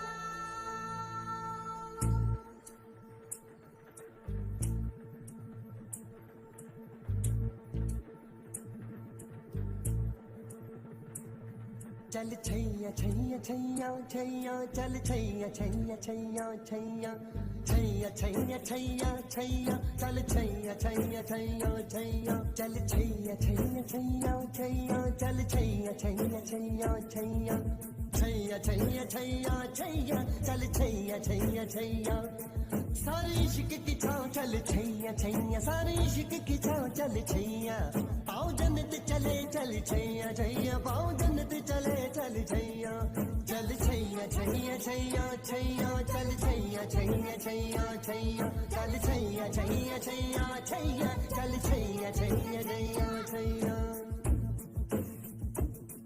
वो यार है जो खुशबू की तरह जिसकी जुबान उर्दू की तरह मेरी शाम रात मेरी कायनात वो यार मेरा सैया सैया चल छैया छैया छैया छैया चल छैया छैया छैया छैया चल छैया छैया छैया छैया चल छैया छैया छैया छैया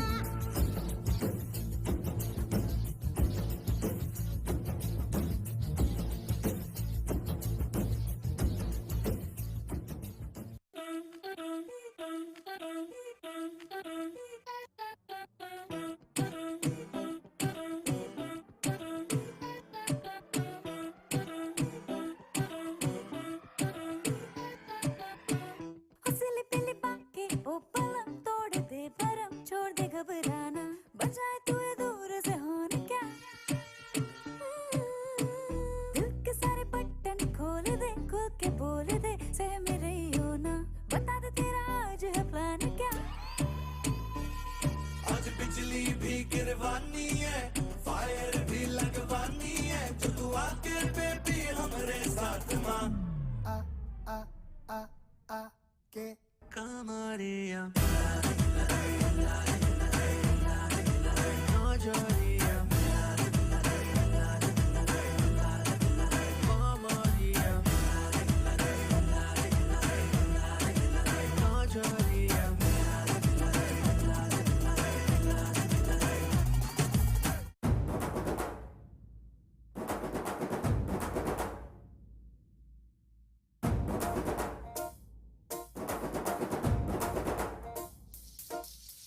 बैल जैसे धूल उड़ा के सींग उठा के तुम भी नाचो, बाजे जम के ताल ढोल बेटा राजू उड़ के नाचो। हीरो से भी तेज कोई कर सके जो बेद नाचो, अस्तबल में घोड़े जैसे भाग डोर छोड़ नाचो। मिट्टी जोता रोट मोटा मिर्चा खा के ऐसे नाचो। हाँ जा छोरे हाँ जा गोरे हाँ जा छोरे नाचो नाचो नाचो नाचो नाचो नाचो वीर नाचो नाचो नाचो नाचो नाचो नाचो नाचो यार नाचो नाचो नाचो नाचो कच्ची कैरी जैसा खट्टा नाचो नाचो नाचो नाचो बिच्छू काटा लागे ऐसा नाचो।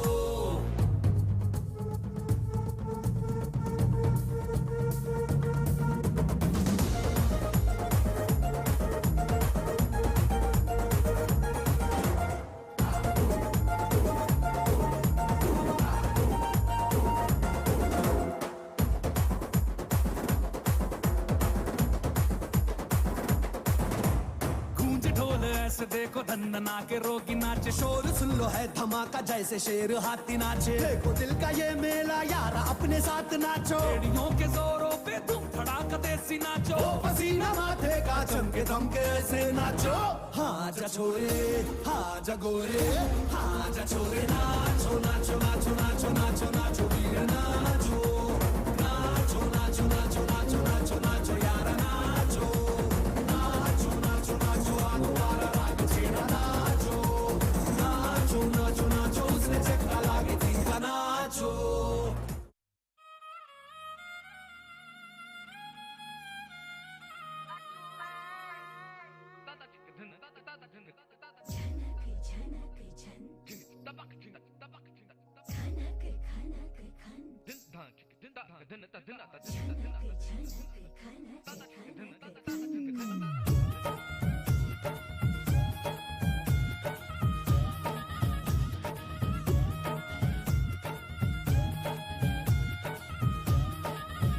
मेरा झुमका उठा के लाया यार वे, जो गिरा था बरेली के बाजार में।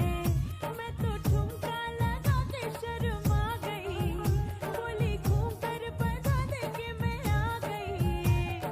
मुझको लौटा के नाच ले, आजा नाच ले मेरी यार तू नाच ले, झनक झनक झनकार हो नाच ले मेरे यार तू नाच ले, अब तो लौटा है बाजार।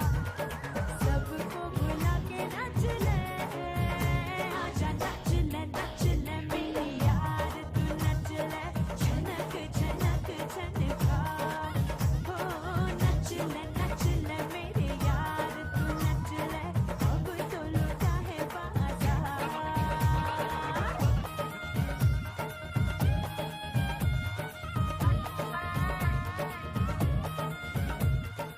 अरे खारવો ખલાસી તો ઈ કહેવાય કે જે ફણીધર નાગ જેવા દરિયાની સામે ઉતરે અને ઉતરવું પડે કારણ કે કિનારે તો ખાલી પડે નાની નાની બગલીને નાના એવા સપનાની રેત વાળી ડગલીને તોફાનો તરાપ મારે હાલે સાવ આપી જાય તોય જેની હિંમત અને આમ નહીં આપે એવો ખારવો ખલાસી એવો હાડનો પ્રવાસી એવો ખારવો ખલાસી એવો હાડનો પ્રવાસી ગોતી લો ગોતી લો ગોતી લો ગોતી લો ગોતી લો પોતાના જ દરિયામાં પોતાની જ ડૂબકીથી જાતનું અમૂલ મોતી લો એ પથ્થી જે મજામાં ખાલી વાવટા ધજામાં એવો હાડનો પ્રવાસી ગોતી લો એવું કોણ છે ખલાસી મને ઓકે ભૈયા કોણ છે પ્રવાસી મને હાય હાય હૈયા કોણ છે ખલાસી મને લઈ જા નૈયા એવું કોણ છે ખલાસી મને ઓકે ભૈયા કોણ છે પ્રવાસી મને હાય હાય હૈયા કોણ છે ખલાસી મને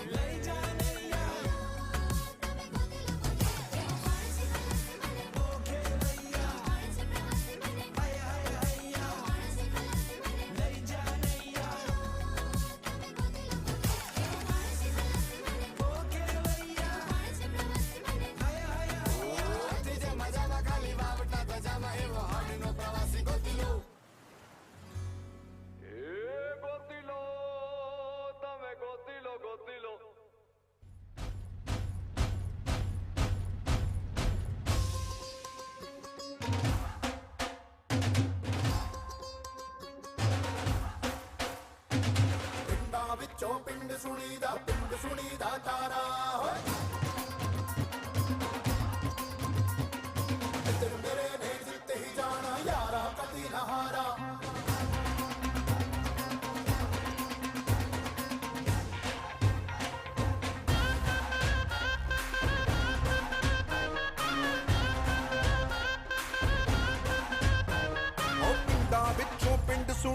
ਪਿੰਡ ਸੁਣੀਦਾ ਤਾਰਾ ਓਏ ਪਿੰਡਾਂ ਵਿੱਚੋਂ ਪਿੰਡ ਸੁਣੀਦਾ ਤਾਰਾ ਓਏ ਮਿੱਤਰ ਮੇਰੇ ਨੇ ਜਿੱਤ ਹੀ ਜਾਣਾ ਓ ਮਿੱਤਰ ਮੇਰੇ ਨੇ ਜਿੱਤ ਹੀ ਜਾਣਾ ਯਾਰਾ ਕਦੇ ਨਾ ਹਾਰਾ ਓ ਮਿੱਤਰ ਮੇਰੇ ਨੇ ਜਿੱਤ ਹੀ ਜਾਣਾ ਯਾਰਾ ਕਦੇ ਨਾ ਹਾਰਾ ਡਾਂਸ ਕਰਦਾ ਏ ਜਿਵੇਂ ਟਿਮ ਟਿਮ ਕਰਦਾ ਤਾਰਾ ਡਾਂਸ ਕਰਦਾ ਏ ਜਿਵੇਂ ਟਿਮ ਟਿਮ ਕਰਦਾ ਤਾਰਾ ਡਾਂਸ ਕਰਦਾ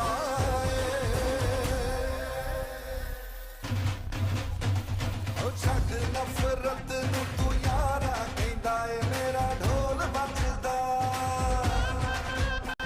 ਉਹ ਪਿਆਰ ਹੀ ਤਾਂ ਸਭ ਦਾ ਸਹਾਰਾ ਕਹਿੰਦਾ ਏ ਮੇਰਾ ਢੋਲ ਵੱਜਦਾ प्यार तू सबनू कर लेना हाथ बढ़ा के फड़ लेना गले से लगा ले दोबारा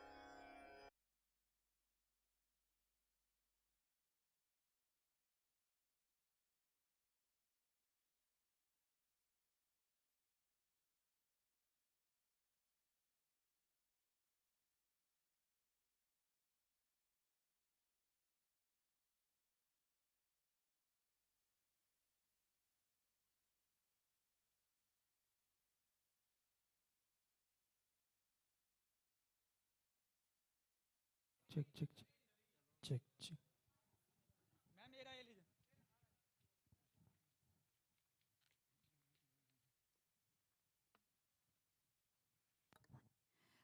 आर्टिस्ट प्लीज एक बार स्टेज पे आ जाइए सब लोग प्लीज आर्टिस्ट सब एक बार स्टेज पे आ जाइए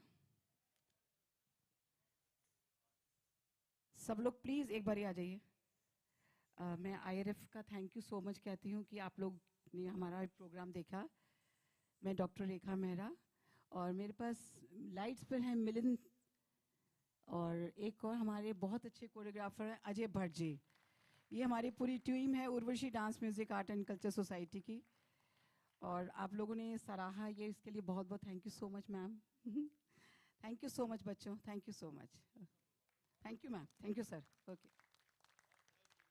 थैंक यू सो मच